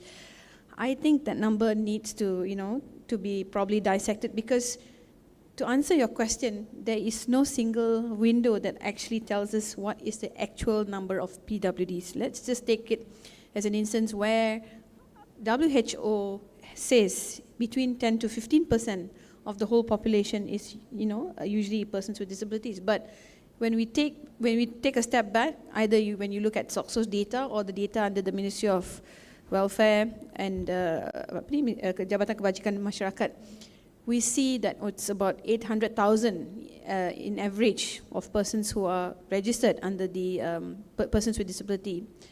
So that itself, you can see that there's already a huge gap in that. So there's no single window that really enables us to tell exactly how many people are in the workforce. The 1.4 is just a survey, right? So that's the first gap that we see. But in a practical sense, where PERCESO comes from, where we not only provide benefits to beneficiaries, but we have reintegration programs that helps persons with employment injury through biopsychosocial kind of models, looking at physical rehabilitation, vocational rehabilitation, improving their functional capacity, so that for those who are able, we just don't look at the limitations, but look at the abilities in which we can place them back. So we have worked with companies who are sitting here with us today, and a lot more other companies, where we see what are the strengths of those individuals and place them back. So from those programs, we call it the Return to Work program to be specific, we have seen a huge number, and this is an increase on year to year of persons participating through the program and being successful in being reintegrated back to the workplace, either with the same employer, similar job after an injury. Worst case scenario, look at something that is different or something totally different but within the organization. And worst case scenario, we place them to external employment if they're not able to be accommodated. And while doing this, we see a huge increase, because I started off as a caseworker in PERCESO, where we didn't have a job portal back then. It was only newspapers and we had to circle, and I remember myself going with the team to petrol stations or whichever possible opportunities that we could get for persons with disability, because that was the starting point. But as we started doing that, we saw, a lot more perception, just like how Faris mentioned. I mean, Faris also was a very instrumental person in opening the doors for these employers, for them to change the mindsets when we were looking into this program. We saw the steady increase of more companies coming forward, because if we understand the modality of how to reintegrate a person back to work, first of all, looking at the profiling and looking at what are the job opportunities that suits their abilities, rather than just putting them back to whatever opportunity there's there. No, we don't do that. We profile them right with the match of the description of the job that's available, and then work with the individual, if necessary, the parents and so on, and then put them back to work. So as we started doing this structuredly, because if you don't do that structurally, that's when you have fall-offs, right? So because we took a structured approach in putting this program into place, we saw the success. And as while we were doing it, we saw more and more companies knocking at our doors. So in other words, operationally, I would say in my personal experience, we have seen not just us knocking at doors anymore, it's companies coming forward, can we hire more individuals? So that itself speaks a lot. But in terms of data, we have looked at since 2020, since we took over the National Job Portal from the Ministry of Human Resources under Jobs Malaysia, we have about over 20,000 individuals who are PWDs registered with us, and over time we have helped more than 14,000 people back to work. So that's more than almost 50% success of people going back to work. But again, challenges remain, because when we look at retention, that's all a whole ball game, a different ball game altogether. But what is important is the intervention, the mechanisms of how the government comes in to support. Like we're also having job incentivization. We provide, financial incentives to the employers. We have active labor market policies where we have, employability programs to help our PWD colleagues on how to be prepared for interviews, how to make sure that resumes look really good. So these are all part of the interventions that we continue to do. We motivate our individuals and so on. And in terms of data, it's also very important. So while we do not have a single window to identify how many PWDs we actually have, SOCSO perspective, yes, but people who are registered under the Welfare Ministry, we are able to acquire the demand perspective. So because we also administer a job portal in which we collect vacancies not just for persons without disabilities, we also include persons with disabilities, in which employers can actually advertise and specify what are the segments or type of disabilities that they're looking for. So it will match with the profile, right? So from that perspective, just to share, since you asked about data, we have seen an increase as well on the demand side. So today, on average, we have at least 160,000 vacancies registered in a year, or every year, for persons with disabilities specifically, and we see that increase. So all in all, you know, I would say the perception or reception is much more positive, increasing, and I believe if with that, with the support from the supply side, if we have a single window, and if we have all these incentivizations and all the schemes, support system in place, there's a lot more that we can do. Yeah, hope that answers your question. Thank you. That answers the question, and also it assessed, it reinforces the fact that we don't have a one-stop portal that has one data for all of us to actually gather information on, to even find solutions and innovations for the PWDs. So actually, case in point, we were trying to also then get one data. So we went to DOSEM, then we went to Perkeso, then we went to Batma. A lot of people, then everyone is actually saying that the data is everywhere. Which figure do we then follow? I guess the closest would be SOCSOS. And I guess the intervention is working now, because then there's a lot of job matching as well on that the portal that you have.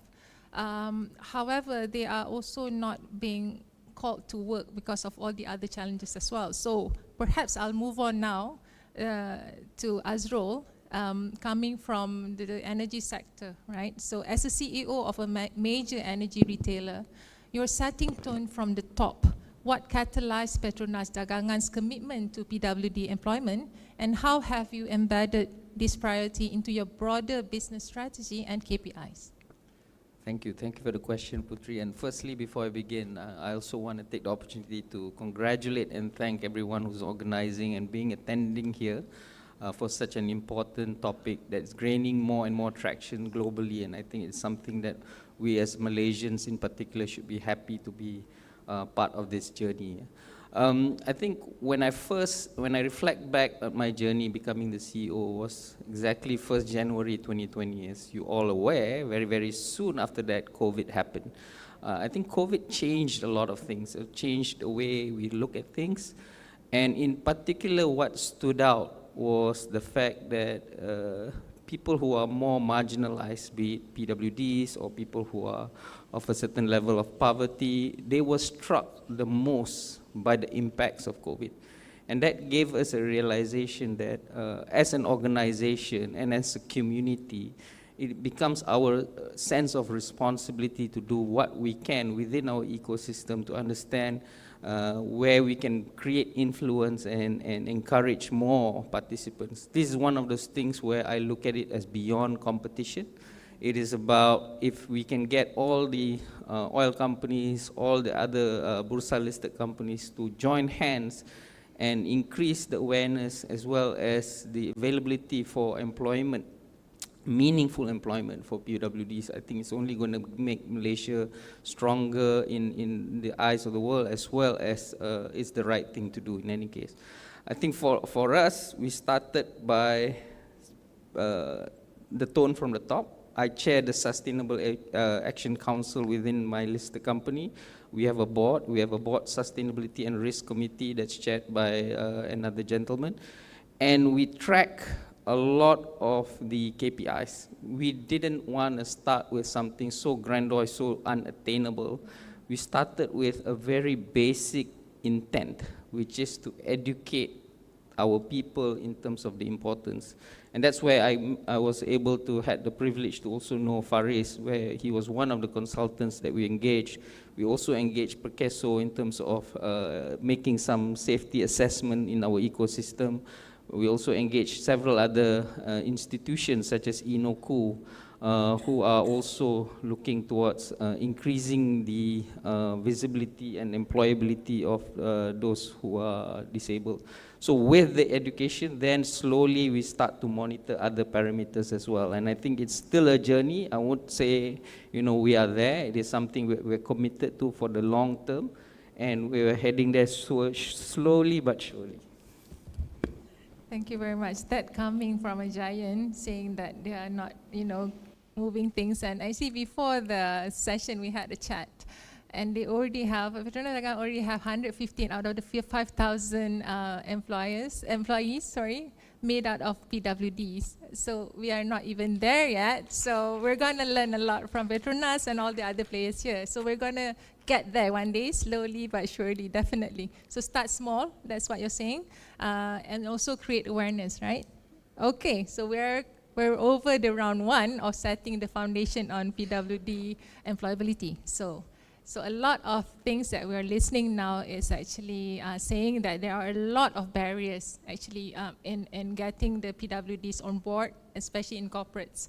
So I'm going to ask this question to Nick from EON, because they also have a lot of PWDs on board. So from the retail environments can present unique accessibility challenges. Can you share a specific operational adjustment you made? I'm sure there are a lot, but maybe just one for now, to accommodate PWD employees that ultimately benefited your entire workforce, proving the curb cut effect in practice. But just for the audience, the curb cut effect has actually been mentioned by Faris, where he mentioned about the toothbrush that was actually, for convenience sake.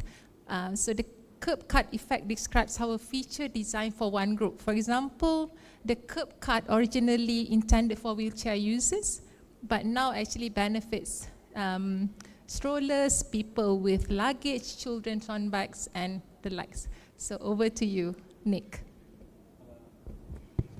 Okay. Assalamualaikum.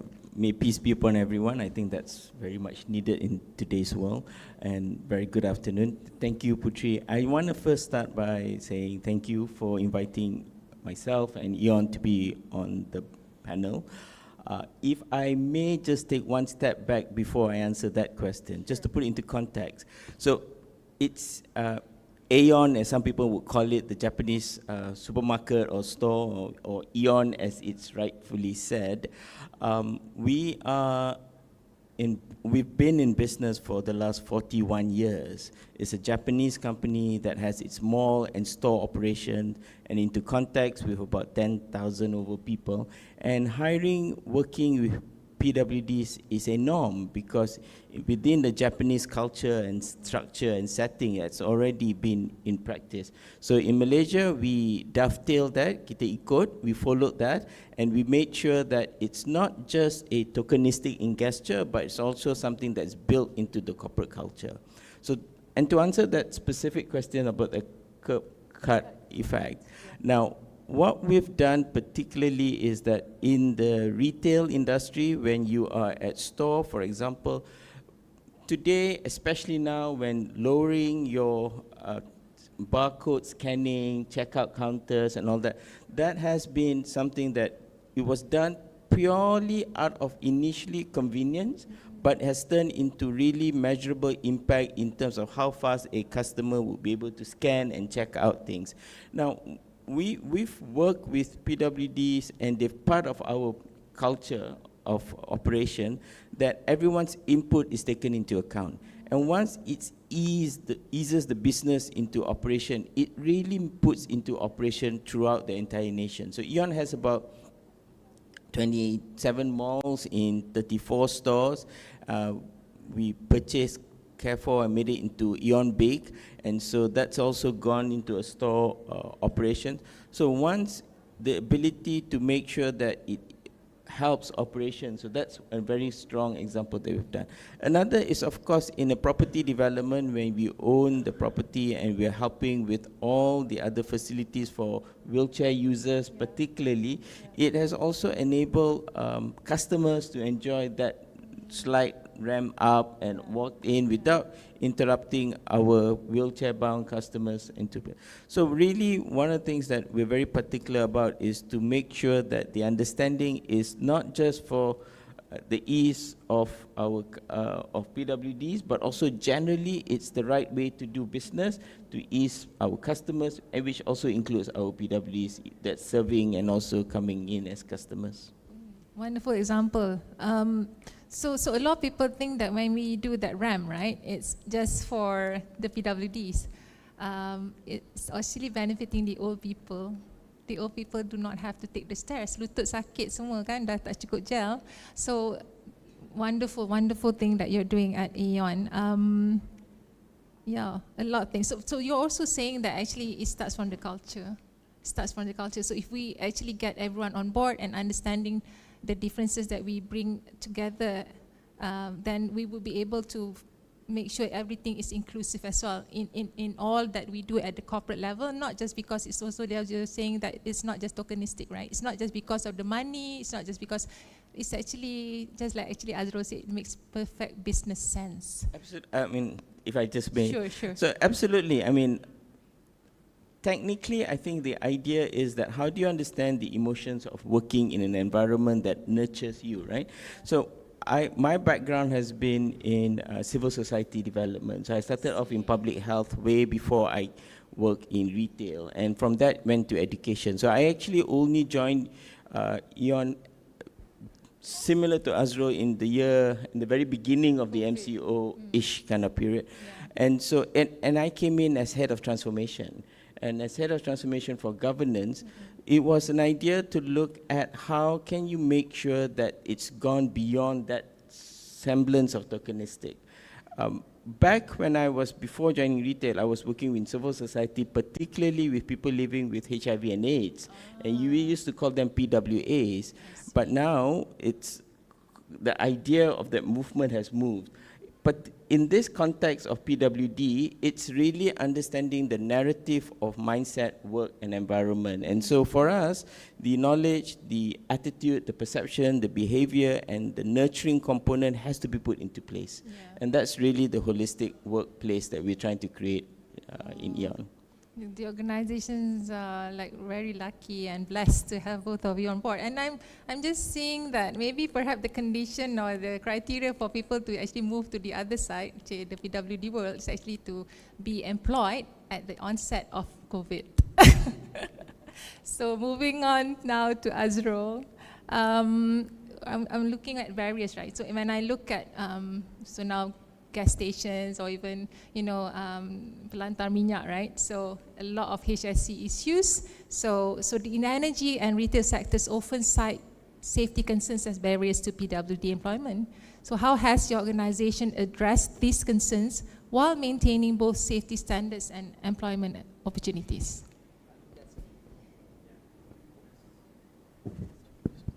Okay. I think that's a great question, and I think it should be pertinent because it cuts across many industries. I think Petronas, as rightfully said, HSC is one of our core values and pillars that it's non-compromisable.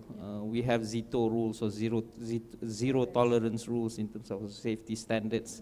And because we deal with, most of the time, hazardous and flammable products, we need to ensure the highest standards of safety. At Dagangan, of course, as most people know, we have over 1,000 retail stations or petrol stations across the country, but we also do a lot of other high-risk activities such as running terminals, depots, fueling jet fuel into planes, LPG cylinders that goes to be delivered at your houses and residential areas, etc.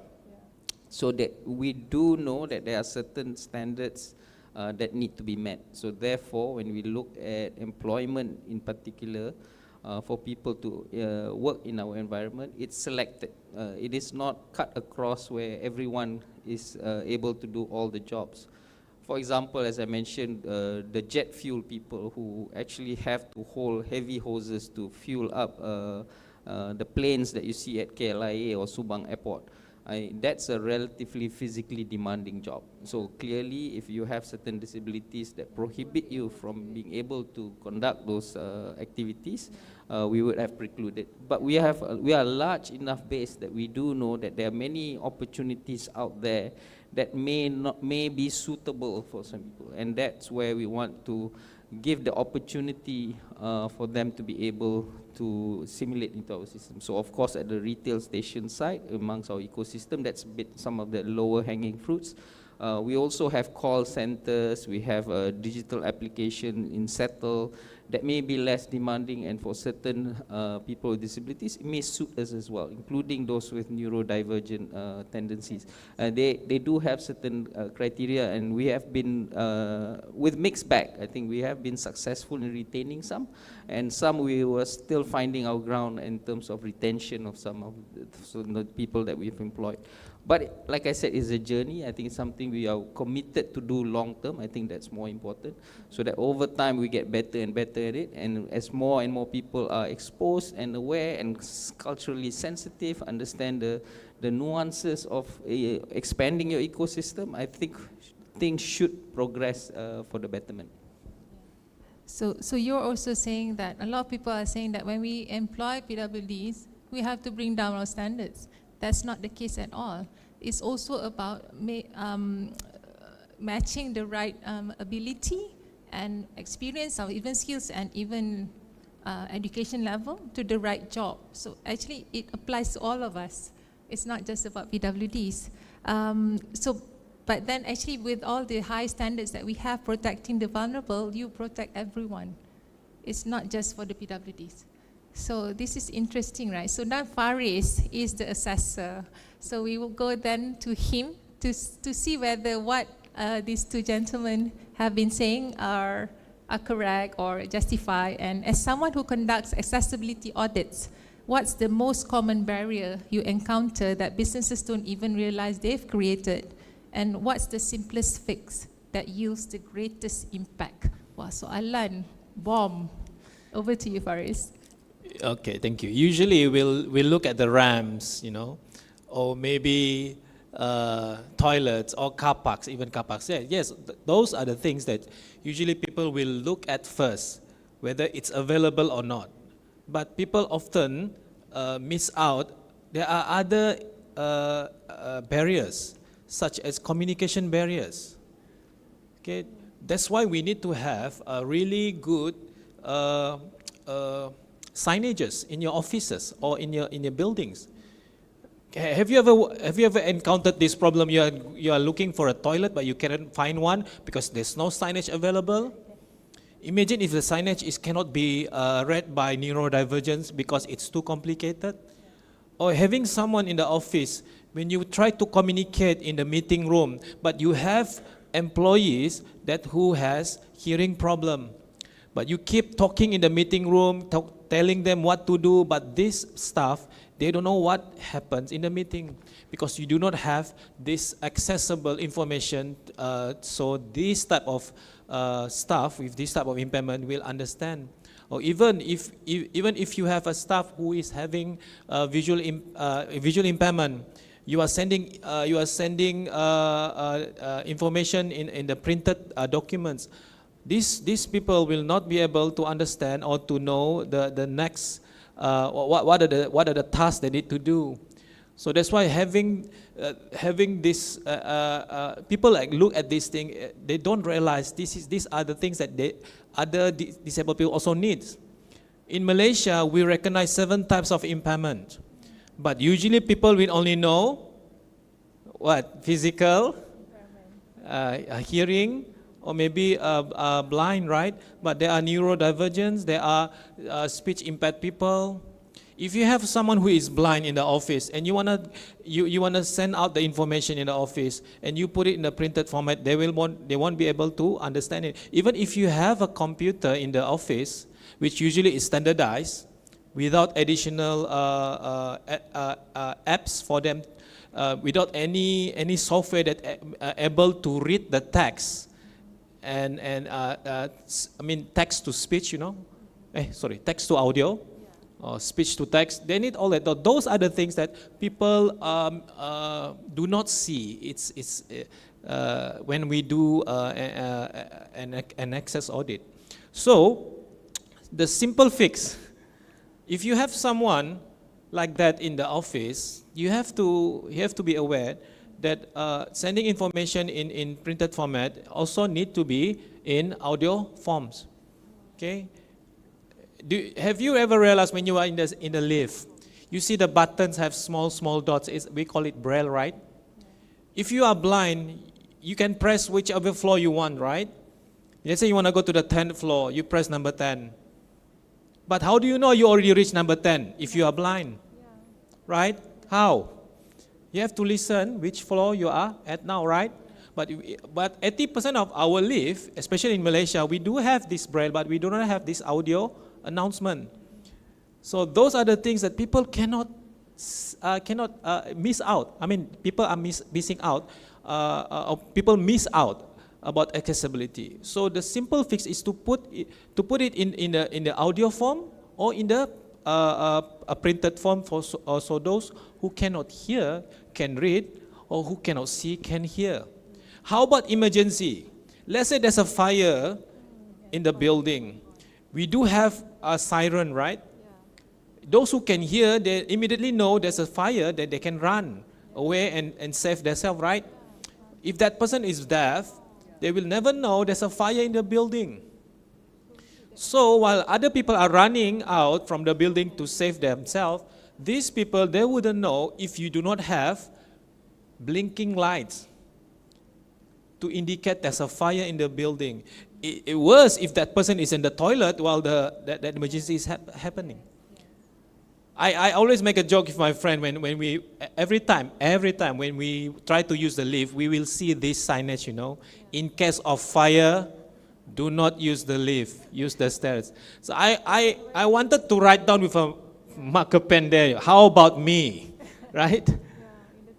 Yeah, we do have companies, big companies, they have this fire warden, all those people, but out of 100 companies, maybe 1 or 2 of them have these facilities or services. So these are the common things that should barriers. People did not realize that how to fix it is very simple. Just mentioned just now. Thank you. So thank you. So just to take a point from what Faris said, so Bursa Malaysia had conducted an accessibility audit building with Faris, of course. So obviously, because it's a very old building, it is not PWD friendly yet. However, as Faris has mentioned, it is not for us to stop pursuing this cause because it's important. There are ways to address that. So for example, by dedicating one level of the building for PWD, PWD friendly level, so floor at least. So it doesn't stop us, we'll just move on and try to improve ourselves in order to be more inclusive. So, but you're also saying that the barrier is not just physical, it's a lot of things. So please attend disability equality training in order to understand things better. So Azrul actually attended twice. So if he has attended twice, we have to attend 3 times. Okay, moving on. We have now established the foundation of all the matters that we're trying to understand now with regards to PWD employability and inclusivity. We've also then covered the barriers, right? So now we are looking towards the future. What are we doing now in the future? So I'm gonna just then ask Florence. Increasingly, right, investors and stakeholders evaluate companies through ESG lenses. How significantly does workforce inclusion, particularly PWD employment, factor into sustainability ratings, and what impact are you seeing on company valuations and access to capital? I must apologize, this is a bit more technical, but this is where we're heading. And as Faris has also mentioned, it's about ESG and SDGs, which is really, really important because this is actually the bigger picture. Over to you, Florence. Okay, thank you. Firstly, thanks for having me. An honor to be on a panel with such distinguished panel of speakers. And before I start answering this question, I would just like to address Faris's point just now. I'd just like to assure you that PwC do have fire marshals, and they all know the people with persons of disabilities within their floor, and to evacuate them separately from the rest. Yeah, so yes. Again, I think someone mentioned there are a lot of barriers, but I think we should start somewhere, not wait to be 100% perfect before we actually start something. So it's the same with PwC. We've just started 2 years ago, but here we are. A long way to go, that is. Yeah, so on ESG frameworks and ratings, in Malaysia, I think Faris also mentioned not yet. We don't have any yet, so looking to Bursa for direction in this area. But globally, we have got sustainability rating agencies like MISC and Sustainalytics, who now include DEI metrics. And these include diversity programs, discrimination policy, and gender pay equality. IFRS, the body that is now doing ISSB, you might have heard that PLCs have to do ISSB S1 and S2 reporting. They recently, in February 2025, invited 158 investors to come talk about like what they want to see in investee companies, and they say that they wanted to look more beyond climate risk, looking at working conditions, DEI, pay benefits, workforce composition. But again, I feel that this is not necessarily just looking at PWD or disability inclusion. So, I had a conversation again with Faris. So sorry, the whole conversation's around with Faris. But coincidentally, at lunchtime, we were seated next to each other, and we had a discussion about like why don't more companies have disability inclusion on their agenda? Yeah. And I think the real reason is because most people opt for the easy ones first. Yeah. Most companies would look at gender first, and then maybe social inclusion, like ethnicity. And once they got those covered, look beyond, to expand that and work on it. Yeah. And then therefore, next step would probably be disability inclusion. And that's often like a few steps further. Yeah. So there is, I think, some positive movement. I feel like companies like Petronas, who's now doing so much, also like Maybank. PwC is catching up, hopefully. Small steps in the right direction, hopefully. But then I think once we have got more traction in this area, more companies doing it, we'll have other people also doing it together. And I feel that it's the same with mental health. A few people start and then we'll have more to follow. Yeah. Thank you very much. So I also had a side conversation before the panel where we were saying that actually disability inclusion is no longer nice to have. It's actually the social should have in the social pillar, and it's not by the way, it is the way. And so I wanted to also then share an example where in the Europe and North America, the institutional investors are actually doing due diligence on companies that actually has PWD employed in their companies for them to invest. So that's why we should aim to be that, and it's not just about trying to fill up the ass in your ESG reporting. I know Bursa makes it mandatory for the public listed companies, but we're just encouraging everyone to do good, and with the intention to do good, not just by the way. So moving on again, we are going to data again and also some acts, right? I'm going to ask Gaya from SOCSO. The Persons with Disability Act 2008 established important frameworks, but implementation varies widely. What policy levers or incentive structures, I think you mentioned some, have you seen actually move the needle in getting companies to hire and retain persons with disabilities? You mentioned that earlier. Perhaps you want to go in depth into that.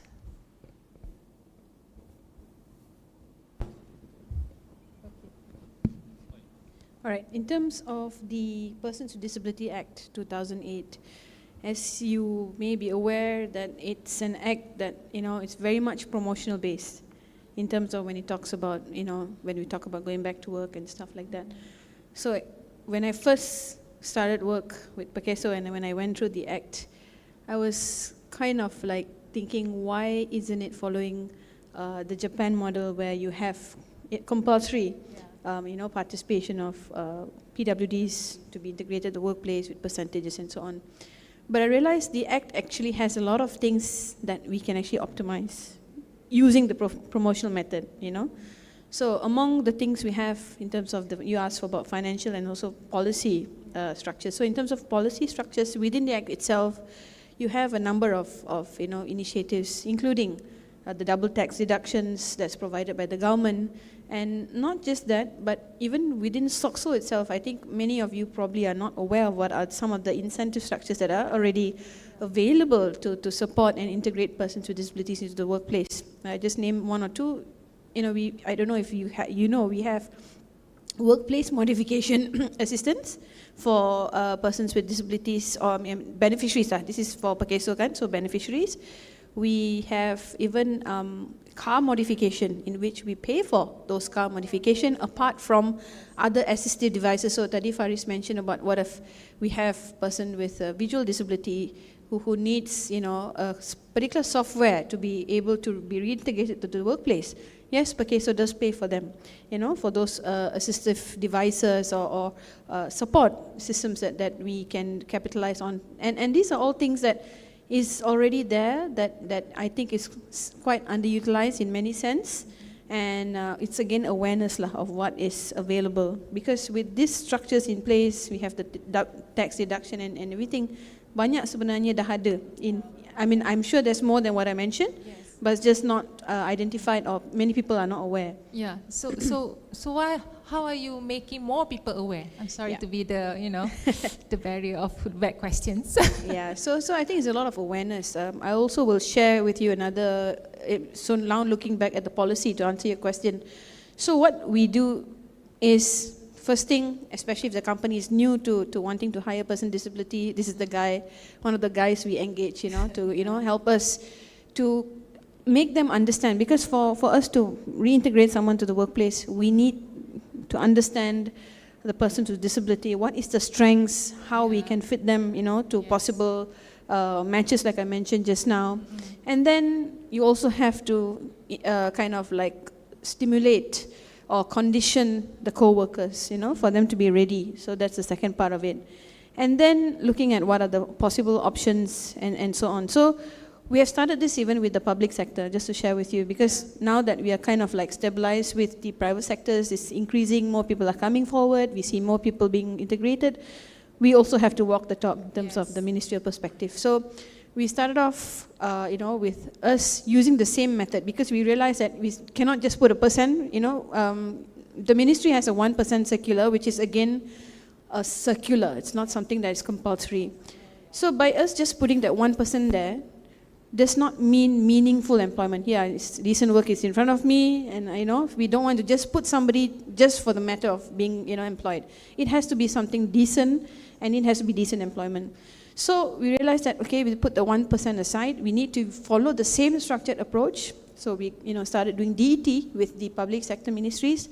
We started this year, in which we onboarded all the ministries on the DET, for them to have an understanding, but at the same time a quick win to have the short-term employment, because they have MyStep programs which has short-term employment, which is sort of like an easier entry criteria to come into at least the public sector, to at least start off, in which we reintegrated 232 people under the MyStep scheme this year, persons with disabilities under MyStep. This is 232 this year alone. So I think that's really a milestone for us, which again says that we really need to not just look at the punitive kind of measures, but look at more supportive measures for us to help them through the process and take them to some place. And then, of course, if they do well, there's of course recognition. And for the private sectors, we have incentivization. Like I mentioned, tadi Daya Kerjaya, which is still running for us to assist companies who are willing to hire persons with disabilities. 600 ringgit for up to 3 months is at least something. We are actually,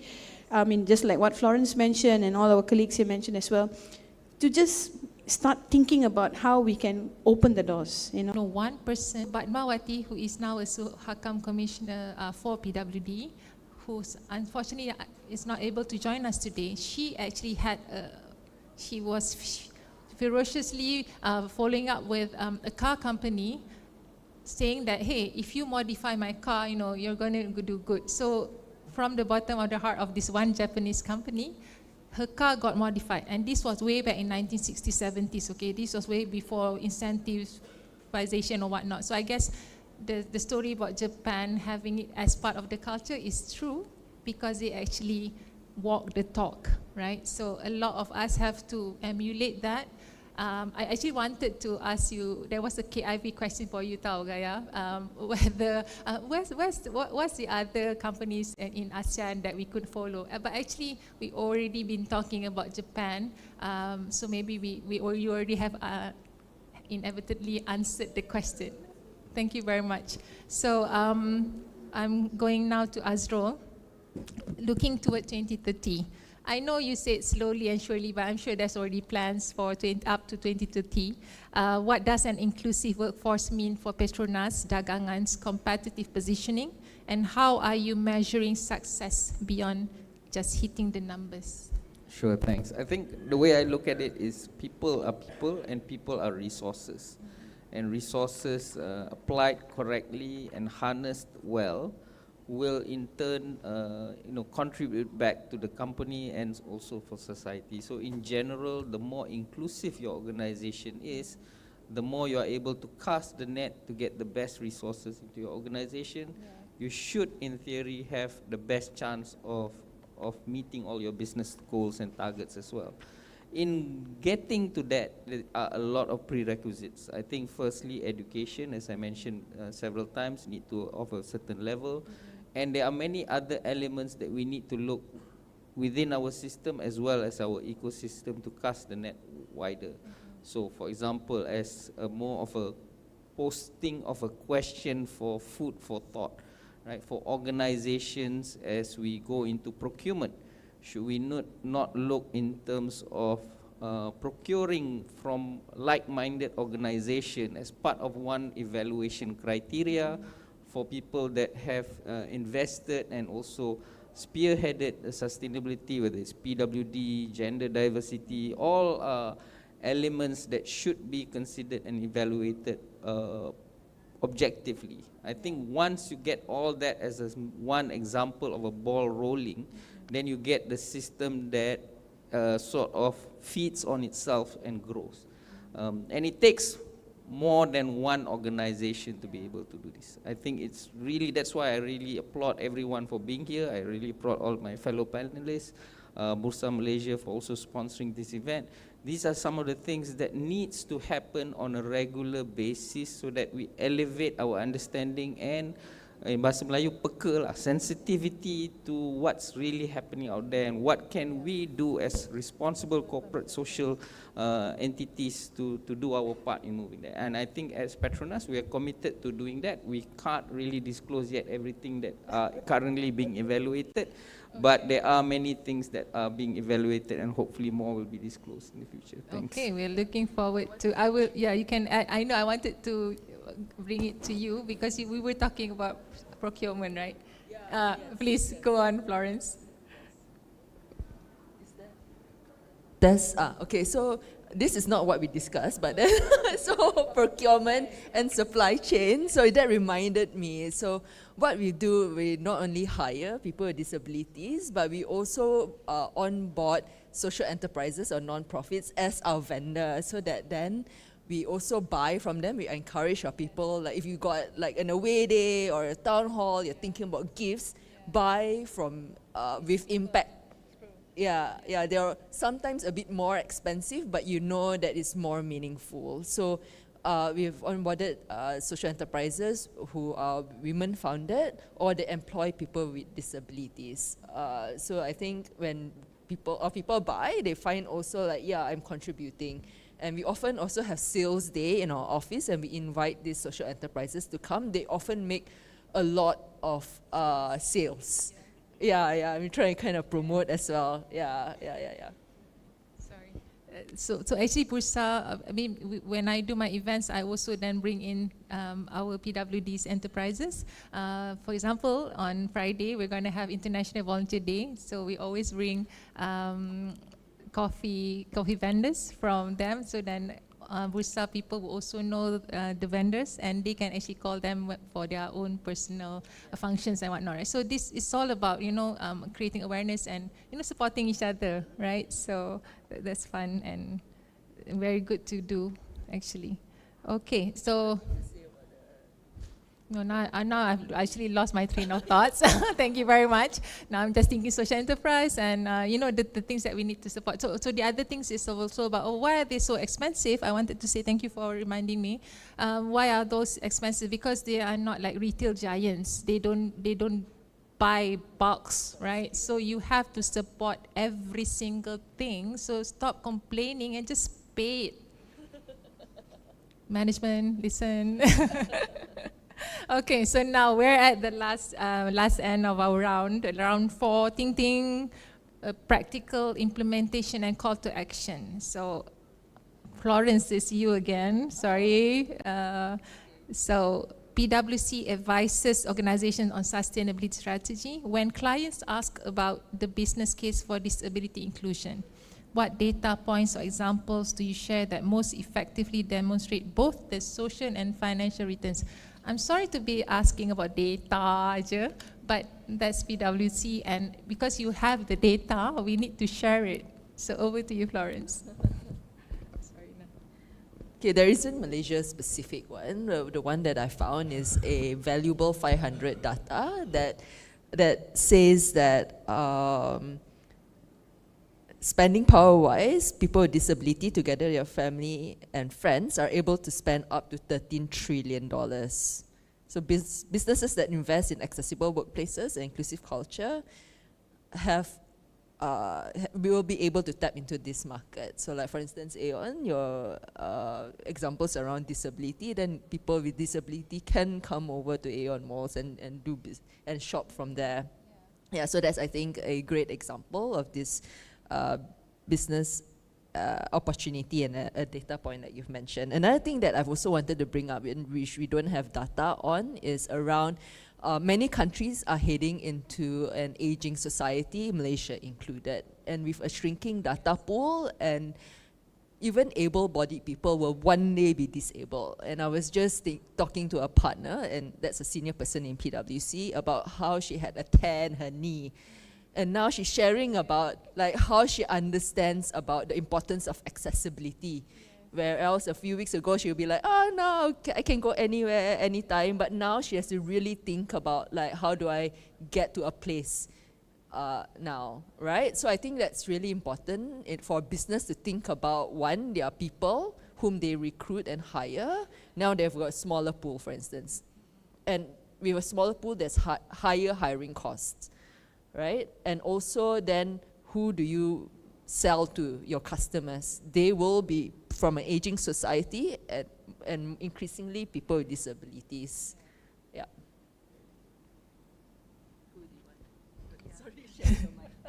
Thank you, sorry. So, yeah, we were just saying that if you attend the DET, you will understand that disability, not everyone was born disabled. We can turn into disabled anytime, from accidents or illness, right? So that's important to attend again the DET training.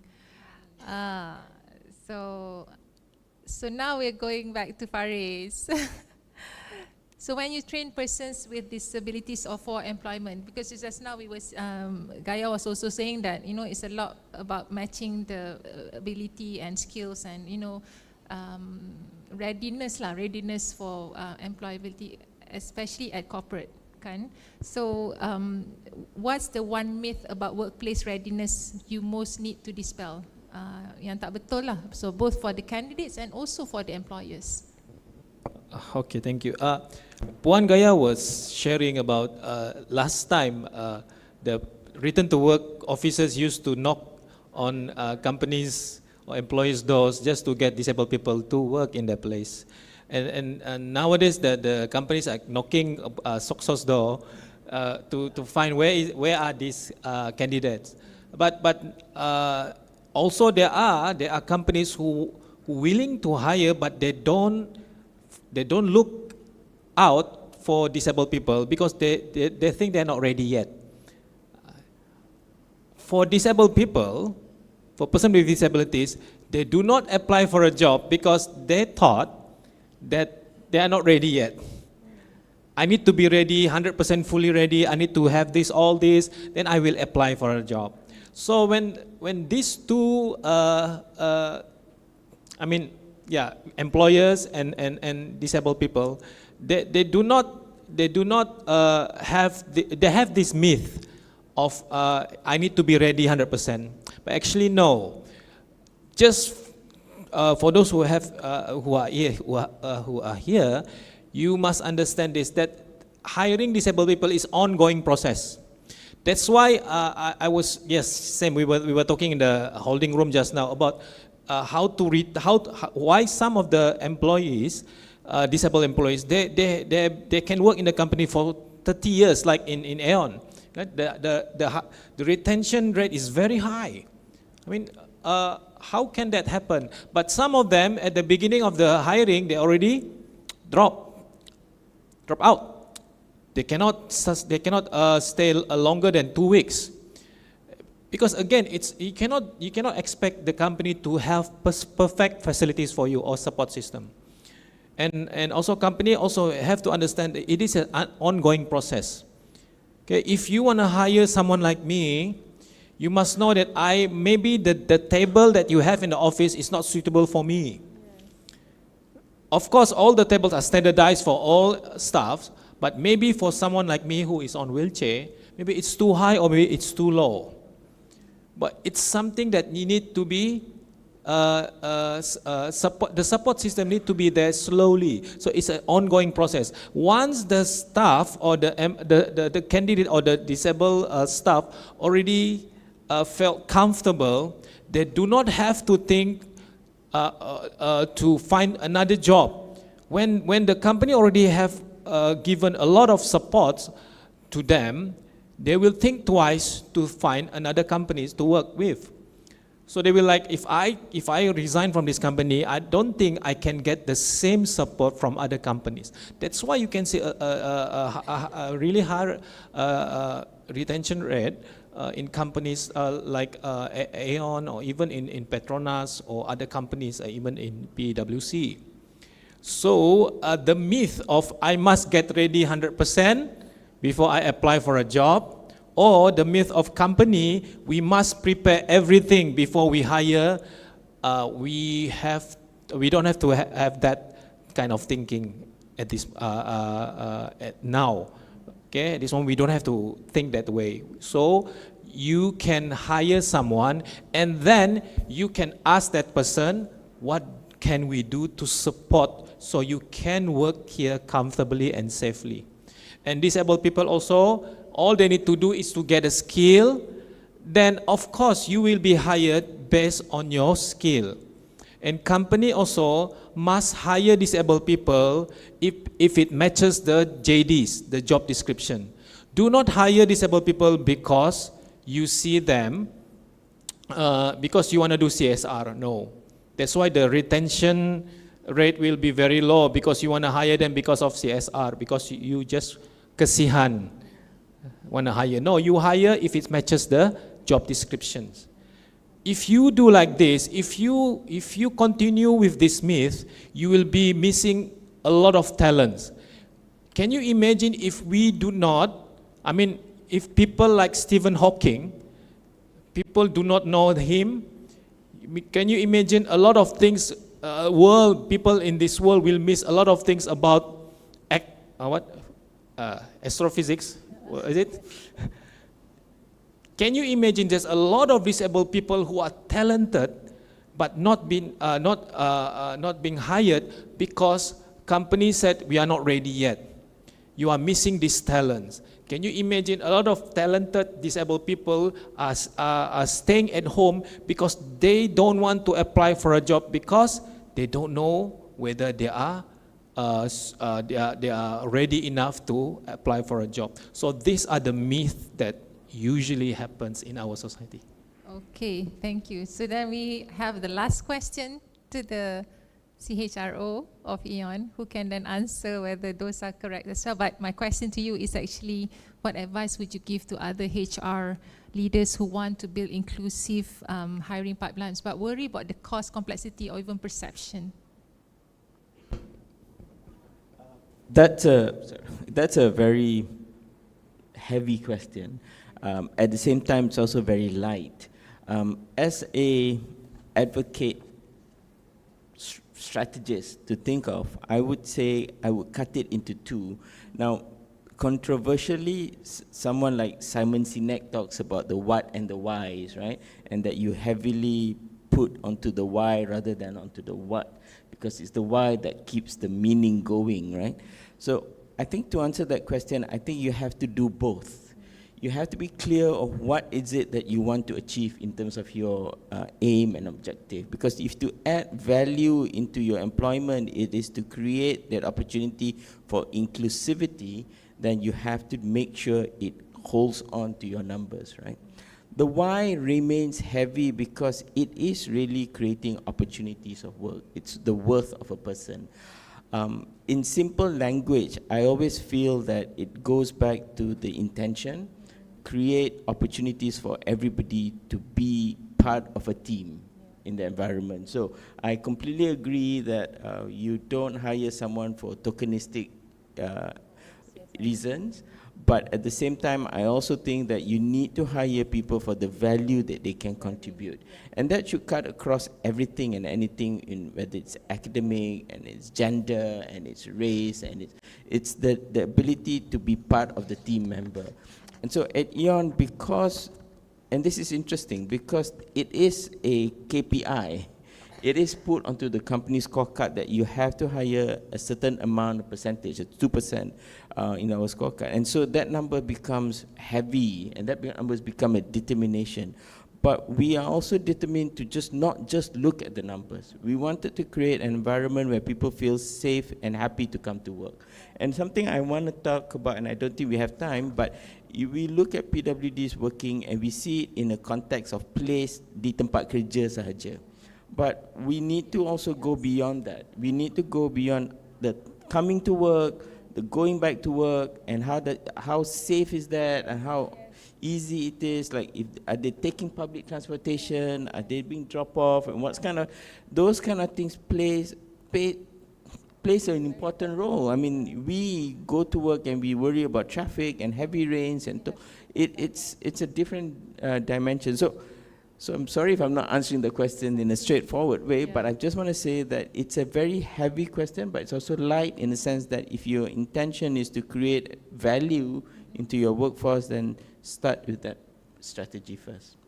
Yeah, so what you're actually saying is actually you have to look at it holistically. That's what you're saying, because so a lot of us are looking at it with one lens when we're supposed to look at from every angle. And you're right by saying that, end to end, coming to work and going back is actually a barrier to them already. And we don't even think about that because you're worried about, hey, is our policy inclusive enough? But we forgot about, are they actually coming? Are we thinking about their welfare, coming and going back, the safety from end to end, basically, right? So, okay, so you have. No, I just wanted to chip in about like getting to work and all that, and I just was reminded about a challenge that we currently have around creating awareness and a safe space for people to come out and say that I have a disability. Yeah, so very often people are hired, they don't share that they have a disability for fear of judgment and not being hired when they share the fact.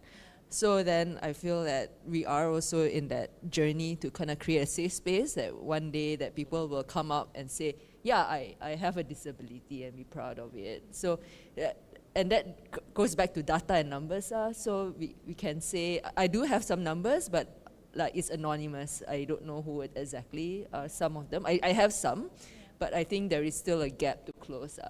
Yeah. I just want to pipe in something.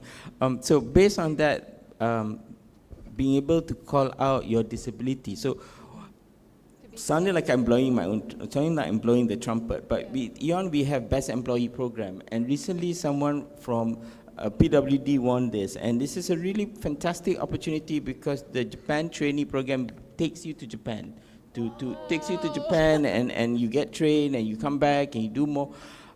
And we were redoing this again this year, and there's this very young girl who's very good at her work, but she didn't do well in the interview, and I'm very careful not to interview people just in English, because English is just a language, it's not the key that you must have. So you have to interview people with the language that they're comfortable with. Kalau Bahasa Malaysia, then do it in Bahasa Malaysia. So make people be So it's not a disability, but it's a disadvantage, right? If you just conduct it in a single language, in a sense. But that allow more people to understand the access to information and creating the opportunity. And then through that, we discovered someone was really good, but had a disability. And that was just by really understanding people at level that they are able to communicate with you, you know. Yeah.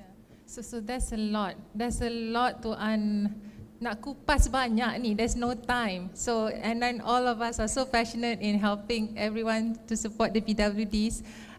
So what Florence just said also just reminded me that, yeah, that's the other thing that we forgot to ask the question. But because there's a lot of us, there's many of us, 5 of us here. So I had trouble actually trying to cover everything. But I think what we unearthed and shared today has a lot of value. And I think the rapporteurs are actually finding it like, wow, so a lot of content, wow, tooting my own horn here. So, but my last summary of our panel today, there's a lot more to be done. This is just the beginning. And I would like to call every organization and all of us in this room to execute the 3 C's. First, commit. Commit, set specific measurable targets for PWD employment by year end 2026. I know that's a tall order, but we have to start somewhere. Second, collaborate. So we cannot do this alone. Join our program, PWD Empowerment Program, on all the other programs that all the other organizations have, so that we can create a greater force together. And third, champion. Become vocal advocates of everything. Talk to everyone in the lift, do that 3-second pitch or whatever.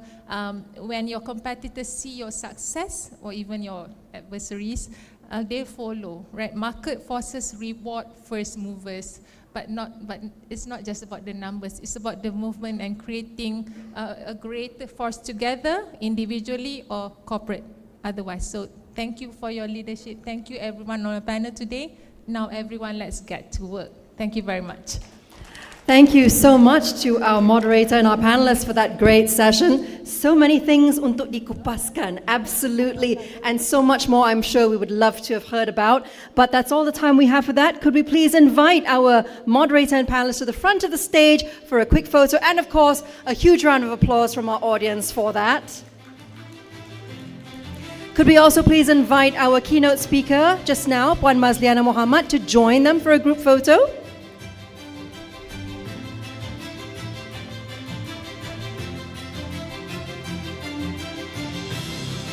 And while we indulge our photographers in that photo session, a quick summary from me, ladies and gentlemen, on that session. Inclusion of PWD is no longer about CSR or even just meeting SDG or DEI standards. It's about making businesses more competitive, innovative, and transformative. In other words, it makes perfect business sense. ASEAN businesses are increasingly hiring PWDs, especially post-COVID, incorporating this requirement into KPIs and HSEs and building it into their corporate culture. The curb cut effect of including PWD viewpoints has also been found to boost innovation and improve the way of doing business. But nevertheless, gaps still exist, including accurate centralized data on PWD in the workforce, suitably matching PWD skill sets and abilities with the right jobs, access to PWD-friendly facilities, and even basic communication barriers such as signage or audio guides in lifts. However, ladies and gentlemen, globally, more institutional investors are increasingly conducting due diligence on PWD inclusion, and it is only a matter of time that this also becomes necessary regionally and locally too. So, like our panelists said, it's a journey. Even if compliance is not yet mandatory or incentives remain insufficient, as sensitivity, education, and assessments of the PWD experience in the workplace grows, so too can businesses create safe spaces for PWDs and meaningfully improve access and inclusivity in their environments. All right, ladies and gentlemen, moving on to our next session with the theme From Accessibility to Opportunity, GRAB's Journey Towards an Inclusive Future. We will learn from our next speakers how e-hailing has changed the landscape for people with disabilities across ASEAN. To get the ball rolling, who better to share on this topic than, of course, Grab's Head of Group Sustainability. At Grab, Ms. Iris Chang leads their ESG strategy across mobility, deliveries, financial services, and its key subsidiaries, driving the company's transformation into a triple bottom line organization. She is recognized as an integrated business and ESG leader with a strong focus on economic empowerment and digital inclusion for women, PWDs, small businesses, and underserved communities. Her work also spans climate and waste mitigation, including carbon reduction and circular economy efforts. With 16 years of prior experience in automotive and telecommunications before joining Grab in 2016, Iris now heads the sustainability function she founded 5 years ago. Ladies and gentlemen, let's welcome Ms. Chang on stage for her presentation, Empowering with Tech, How We're Learning to Make Mobility More Inclusive. Over to you, Ms. Chang. Thank you. Hello, everyone. Thank you. It's a great pleasure to be here, to be able to speak and share with all of you today. But we are also here to learn from one another, so thank you so much for the opportunity. I think before we start, how about we watch a really nice video about Grab so I don't have to introduce Grab so much lah, okay?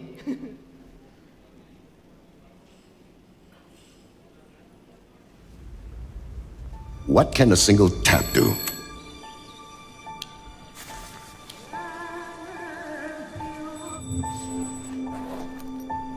It's just one simple little tap.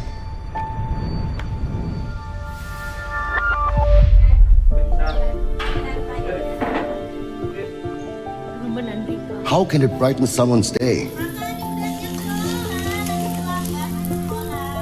Give them a sense of hope.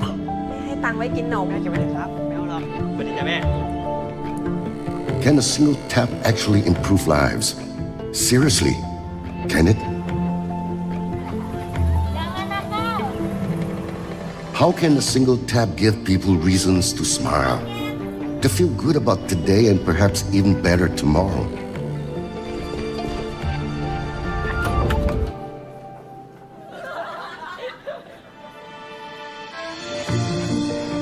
Can a single tap give people a fighting chance and make them believe that they can beat the odds and make something of themselves? Be equal to the rest? Can it?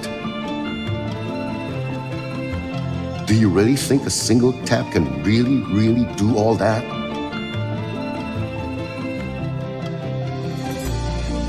And can a single tap change the way we treat the environment and make people do their little part to make this world a better place?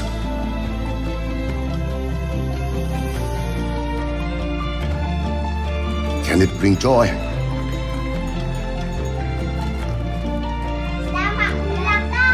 Can it bring happiness? Can it give us hope for the future? Come on, it's just a little tap. What can it do?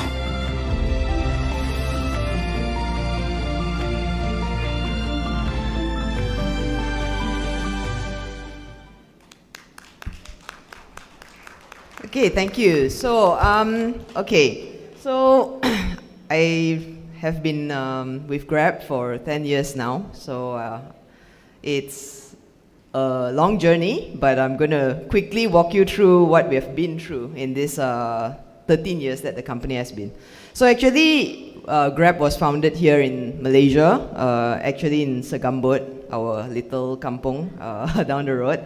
And it was actually founded in a storeroom next to a car showroom. And today, actually, we are very fortunate that we have become Southeast Asia's leading super app. And we serve over 800 cities in the whole Southeast Asia, covering 8 countries in the region. And we have over 41 million people that actually use our app every month. So that means 1 in 20 people in the region today either eat or pay or ride with our app. So that's quite significant. And what started as a taxi hailing company has now grown into, we have mobility services, you have deliveries, whether it's food or mart or parcels. We also have financial services with GX Bank, our local digital bank here, as well as enterprise business, Jaya Grocer. Recently, we also have Everrise in Sarawak, and also we have enterprise business like Grab Maps and Grab for Business. So, I mean, we have come a long way, but what are we trying to really achieve is that we want to build a sustainable and inclusive ecosystem for all. Because since day one, we have never strayed away from our mission, which is to drive Southeast Asia forward by providing economic empowerment for everyone. So that's about Grab and where we are today. Now, drawing back Grab's impact to Malaysia.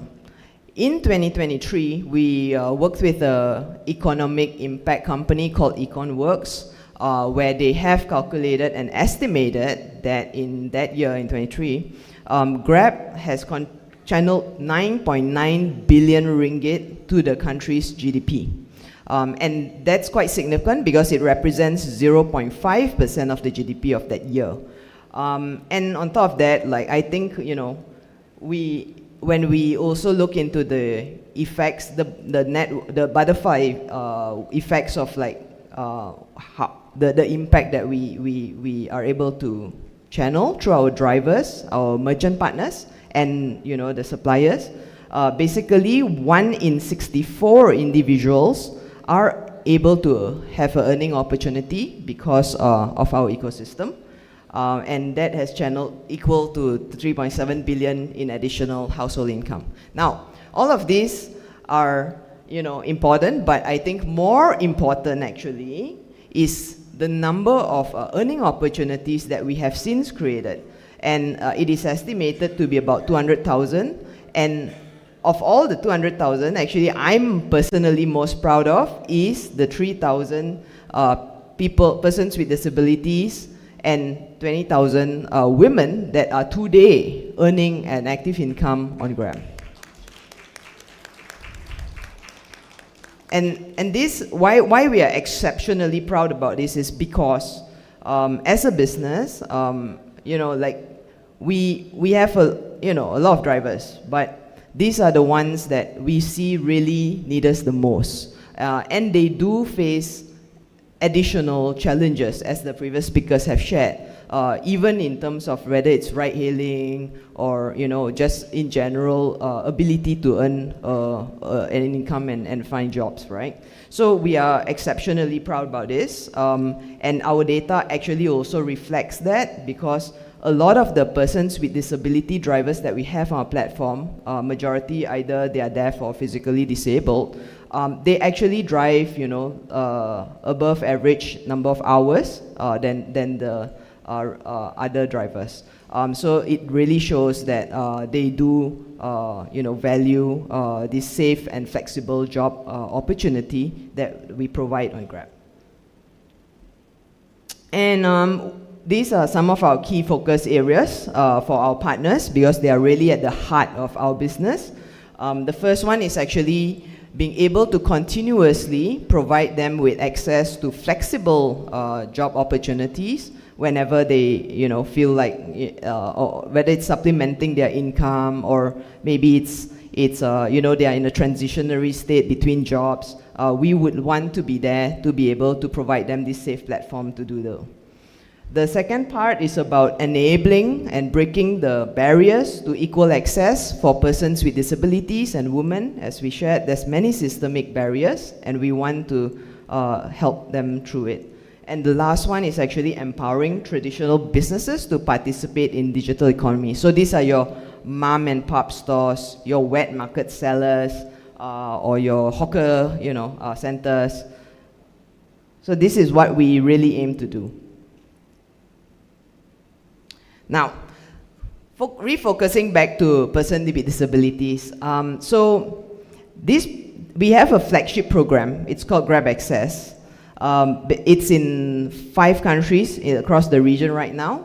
But this is a program that actually started first in Malaysia in 2018. And so we actually then built out the framework to scale these efforts across the region. In this program, every country have the same 3 things, but they also, each country also then has its own, special, unique challenges, which I will share a little bit more about what we do in Malaysia in a bit. But in this pillar, all countries actually, we do provide customized support because there is actually a communications gap, right, between the average passenger and also a PWD driver. So what happens is, like, for example, if they are deaf and the passenger, would tell them, please drive left, drive right, or whatever, and the driver doesn't respond, and then naturally, it's not good for the driver or the passenger and for Grab as well, right? The experience is not great for either. So we have built out offline materials that the drivers can put in their car to explain and inform the passengers, this is how you can communicate with the drivers. So these are among some of the efforts. And then we also then built an online solution, the accessibility tools and technology. So we also inform the passengers upfront. If you get a driver or delivery partner that's of a certain disability, we will inform you what is the disability. Another example of this is in Singapore, we have a lot of wheelchair delivery partners, right? And naturally, the wheelchair delivery partners would be slower than a motorbike or a cyclist. And so when the passengers doesn't know, then they will lodge a complaint. Why is the delivery partner taking so long? So by actually flashing it up ahead, the passengers are actually able to be a lot more empathetic about it, and actually, their response to the situation would also be very, very different. So I think this is a gap that we are continuously learning how to bridge and how to build this empathy with the public as well, and understanding of how to communicate and manage the experience with the drivers. And lastly, community building. So this is something that every single year we do partner with our partners like MFD to host events for our PWD driver community. And this provides them a safe space for them to share and learn with each other and engage with folks that also in the same stage of life as they are. And for Grab, we take this chance to actually acknowledge the achievements of our partners and celebrate this journey with them, but also use it to collect feedback from the drivers. Because we, again, like I said, we are also always constantly learning, even from our drivers. Now, in Malaysia, because Grab Access started here first, it's the most robust and developed version of the program. And we also face slightly different nuances and challenges in Malaysia.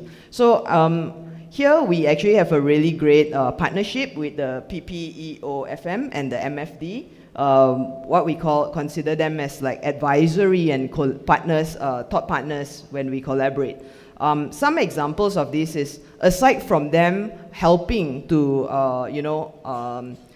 communicate with their members and encourage them to onboard with Grab and things like that, but some examples of more strategic collaborations are like this morning, the Grab Assist program, right?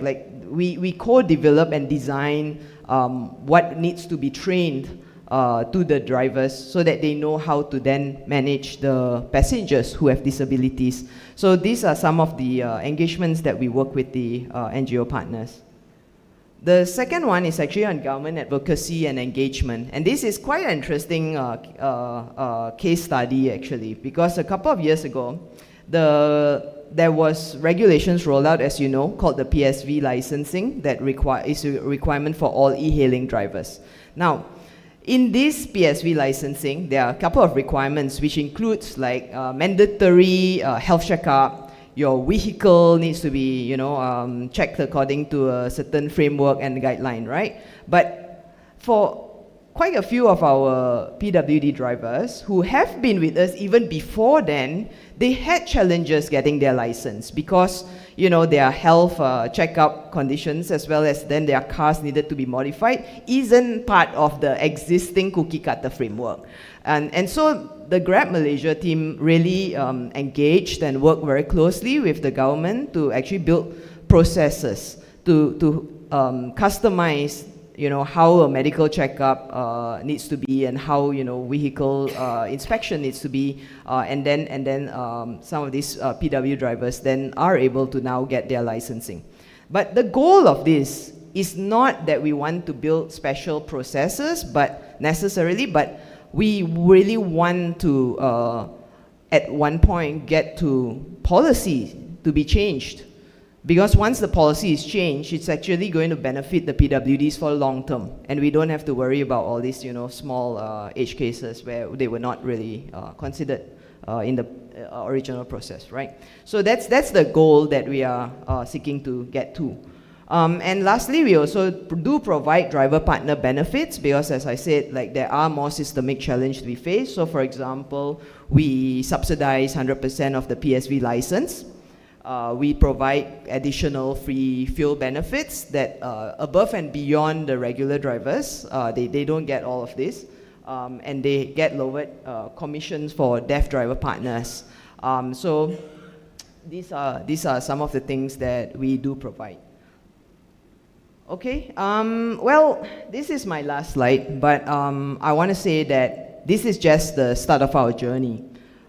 We are definitely continuously investing and innovating into solutions because we really believe that uplifting the quality of life of PWDs on our platform is very important for them to have a sustainable livelihood. And so we are not just talking about driver partners, but also merchants as well as consumers. So this morning you have seen we have launched the Grab Assist program in Malaysia. This is also in a couple of countries like Thailand and Singapore. But in Singapore, recently, we are piloting a Grab AI voice assistant solution. This is for the visually impaired and elderly who can't really see very well, right? So what it does is actually in the app, you can then tap on the feature and tell it like, hey, I want to get to, you know, maybe this restaurant or whatever, and it will straight away book the ride for you based on what you tell it to do. However, as we all, you know, who have tried AI will tell you that there are some areas that we need to improve. For example, like how can it accept slang or language or accents? And so that's something we are working on, and once all these challenges are refined, then hopefully we are able to then scale to the other countries.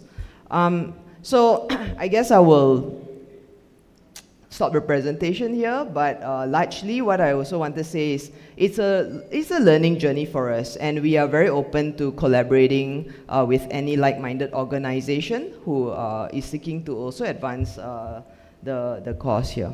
So thank you very much for your time. And yeah, I would love to invite the panelists for the next fireside chat, which I'm also hosting. So and that's a very interesting fireside that's going to happen. So thank you so much for your attention. Thank you.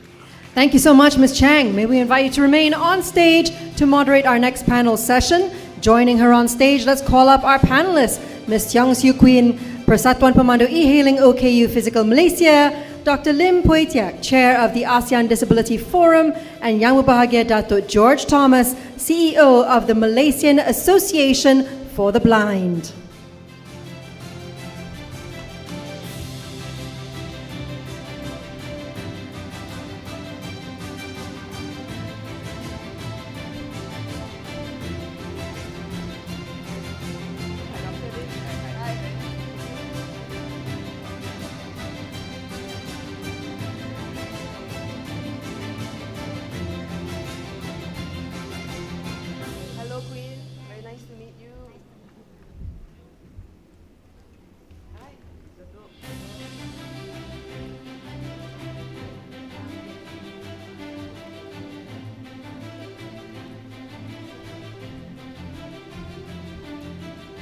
Welcome, panelists. And to Ms. Cheng, the floor is all yours.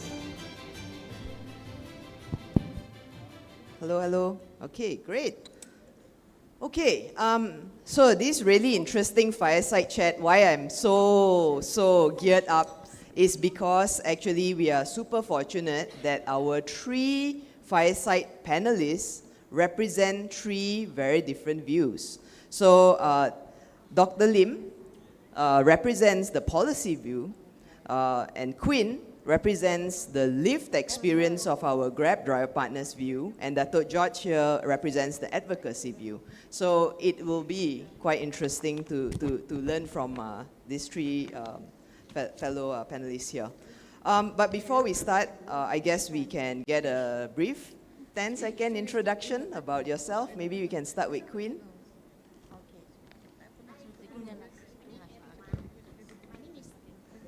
Hi, good evening, everyone. My name is Tiong Su Queen. You can call me Queen from Malaysia. Okay, I'm honored to be here to share about my experience and hope I can share the value information to assist the disabled, there's the PWD, to get into these e-hailing services. Thank you. Yep, and then Dr. Lim, could you introduce yourself? Good evening, everybody. I'm P.T. Lim. Until yesterday, I was the chair of the ASEAN Disability Forum, and just yesterday at our General Assembly, I was elected to be the vice chair of ADF for the next 4 years, and I'm really proud to be able to be associated with the ASEAN Disability Forum, and I really want to move forward the agenda of mainstreaming the rights of persons with disabilities in ASEAN. Thank you. Okay, congratulations, Dr. Lim. Okay, Dato' George, would you like to introduce yourself? Yeah, thank you. My name is Dato' George Thomas, the CEO of the Malaysian Association for the Blind, and also the Council Secretary for the association. I've been with them for maybe about 30 years. Our perspective here, I think it's on blindness perspective. We like to have accessibility. When people say about accessibility is only environment. So we want to emphasize accessibility is also on communication, and also in digital and so forth, as the world is moving towards the digital. And our our aim is to make accessible for the visually impaired, so that they also can be contributing citizens of this country. Okay, thank you. Okay, so let's start with the first question with Dr. Lim, because, Dr. Lim can provide us a more broader ASEAN look at this. Looking at the whole region, we often hear about the moral case of inclusivity, but can you speak about the economic imperative? If we all fail to build an inclusive ecosystem within ASEAN, what is the region losing out in terms of, whether it's GDP, talent, economic, basically? And how do you convince stakeholders that inclusivity is actually an investment, not just a cost? I totally agree with that statement, because there has to be a change in the paradigm of thinking.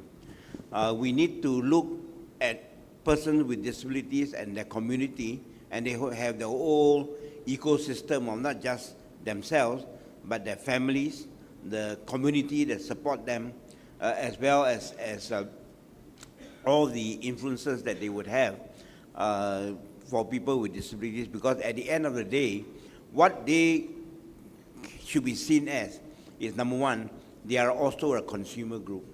And with that consumer group brings along a very strong economic drive, economic factor.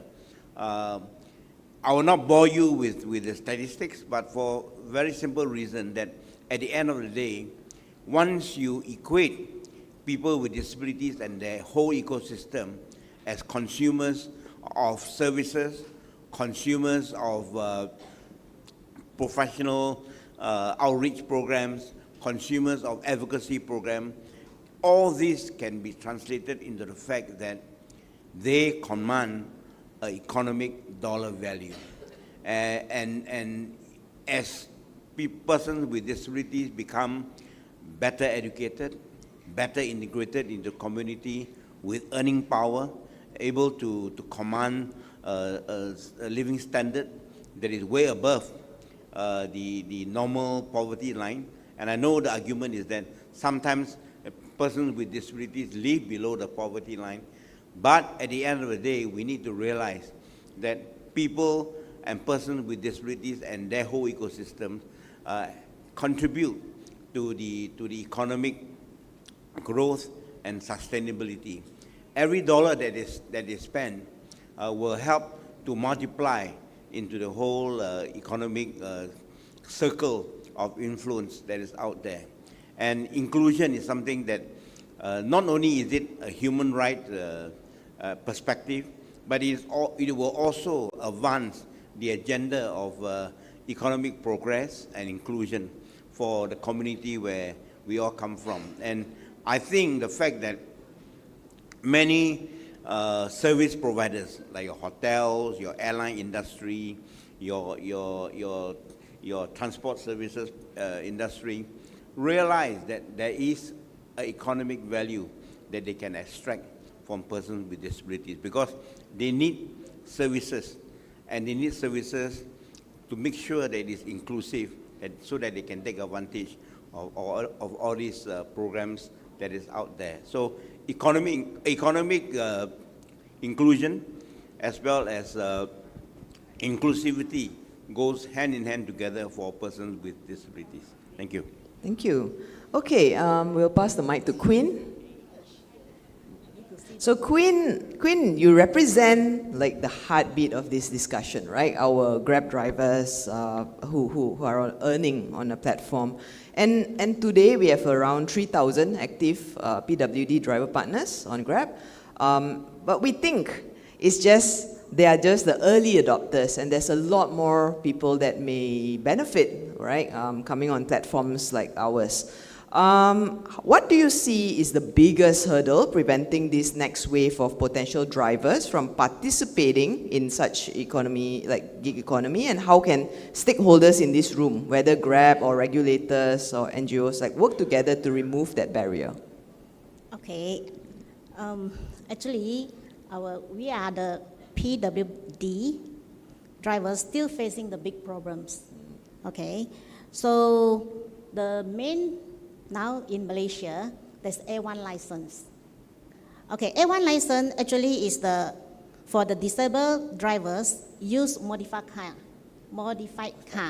So they must hold the A1 license. But this license is not acceptable for e-hailing. This is number one. Then the second is our car modified, right? Then even though if our car is approved and safe, so current rules still not allow PWD modified car for the e-hailing. This is for JBJ. Okay, number three, there's the medical checkup. Okay, so if for a driver who having the A1 license, they are not allowed to get the PSV license, even if they are healthy. After medical checkup, everything. So these three major things, there's the most, we having for this issue. The mic. Yeah. Okay, so why we have this issue? Because under the Section 30, Akta Pengangkutan Jalan 1987, so not allow A1 license holder involved in e-hailing sector. So this is the Akta Malaysia. That's why we need to change, because time is different already. Okay, so I'm thankful to YB Anthony Law for giving A1 license holders to have a chance to take the PSV license, PSV exam during the first launch PSV license. So I'm so great that I passed the exam. I did the medical, everything okay, pass, I got my PSV license. But for many PWDs drivers, they are from the far away, like Johor, Penang, wherever. So they suffer and struggle just to get this PSV license. So why I'm here today? Okay, we are proud partners with GRABS. GRABS has supported us from the very beginning until today. Thank you very much, GRAB. We truly appreciate your commitment. And then, why we form our society? We have realized that there's no proper channel, okay? No structured support system for the PWD community to enter the e-hailing sector. So we have created our society, Persatuan Pemandu E-hailing OKU Visitor Malaysia, to fill in the gap. Together with GRAB, we are building pathway, breaking the barriers, and opening opportunities for our PWD community.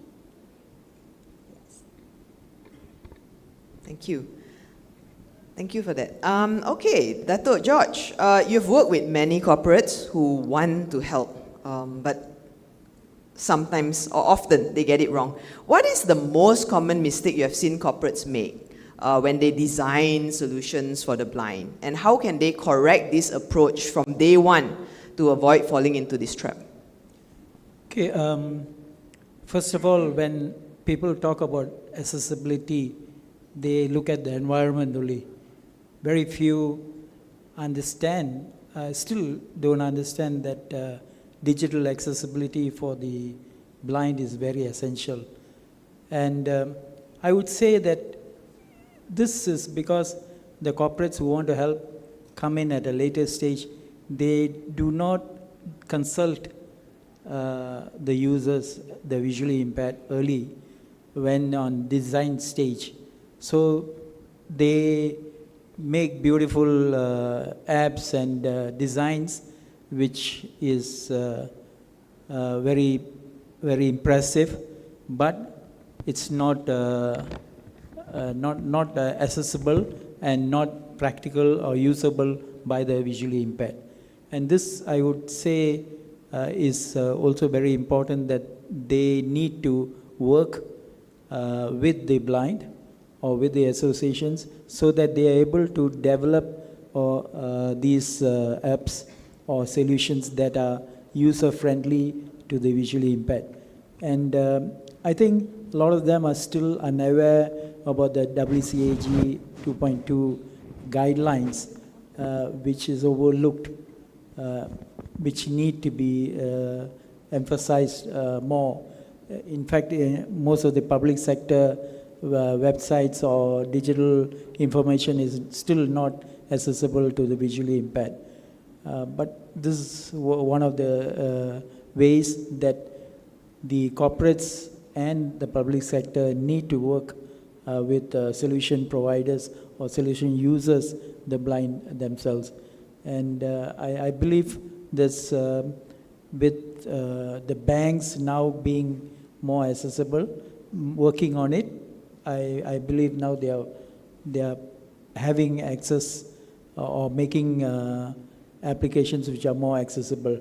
I'd like to also congratulate here GRAB that I think in this past 1 week, you have also taken comments from the public, and now the payment system is accessible to the visually impaired.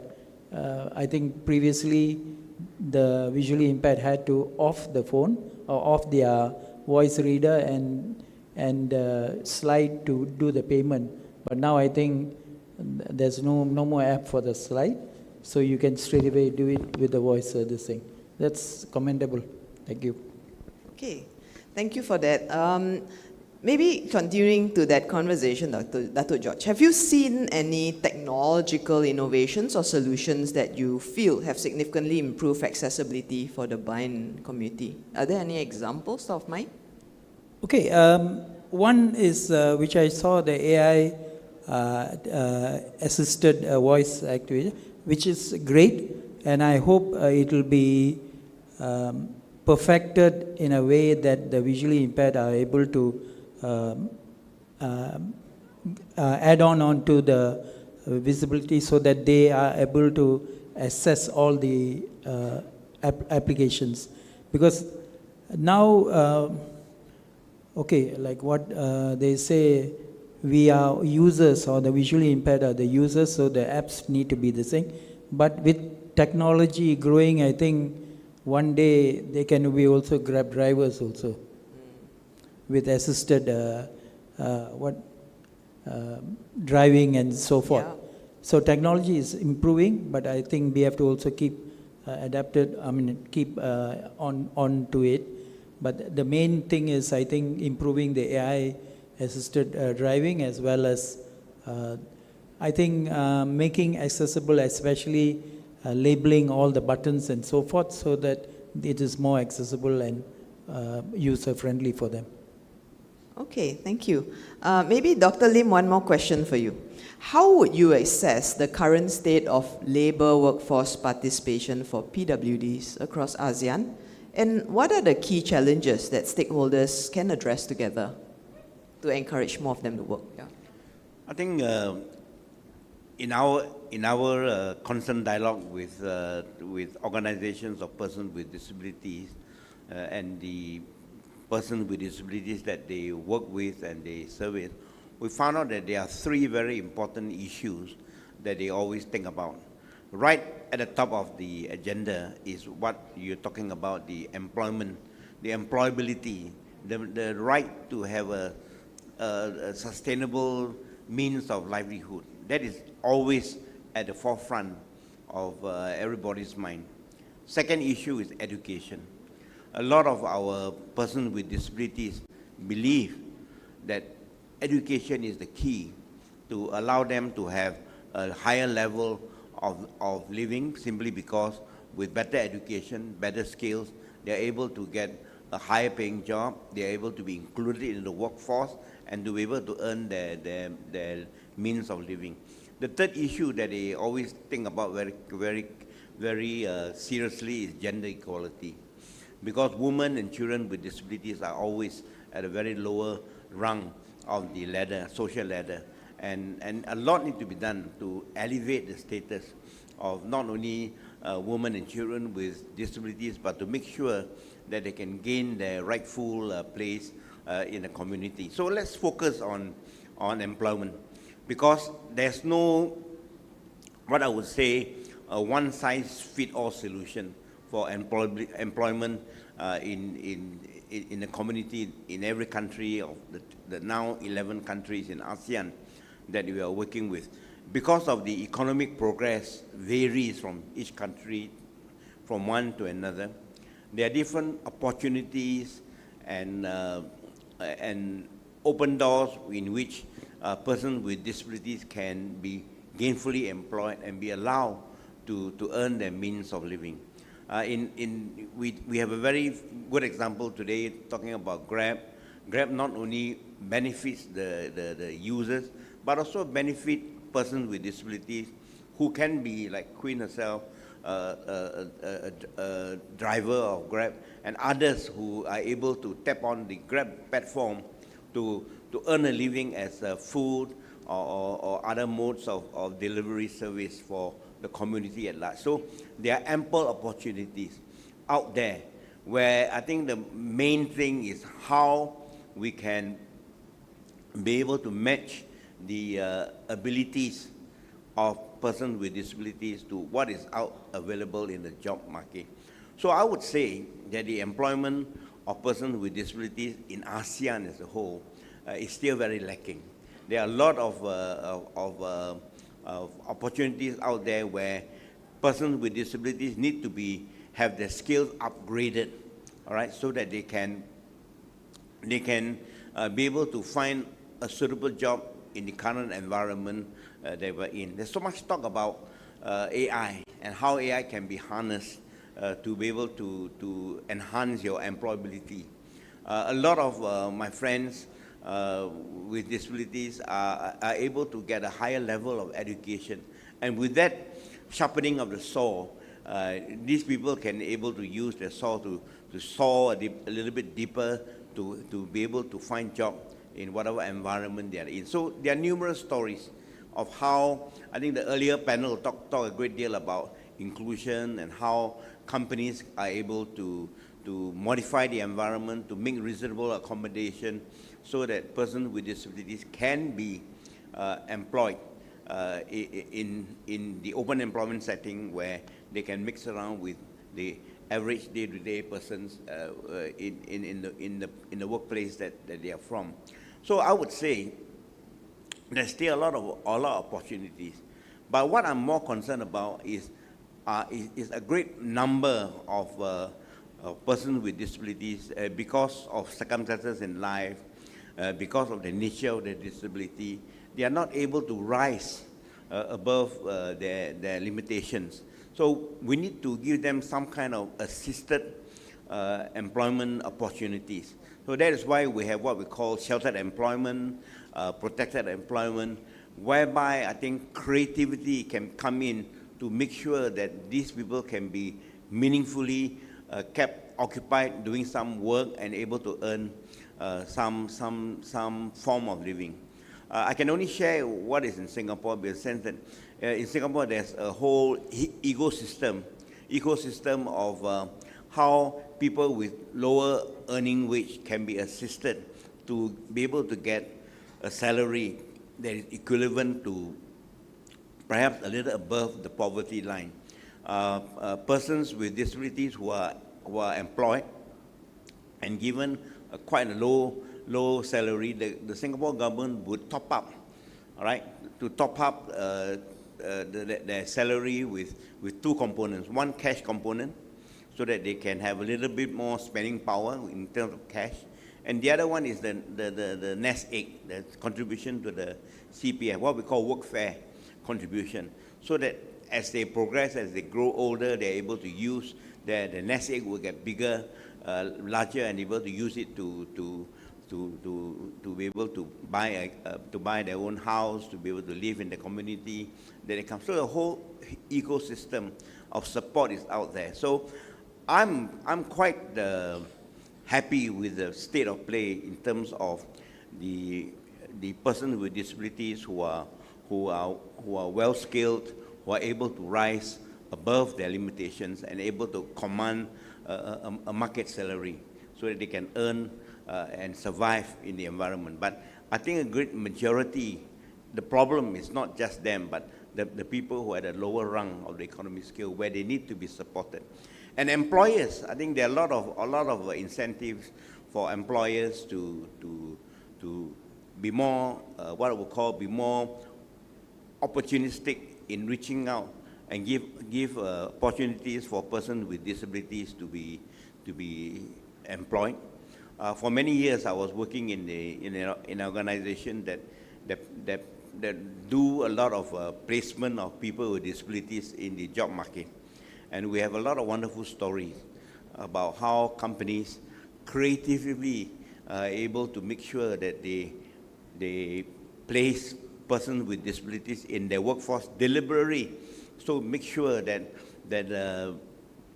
they can have a very happy mix of persons with disabilities and able-bodied people in the workforce. And one comment that I always get from employers in my years of working with them is that having people with disabilities in the workforce helps the other employees to be more selfless, to be more supportive, to be able to want to do more because they can see that their colleagues need support, need help, and they are very altruistic in wanting to do more to help their fellow colleagues to be able to earn a living as well as they do. So these are some of the more creative measures, very broad scope, very broad sweeps, but I think employers realize. And in many countries, especially in Singapore, we have a very good problem is that we don't have enough manpower. So we look at persons with disabilities as what I would call the alternate workforce, right? They can be used, they can be utilized for the job. And we always say that if one person with disability cannot do the job, we give you two. We give you two to do the same job. And people with disabilities are very happy because they can be kept meaningfully occupied and employed. Thank you. Thank you. Okay, Dr. Lim. Okay, Queen, since you have the mic. Last question, okay? The same question for everyone. You got one magic wand. What is your wish that you would love to see, change or a solution that you really want to see? Yes, each of you answer this question. What would you do with the magic wand? What is the solution or change you want to see?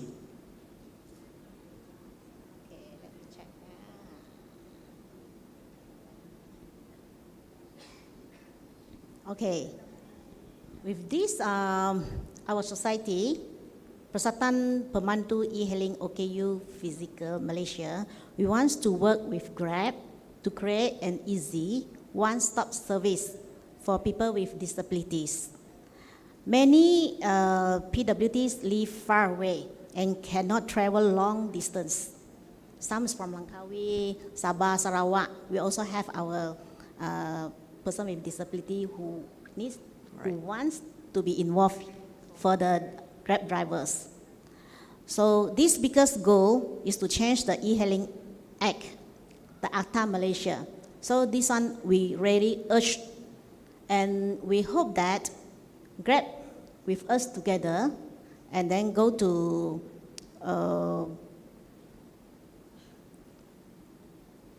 for fair treatment. So we need to go for the government. For one day, I hope this ACTA Malaysia can be changed, because now is the time is different. Not from those days, even for us, disabled with a disability one, we're not easy to get a motorbike, try motorbike, but now everyone can get a car. So the time is being to change. The ACTA should be changed also, right? And then at last, thank you for us to have this opportunity. And we are here actually in Malaysia, OKU. We say OKU for the PWD. So this OKU means that we are not the orang kurang upaya or orang kelainan upaya, but we are orang kuat usaha. Okay, thank you. Thank you. Yeah, we are running out of time, so maybe a quick one sentence. Your wish. Okay, in my perspective, we would like to see that accessibility is embedded as a default for whether it's digital or physical, not an afterthought. So that, because by having access on digital and environment or physical, then you see that equality is maintained and given in rightful way. Thank you. And lastly, Doctor? I like to, if I'm given that magic wand, I want to use two alphabets, P and E. 3 Ps. I think at the end of the day, we must always be able to understand that it is not just a one-man, one-solution type of approach. We need to be able to involve the first P, the public. I think the government need to be able to understand that they must set the pace, set the tone, set the infrastructure for such job opportunities for persons with disabilities. The second one is the private sector, and I think this conference is an excellent example of how the private sector can be incorporated into reaching out to the less privileged, to the social disadvantaged groups that is in our midst. The third one is what we call the people sector. I think, like what George said, the Malaysian Association for the Blind, the civic society, the organization of persons with disabilities can be recruited to work together with the other 2 Ps to make sure that the lives of persons with disabilities can be put in a higher level. Then for the person with disability themselves, I want to introduce 3 Es. The first E is engagement. I look forward to the fact that persons with disabilities can be meaningfully engaged. And as many has been said today, it's not an afterthought. It has to be planned from the very beginning to make sure that we meaningfully engage persons with disabilities in every aspect of life that concerns them. The second E is enable. You enable people. You enable persons with disabilities to be able to make a decision for themselves. right? To be able to say, look, you know, I can be the master of my own ship. The third E is empowerment. Empower them. Give them the ability to decide what they want to do. Empower them by giving them the opportunity, the correct environment to be able to earn a living, to be able to maximize their potentials, and all of us, persons with disabilities, have their own wish of what we want to become. And I think that's very important. The 3 Ps and the 3 Es. Thank you. Wow, thank you. Thank you so much to our panelists. Please give them a hand. I took so many notes. I really thank you for all your insights and sharing. Thank you. So much to our moderator, Ms. Chang, and also, of course, to Ms. Tiong, Dr. Lim, and Dato George. If we could please gather for a quick photo together to commemorate this session together, which was extremely valuable in terms of the insights, recommendations, and gaps that need to be met. Definitely so much to take away from this.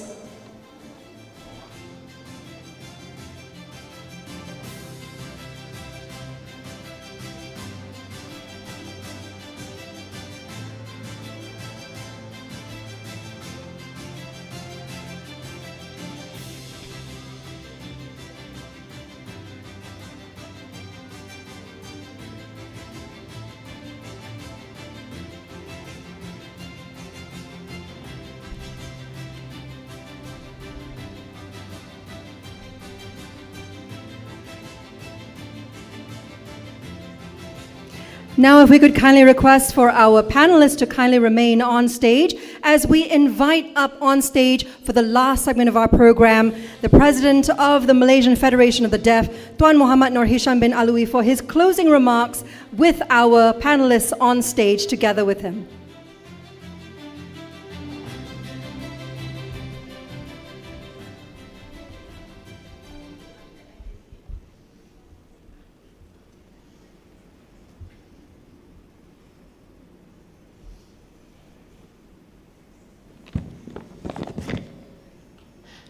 Assalamualaikum and very good afternoon, everyone. Dr. Lim Poitiek, former chair of ASEAN Disability Forum.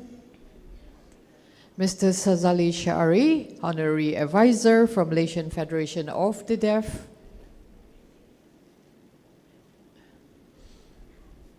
Esteemed delegates,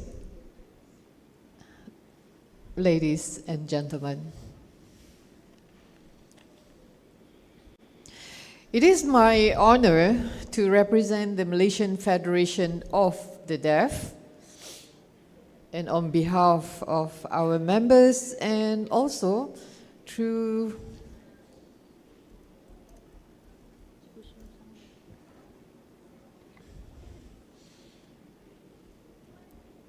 and by the extension of a broader community of persons with disabilities in the country, I would like to actually extend, our, I would say that how proud we are as the organizer for this conference today here, and also giving the opportunity to have the sharing sessions by panelists. Yeah, each and every one of the panelists that are today, that are here today. So I believe that we all come together and share vision to build a more inclusive and accessible ASEAN in which every person, regardless of ability, is able to actually to contribute, and belong and also thrive together. Ladies and gentlemen, the challenges and also the accessibility and inclusion faced by people with disabilities, despite all the progress over the years, people with disability continue to actually face with persistent barriers and challenges which are actually challenges which are not abstract, but they are real. These are challenges that we face in our daily life. For example, like physical and mobility barriers. There are many public spaces or places which remain to be inaccessible for us, and public transport system, plus building entrance and everything. And when we talk about communication, accessibility, communication and information is still a barrier for us, especially the deaf. We don't have access to many information and communication accessibility, especially when we talk about healthcare, education, and also social services. And the real fact is, like social and systemic barriers, these are actually kind of like permanent. It's beyond physical design, societal attitudes. Yes, these actually are lack of awareness and remain to be the major hurdles for people with disability in the community. So misconception, stigma, and also underestimation of the capability of people with disability continue to discriminate us in education, employment, and in everyday life.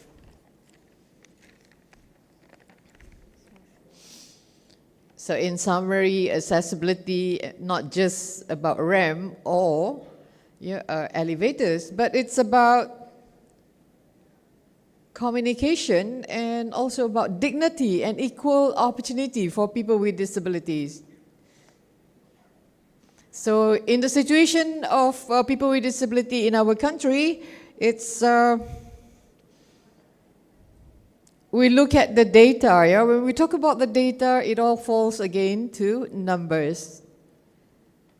So according to the latest official statistic of the government of the government on statistic for Malaysian or DOSM as at 2023, there are approximately about 736,000 people with disability in the country. And it shows that about 15.5% has increased for PWD in receiving better healthcare treatments. And that, if you were to compare with year 2022, it shows like improved access to health services. But also indicating that growing demand for disability responsive healthcare. So when you talk about education, there are approximately about 34 special schools nationwide. And when we also look at the employment, employment, there are approximately about 3,856 civil servants with disabilities who are actually been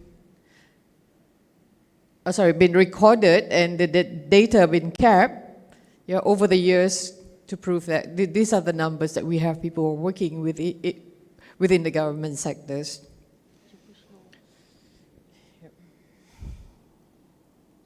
So it shows that numbers, while there have been important progress in registration, healthcare access, and education inclusion, there's far too many people with disabilities remain as marginalized. So their potentials are untapped, their dignity are undermined. So we would like to have the corporate collaboration. Which we say that it is very, very vital, as the role would actually foster true inclusion. So corporates play a very vital role, often under, I would say that it's like underappreciated role, and it can be powerful enablers of positive change. And when we talk about workforce inclusion, employers are actually embracing into inclusive hiring practices and creating real opportunities for people with disabilities, for them to gain independence and also to support their family. And And it shows that inclusive employment helps to reduce welfare dependency, fosters self-reliance, and also strengthens the overall workforce pool.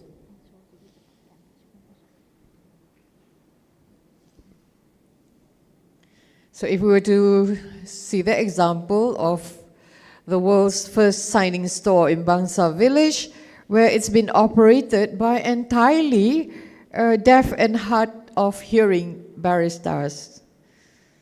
So they have expanded from 1 to 4 signing stores, showcasing their dedication to support the deaf community or people with disabilities. Sorry. So we will talk about public awareness and social impact. It's like hiring and supporting and also empowering people with disabilities. The companies also kind of like showing a possibilities of disability being employed, and also when we talk about inclusion per se, so this is actually a very good example and also a very good opportunity for people with disabilities. So for instance, Grab Malaysia has also made a very impactful changes by empowering people with disabilities to earn an income on its platform. So this effort has actually transformed the life of, such as example, Charles Thin, a deaf and mute Grab driver, who actually has been able to support his family and work towards owning a home and sending the daughters to college. So this another success story is actually Joey Kurt, a deaf and mute, person with disabilities who actually transitioned from being a Grab driver, and also becoming a very prominent baker.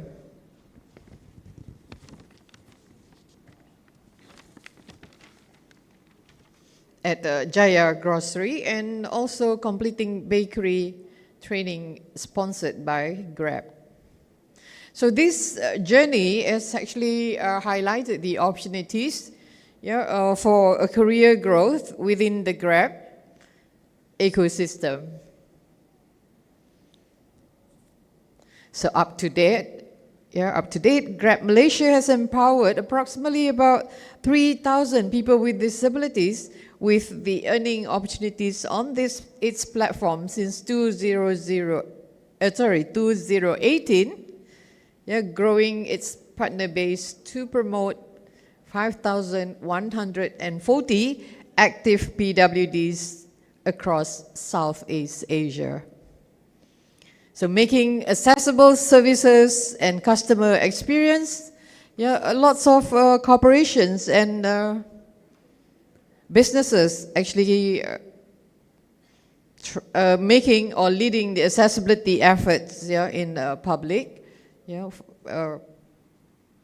by actually designing spaces, customer service, services, and also communication, and thereby raising standards for accessibility across the country. So indeed, there are some promising examples in Malaysia which different sectors, retail services, and also gig economy that actually have demonstrated how targeted or training, supportive policies, and also corporate commitment that can transform a person's life. So this collaboration matter for individuals or families, companies, and society as a whole is, there are still room for people, for us to actually do more. Existing effort must be acknowledged and stand here. And I am I'm in front here to actually to call for deeper, broader, and more comprehensive action, inclusive hiring and training, and adopt universal accessibility in services, and also build partnership and collaboration. In conclusion, in closing, as we gather this ASEAN Forum, let us remember that access and inclusion are not a concession or charity. They are actually fundamental rights. They are the mark of a progressive society. So let us make it together with purpose, persistence, and partnership, so that in Malaysia and across ASEAN, no one is actually left behind because of disability. Thank you very much for your attention, ladies and gentlemen. Thank you, Tuan Hisham. Could we please have Tuan Hisham join Ms. Chang, Yang Berbahagia Datuk George, Dr. Lim, and Ms. Tiong on stage for a quick photo together.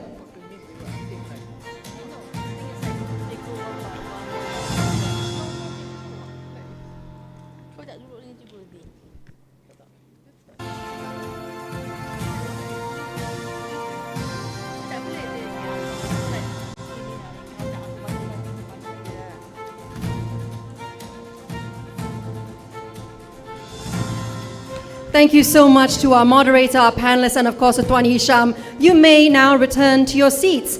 As for Dr. Lim, could you kindly remain on stage for the next part of our program? Dr. Lim, do remain on stage.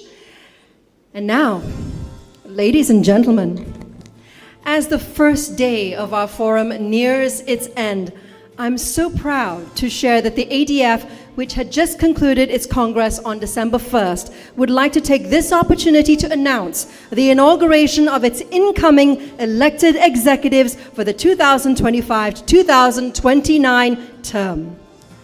May we invite to the stage for a group photo the new ADF chairperson, Ms. Sawalak Tongkwe from Thailand.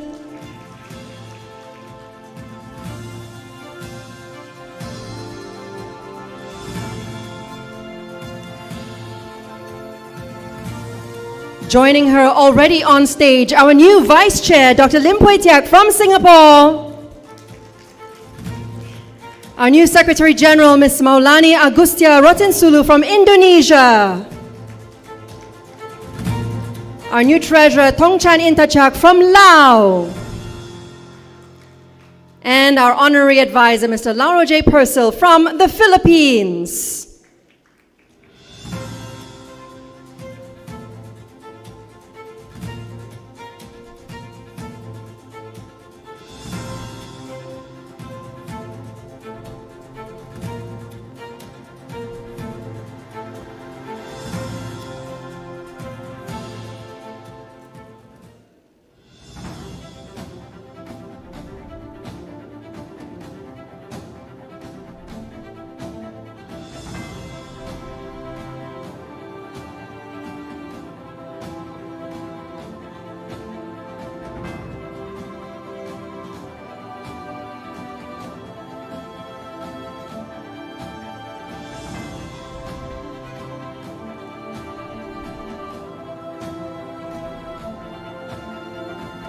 Ladies and gentlemen, introducing your incoming elected executives for the ADF for the 2025 to 2029 term. Please give them a big round of applause while we invite the steering committee members and representatives from all countries to the stage to inaugurate our new executives with a formal handshake. From Cambodia, let's invite Mak Monica. From Malaysia, Tuan Sazali Sari. From Indonesia, Ravita Alvi. From Laos, Meta. From Brunei Darussalam, Tuan Haji Noor. From Vietnam, Ms. Hong Ha. From Myanmar, Mr. Myatmo. From Thailand, Aruni Limani. From Singapore, Chow Tong. And last but certainly not the least, from the Philippines, Ron Daniel.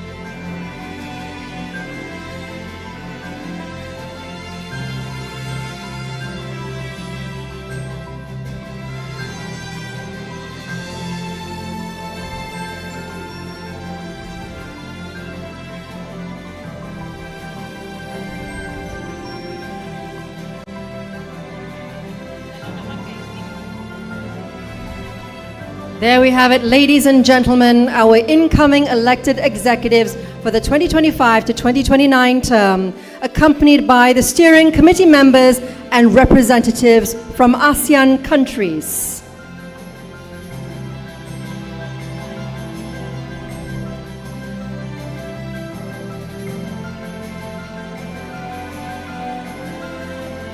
And of course, a thumbs up to recognize the great and very important work of the ASEAN Disability Forum. We take this opportunity to also thank the previous elected executives and welcome the incoming, who will serve for the next 4 years. And of course, what is an ASEAN event without our famous ASEAN Way handshake?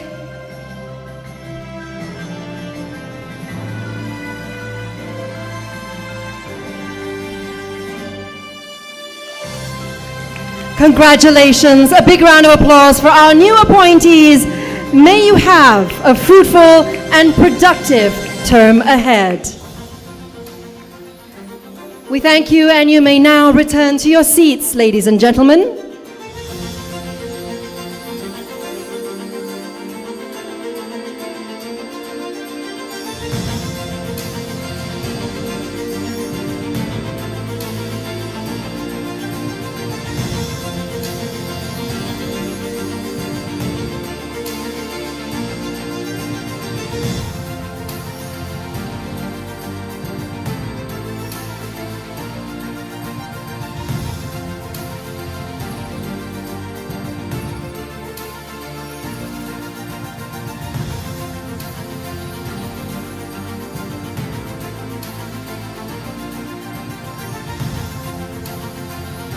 We have a request for a microphone on stage for one of our attendees, our guests.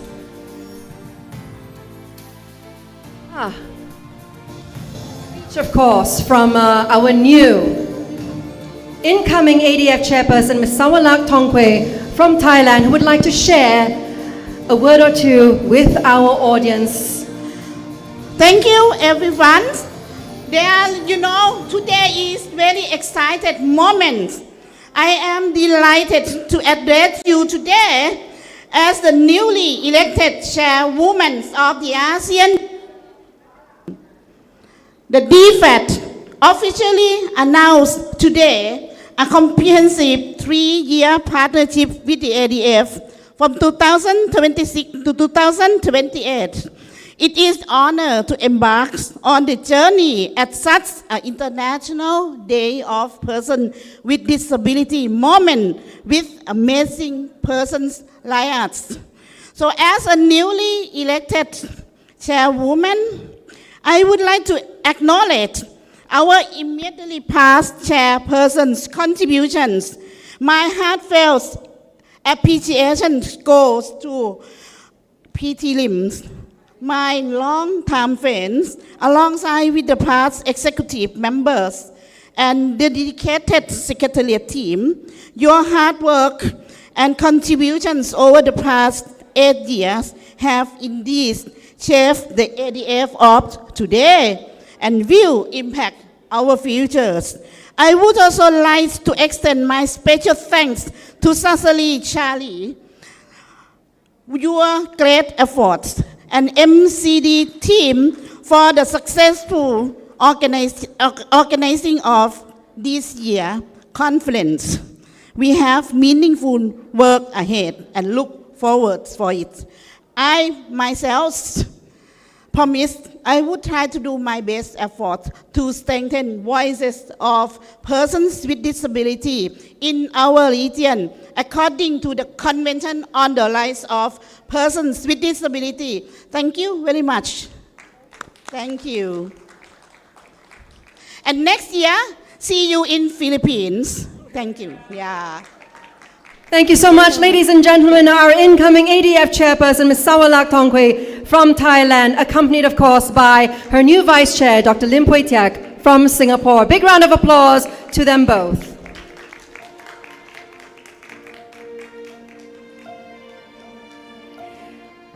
And now, ladies and gentlemen, with that, we have come to the end of day 1 of the ASEAN Disability Forum Conference 2025. Before we leave, I'd like to share a quick summary of our previous session that encompasses important messages from the whole day. The main takeaway from this is that inclusivity is an investment, not a cost.